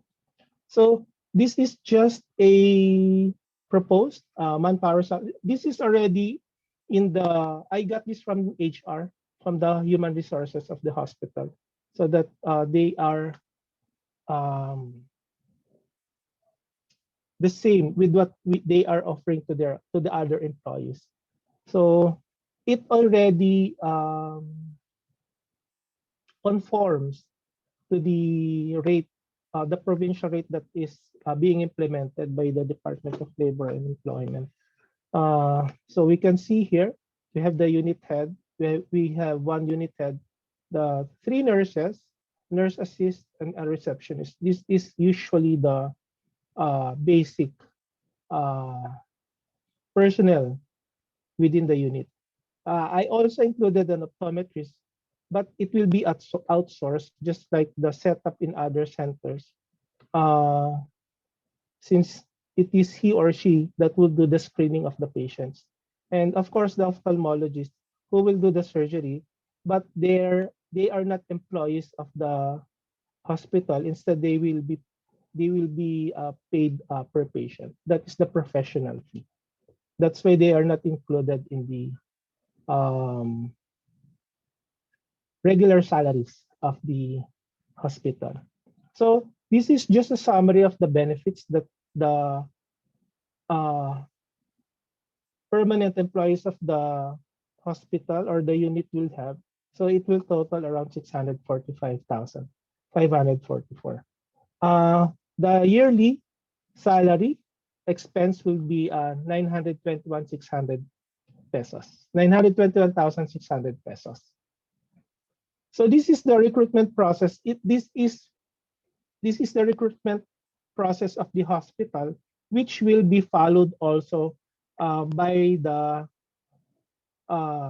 those that will man the LASIK center. So there is an application will be received by the HR, and then this is, I'm sorry, this is advertisement pala, and then the candidate will submit his or her application. Then there will be an initial screening. An exam is given to the applicants, and then they will be interviewed.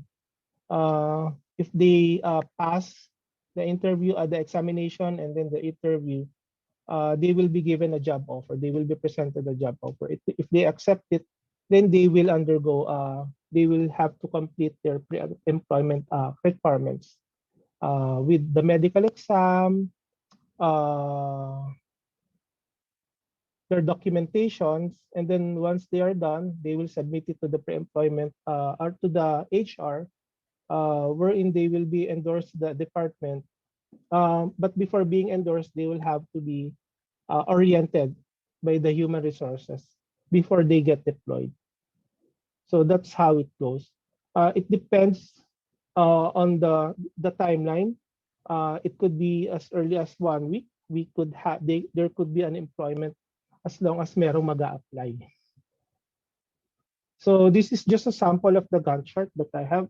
I will have to improve this. I will have to update this. I mean, since there are things that I need to still add. So this is just especially since the major equipment, when we order it, it does not come at once. So there's a lag, there's a waiting time of up to around 3 months before the equipment comes in. So yun lang po yung medyo kakaiba rito, because the equipment has to be ordered months before. And then once the construction is done, at least exacto, the equipment will come in as long as there are no delays. This will at least shorten the lag time wherein although constructed na yung place and then wala pa yung gamit. Yun lang naman po yung kakaiba rito. There needs to be a lead time before the equipment will be delivered. So the business hours, this is the proposed operating hours of the center. It will be open on a weekend at the moment, kasi it's because more of on the HR regulations. On the weekend, they don't have work, especially for those people in the eye center. So this is beside the eye center also. So medyo same schedule. So it will be weekdays only 8 a.m. to 5 p.m. with 1 hour lunch break. And then the screening of the patients will be done daily. Then scheduling of surgery, for the meantime, it will be done once a week. Pwede kasing ipunin lang yung patient and then they will be done once a week to at least save on the operational costs, especially on the consumables. And then the LASIK center will be closed on weekends and on public holidays. So just on the marketing aspect, what I concentrated on is this is the population of the province of Tarlac, the one on the left. So in 2020, it has a population of 1.5 million. But what I'm more interested on is the 18 years old and above, since they are the ones that are allowed to undergo the procedure. So for the 18 years old and above, there are around 950,000 individuals in the 2020 census of population. So around 60 to 70%, if I'm Correct. Now, translating it to the Tarlac City, since this is our primary area of concern. So in 2020, Tarlac City has 385,398 individuals. And the 18 years old and above are around 240,500. That's around 60 to 65%, if I'm not mistaken. So the 240,500, that's where our pool is going to be coming from. And just to give you a projected population growth rate of that segment of the population, in 2020, 240,500. So when I calculated it, the average growth rate of the population is around 2.107%. So by 2023, or that's a growth rate of around 5,283. So 2023, medyo nasa 256 na siya. 2024 to 61, 2025 to 67. However, medyo numbers lang po yan eh. If we at least dissect it some more, kasi hindi naman lahat ng 240,000 will have problem. So this is just based on the 2020. I have yet to update it to this 2020 to 2023. So based on the census, kung national average po kasi of those with functional disabilities around 8.7%, as I've mentioned earlier. When it comes to Central Luzon, that goes down to around 7.3%. So 7.3% ng 240,000, that's around 17,500 individuals with functional disability, any functional disability. However, as I've mentioned earlier, also 78.3% of the 7.3% with functional disability have difficulty seeing. So they have a certain degree of visual impairment. So if in case I use that data on the 17 per 1,000 individual, then we'll get around 13,746. So this is the part where it gets cloudy. Because I'm still trying to figure this. I just put this here, to be honest. Just assuming that the competitor share, that's the one in Pampanga, because people also go there to have their eyes undergo the procedure. So I just assume. So sige, pwedeng 50% o din yung available market for me. But if I try to at least limit it, kasi hindi ko naman kakayanin, baka mamaya baka 10% lang siguro yung kakayanin ko on this part. But still, I will still have to clarify this to our advisor, because this part, at least, is a little bit confusing for my part, especially when I do the projection. I'm still trying to figure out how the figures from the projections were taken. But in case, let's say that there's a supply of 1,440. Supposing that I could do 120 patients a month, that's my supply, or that's how much I could do in a year. Then I would still have around 5,400 individuals who could go the surgery. But as I've mentioned earlier, hindi naman lahat ito capable to undergo the procedure. That's why I have to be conservative with regards to the number of patients that would really undergo the procedure. So mainly naman po kasi for this type of procedure, it's a popular procedure actually. It is known to many already. And they know that once they plan to undergo such procedure, they would have to pay. Kasi may gastos talaga yung pagpapalasik. So when the patient or when the or where and when an individual is advised, when we advise them to, it's possible that LASIK is one of the solution.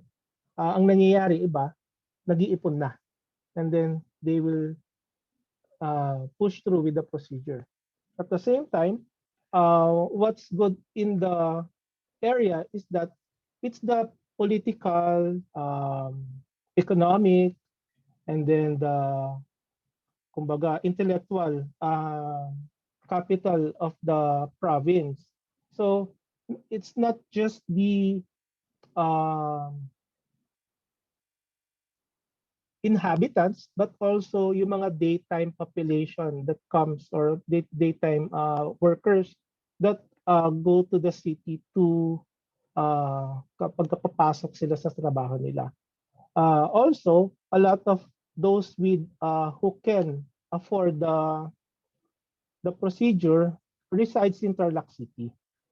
So, merong market kung may market po. It's just on how we will promote or kumbaga i-offer dun sa population yung service. But what's going on our side is that, especially there's a major military facility, automatic kapag may grado yung mga aplikante nila, kailangan mag-undergo muna ng procedure before they can be allowed to enter the service. Or there are middle-aged, young adults, middle-aged that are managers, or yung iba students who wish to be spectacle-free or wish to be independent of their spectacles, they proceed to undergo such procedure. So just a competitor's analysis, this is still incomplete, but just to give you an idea on how much it costs. So for CLDH, we're proposing it to be at around 38,000. That's the facility fee. There's another procedure that we could do with the machine that we will be having. We could price it lower because it will cost lesser than compared to LASIK. For in Angeles, the facility fee is around 48,000 pesos. So that's a difference already of around 10,000 pesos. So medyo makakatipid na yung pasyente. And the next competitor, this is already in Valenzuela. This is how they price their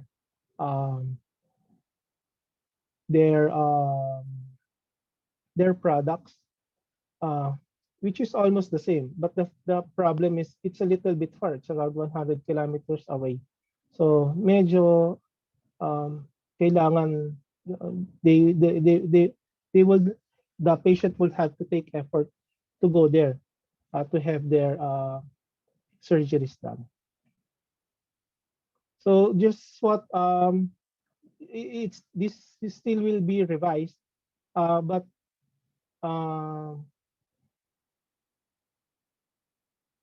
just to I still need to revise this, but just to give a rundown, it will be the only LASIK center if ever, then it will be one of the state-of-the-art technology, because these machines are usually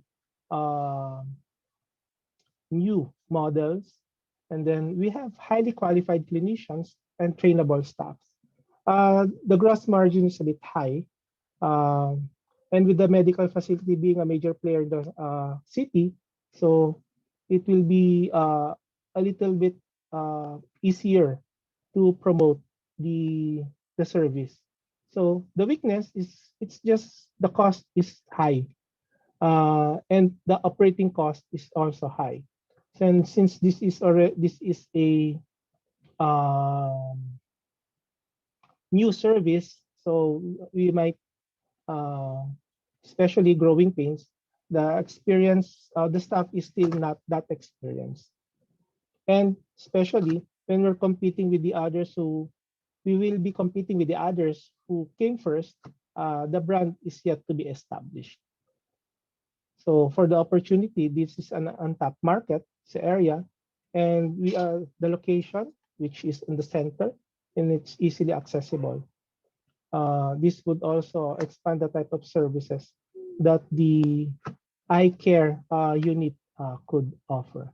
So threats would be the advancing technology and other surgical options besides excimer laser, or this is what it's more generic term for LASIK surgery. It's excimer laser or ablative laser.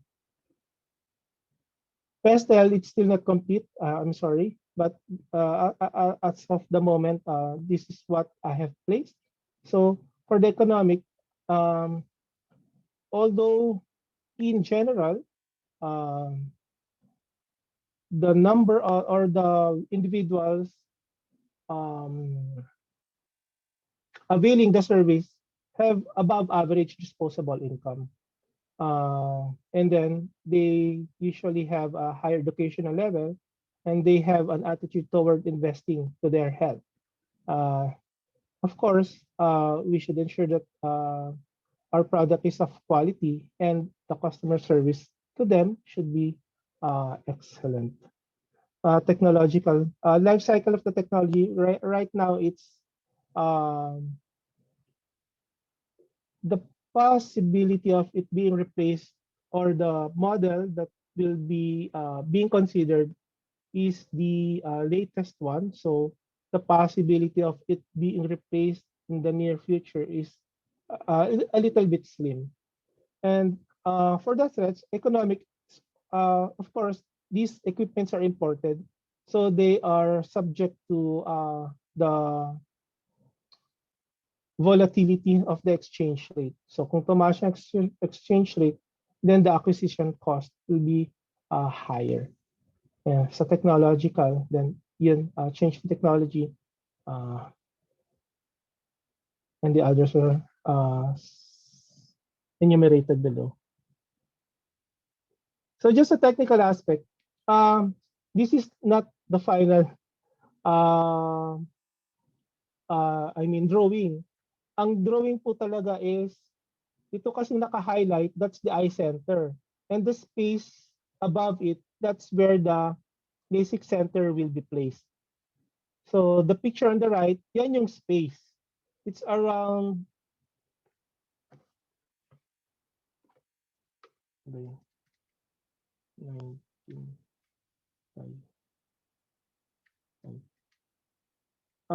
it's around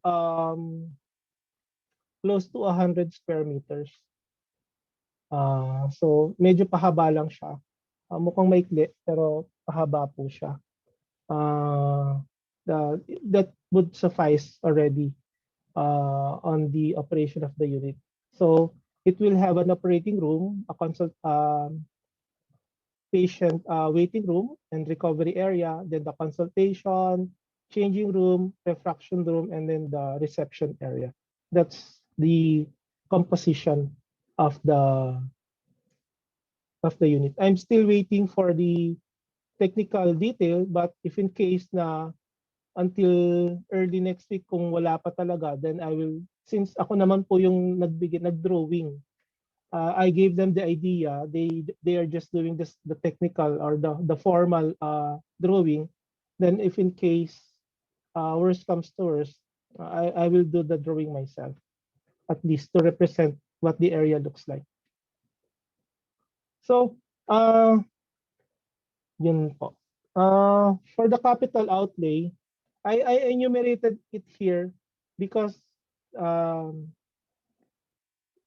I'm not yet done with the computations. So these are the details of the costing of the project. So for the major capital outlay, the total is around 28,325,091 pesos. That's divided into, for the equipment, that's 26,200,000. It will involve everything that is needed already. But of course, a big chunk of the expense is for the acquisition of the LASIK machine, which is around 17 million pesos, depending on the exchange rate. It's around 17.5 million. And the infrastructure, the construction of the unit, it's together with the fixtures, it is estimated at around 2,077,841. 1.8 million for the construction of the unit, and then for the fixtures, it's around close to 300,000 pesos. So the other costs involved are for 1 year of operation, that's the salaries and benefits amounting to 1,567,000. The consumable, that's the medical consumables, it's around 4,269,950. Medyo malaki po. And then the office supplies is around 9,000. This is for the year already. That's 90,420. Utilities, it's around 90,000 pesos, mainly because of the requirement of the machine being under a controlled environment, wherein the temperature should be set on this range only. And yun nga, yung aircon is 24/7, hindi po pinapatay, kahit hindi ginagamit, to maintain its optimal functioning. And then insurance, it's around 78,600 pesos, that's yearly. The organizational cost, since there will be construction involved, it's around 47,250. And then yung dun na po sa marketing, that's 230,000. This is the proposed expenses that the owners will have to prepare for the setting up of the unit. And then yung sa training po, the supplier of the machine will be the one training the staff and the doctors on how to use the machines, since there will be 2 different machines that they would have to get acquainted with. And it will be done on site once it is installed already. It will run for several days.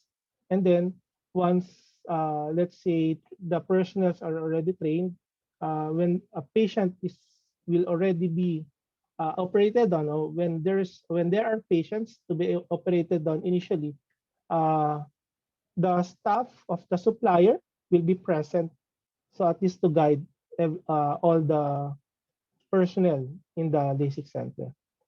And as I've mentioned earlier, maintenance of the equipment, environmental condition must be controlled, and this would involve the functioning of the air conditioner 24/7. Waste management, since it's a hospital, medyo institutionalized naman yung waste management. It's already in place, so we'll just have to follow it. And then just the process flow, just an overview. I will have to improve on this. So kapag dumating yung patient for screening, that is the registration, and then visual acuity will be done by the trained staff. I have yet to place how long this will take, but this is only a few minutes. Then isasalang sila sa diagnostic machines. Mabilis lang po yun. And then it will be, once they have undergone, they are done with the machines, they will be refracted. Kukuhanin na po yung grado ng optometrist. After that, counseling na po ng staff on which, if they are okay to undergo the procedure or another procedure is needed. If there are other problems, then the ophthalmologist will look or will evaluate the patient, and then they will be scheduled if they are okay to undergo surgery. The patient will then be given an appointment form on when to come back for their surgery. Then for the surgery, medyo mahaba lang po, but I will shorten this once I finalize it. So patient registration, yung first part is just patient registration, and then preparation of the patient. And then once they are prepared, doon na sila sa waiting area, they will proceed to the waiting area. Then they will undergo the surgery. Once they undergo, they will just stay for a few minutes on the recovery area. Post-operative instructions will be given by the nurses or the staff. After that, they go home. They will just come back to the doctor who referred, or if it's the consultant who did the surgery is the attending, then they will just go to the clinic to have their follow-up. I have yet to do the financial computations, but hindi ko pa lang po na finalize since um, I'm revising some of the figures because my initial estimation was not correct. That's okay, Yun lang po, Doc. sir. Thank you. So, Doc, Ma'am Roa, any comments, suggestions? I do. I have some comments. First of all, thank you, Doc Pat. Doc Pat. Si Pat and Doc Yes, Kat, ma'am. no, galing. I appreciate the study as well, no? Parang ang gaganda ng feasibility nila, Doc Dean. Parang na-entice tayo mag-invest. Ano, hingan mo si Doc Dean ng 28 million, you might be able to help you. Diba? But tama ba ako, Doc Pat? Correct me if I'm wrong. I understand you were asked to complete a feasibility study that's already existing. Tama po ba? Not yet, ma'am. Not yet. Akala ko It pinagawa. will still have, itatayo pa lang po. Ay, okay. Sige. FYI, ano, my eyes are a product of LASIK. I'm just wearing this for the blue Yes, light. ma'am. So, na-appreciate ko ulit yung topic kasi nakarelate ako. So, siguro one of the things you can also put in there, much like what Doc Kat included, are siguro yung financial ratios kasi parang paano ba yung break-even point ito if you were to invest 28 million, that's a considerable amount of money, ma'am. ano? Apa. Tapos yung 17.5 million for the main equipment, like how will you, paano yung acquisition nito?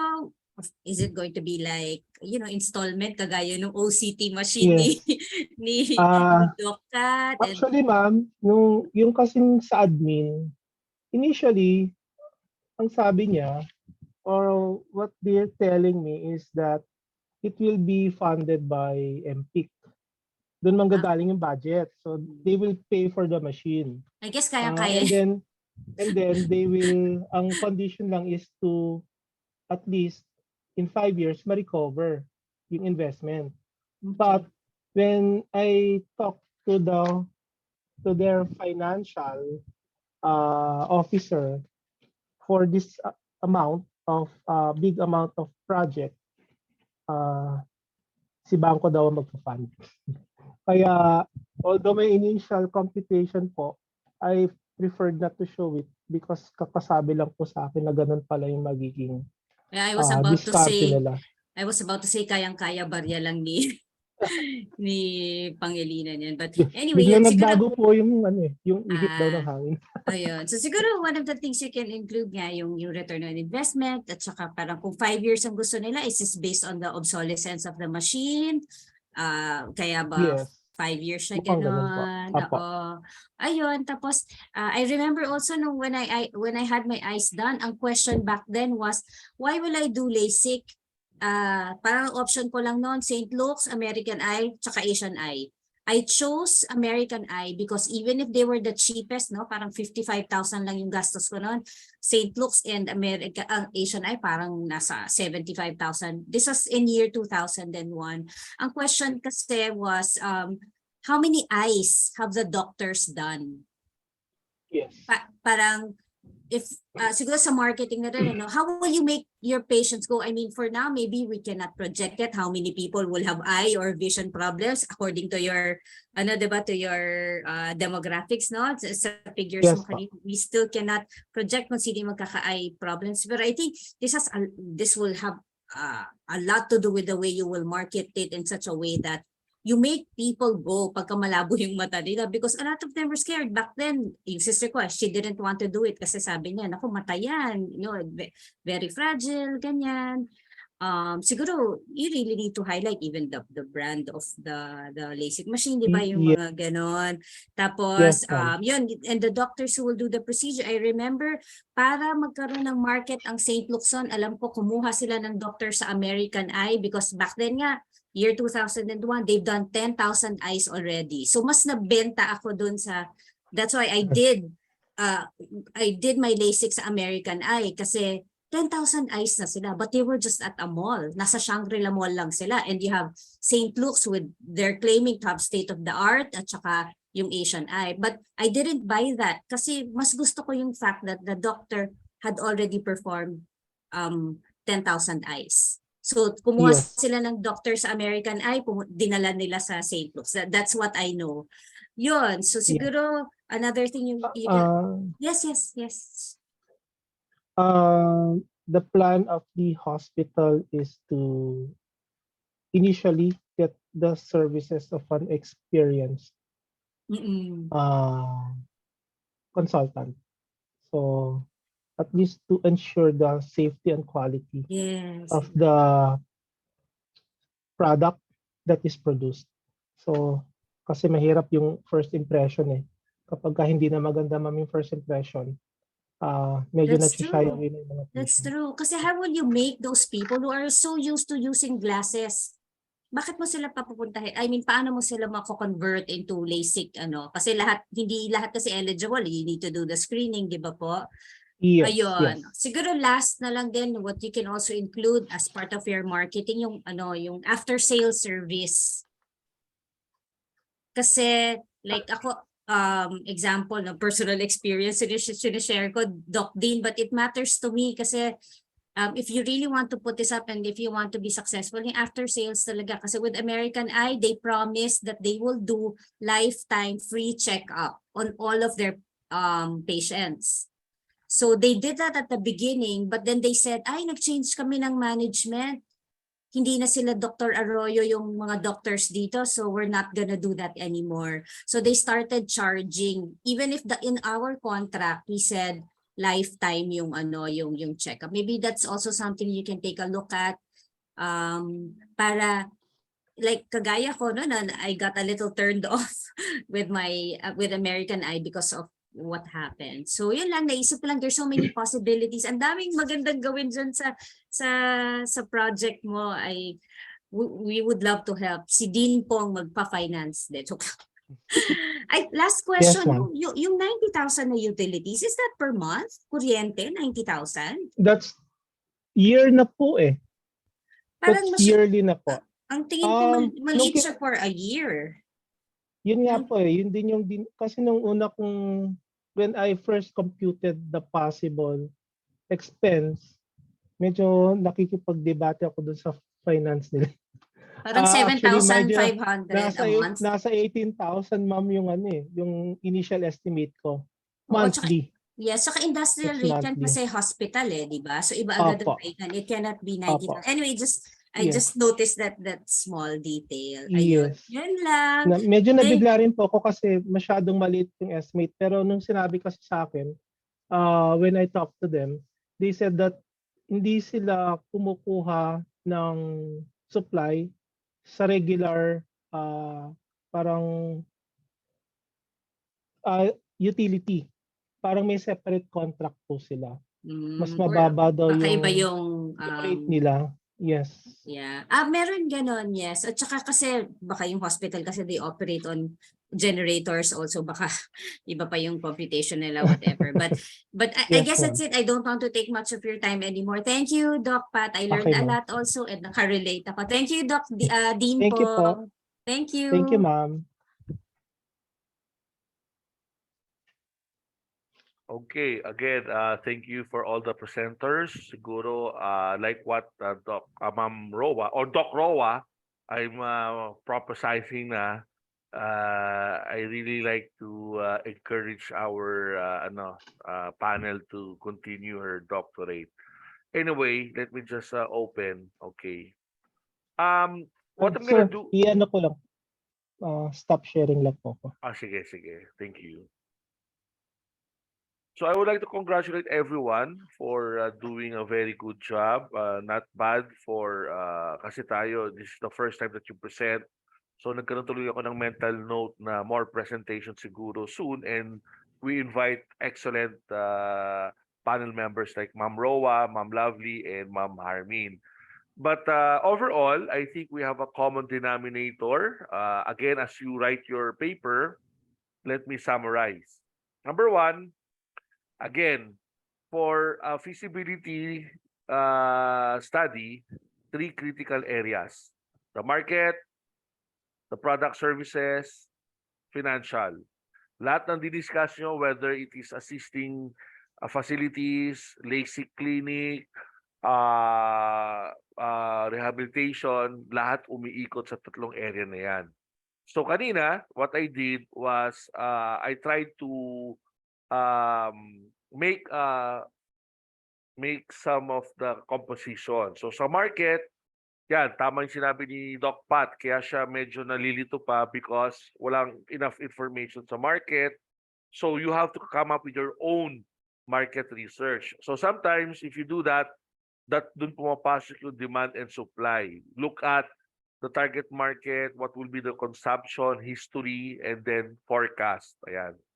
So these are some of the areas, ito yung checklist, para to establish a strong market feasibility. And if you notice, what I did was I just cross-reference. If you look at your chapters 1, 2, 3, 4, and 5, lahat yan nandito. Pero pinagsama ko na yung lahat ng magkakasama, lahat ng market. Pero if you look at this, may chapter 2, may chapter 3, even sa promotional, market profile, ayan, nandyan silang lahat. So purposes, ayan. Now, strengthen your pestle analysis, guys. The more specific, the better. If, like, for instance, nakita ko technology, maybe you can ask for what kind of technology you are referring. Is it a superior model for the LASIK eye? Something like that. Okay, so more specific. And then product, again, these are the checklist. Some of you are on a service. Wala pa atang product, no? Lahat sila service. So to strengthen the service feasibility, you have to make sure that all aspects are covered, which is this area. I will send it to you later, okay? And then lastly, financial. The last debate was about 90,000 versus 7.5 a month versus 18,000. So that has a big impact. Lalo na with the machinery, it needs 24/7 aircon. So you have to be more specific. In that kind of area, maybe inverter / commercial aircon na yan. And then you have to also compute per hour or per day. Again, the bottom line is the more realistic the numbers are, the better for you. Okay? So sa financial, these are our checklists. Always include the general assumptions. Whenever you think of something, make sure it is aligned to general assumptions because that will be reflected on your financial statements. So I break it down: financial statements, income statement, cash flow, balance flow. Some of you, every one of you will discuss the sources of funds. So whether it's bank, whether it's a government entity, you have to specify and how it will impact your financial. Okay, and then financial ratio. I think we need not all financial ratios are required, but essential would be the ROI, payback period, net income, break-even point.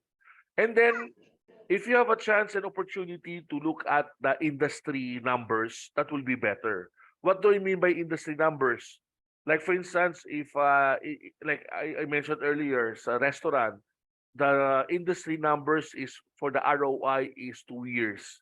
So maybe you can like take a deeper own research where you can find information regarding is there an industry standard ratio, and then you compare that in what you are computing at.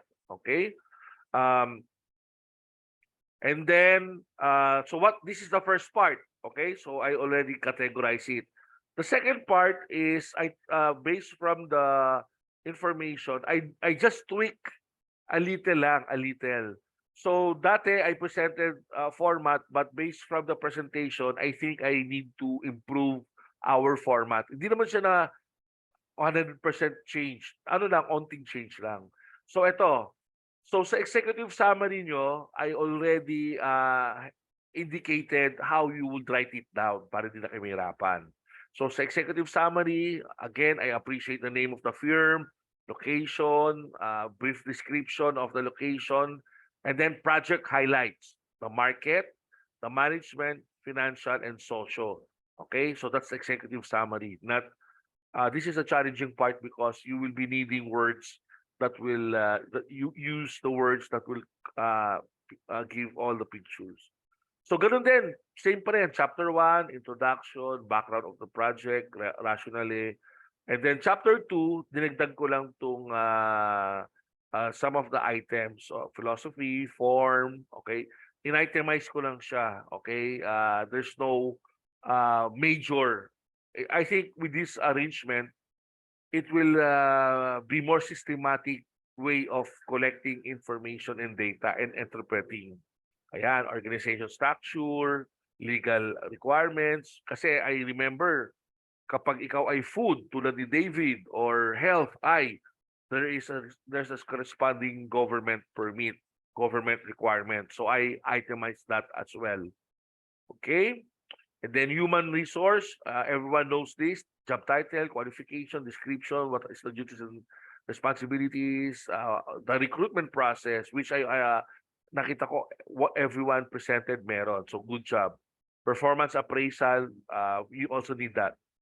And then chapter 3, market aspect, I saw some of like si Albert, he did the demand and supply research. That's a good one. Maybe you can also include that to those who did not present. I already included this just in case that you want to put that. That will be on chapter 3.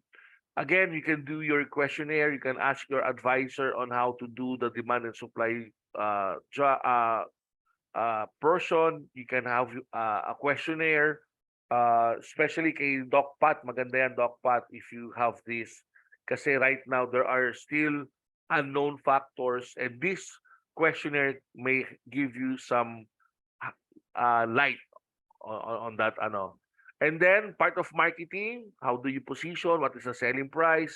Now you know how much the target market is willing to shoulder. So some of you 2.8, 4.8 for the eye operations, like si Doc Cat. And then projected sales, ayan, ginawa niya yan. Market strategies, I saw some of your strategies, which is good. Again, if it's not applicable to you, do not use it. This is just a guideline for chapters 1 to 5. Kunyari, if transportation cost is not part of your equation, do not include. I just put it in such a way that we might, gusto namin ni Miss Roa covered lahat. Okay? Market profile. Ayan. So we discussed that, and good job on doing that. Sabi nga ni Miss Roa, sa Santo Tomas, tulad ni Hazel, get more information. Give us the big picture of who's your profile, your customers. Okay? I saw population growth. I appreciate Doc Pat computing the 2.19 average growth rate. That's a very good information that you can use to project your population growth. Okay? Competitors, ayan, I think everyone did this very well. Sa competitors nyo, make it two competitors lang, 2 or 3. Yung talagang direct competitor nyo, malapit sa inyo, almost the same product or services offered. Okay? I really appreciate the 6, yung St. Luke's lahat, but for discussion purposes, you can include those items. And then this focus on what they offer and how you can and what will be your competitive advantage over them. And chapter 4, the technical aspect, this is where you are very good at. Ano yung layout nyo, what are the requirements? Si Sir Albert, he mentioned about how his assistant facility looks like. Walkthrough, tingnan nyo, mas maganda yung pakita nyo 3D kung possible, or kung merong AI that can help you. Especially, kunyari, if clinic ni Doc Cat, pakita na, wow, ito pa yung clinic, pinakita na how it looks like. Yung tipong, ano na ba yan? Ready na ba yan? Parang ganun. But again, these are just suggestions. But the drawing will always suffice. The drawing, the usual. But sometimes, who knows, di ba? With artificial intelligence, that might be possible. So sa technical, we talk about machinery, plan layout, structures, construction. So nakita ko sa inyo, utilities, ayan, very, very particular kay dyan. I saw waste management, process flow, implementation, and monitoring. And then the financial aspect, of course, financial aspect goes cross-sectional among different chapters, di ba? Kung may market budget kayo, ilagay niyo yan sa assumption. Kung meron kayong purchasing on yearly amortization, ilagay niyo yun. So, nandiyan yan. So, sources of funds, project financial, so nandito na. So, what I did was, I think I made it better yung arrangement. And then, ayan, walang pinagbago. Socio-economic, dinagdagan ko lang, community, what will be the welfare of the society when you put this business, and sa country, of course, taxes and employment. Maybe social, I don't know, maybe you can add other aspects. And then references nyo, yan, ilagay nyo lang yung mga survey questions, business documents requirements, sample ng if it's corporation, yung mga the usual.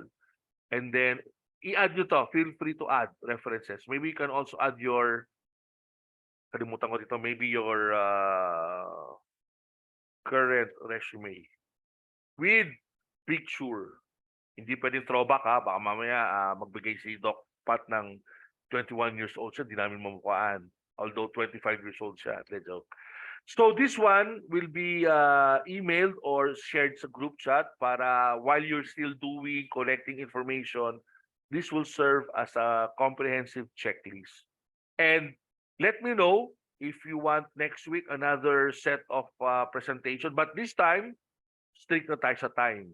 I appreciate na you explained your report, but equally important sa actual presentation is you only have 30 minutes.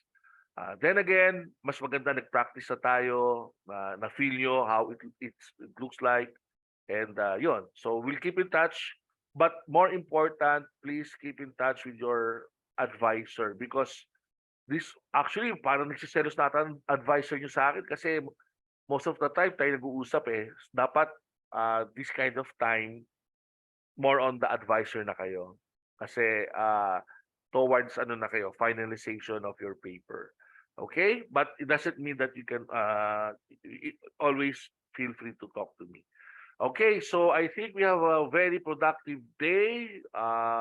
Okay yan, long weekend naman next week. Kaya I appreciate your time. Again, this is recorded.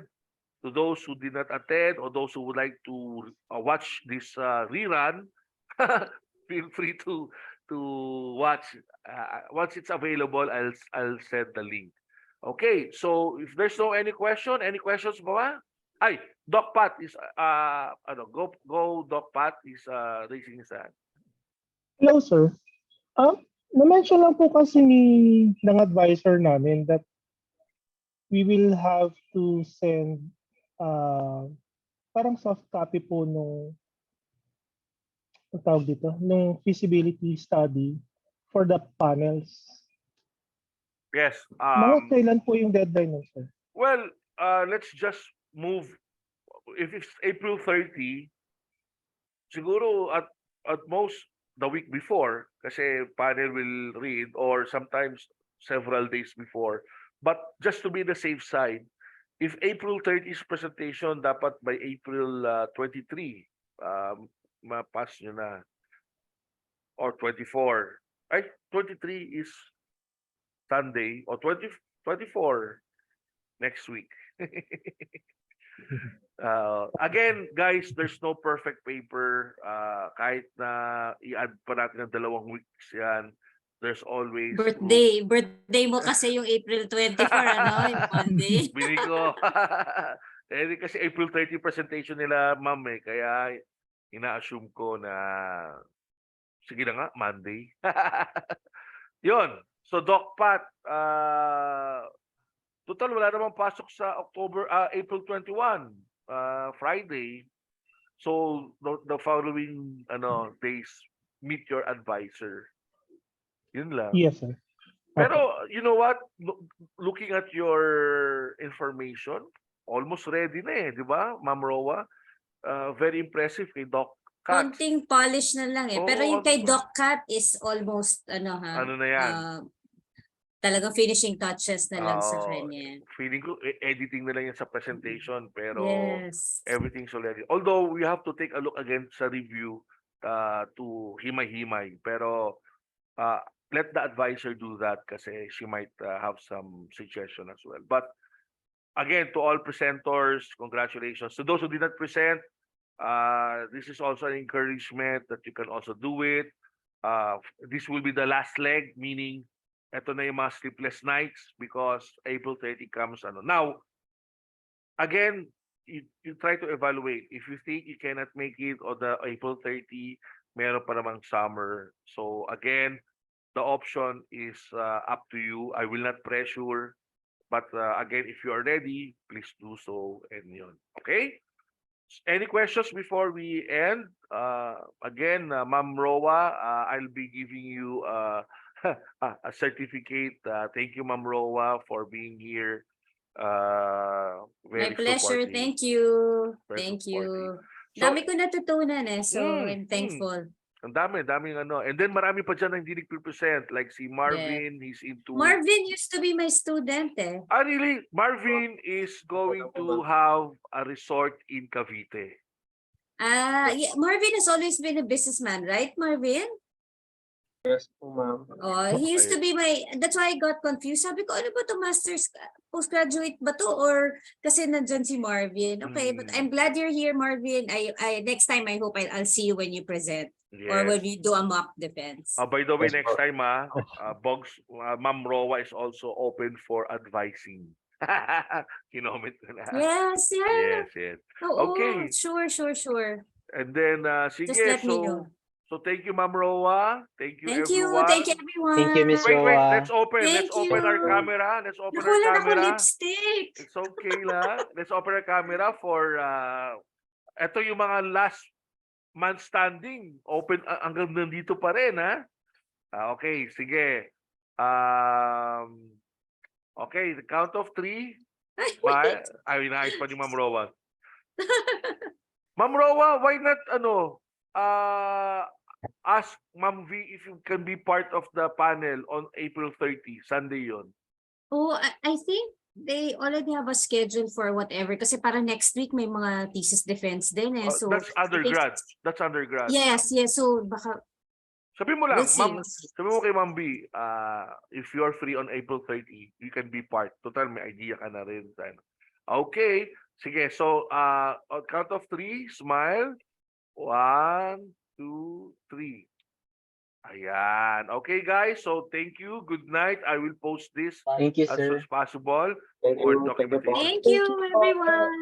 Ay, Thank you, Dito. Wait. Thank you, Miss Roa. Wait. Mga students, were you able to evaluate your MBA professors? Kung hindi pa, let You me have just share the link later. Please do evaluate. That includes me and some of your professors sa MBA. Okay? So please do Yes, that. po, sir. That will be something favor from us. Okay? So thank you guys. Good night. God bless. And Good night po. God bless. see you soon. Thanks, Dean po. Bye. Good luck to everyone. You can po. do it. Thank you, Miss Roa. Thank you. Thank you po. Bye. Thank you po. Thank you, Pong. Thank you, ma'am.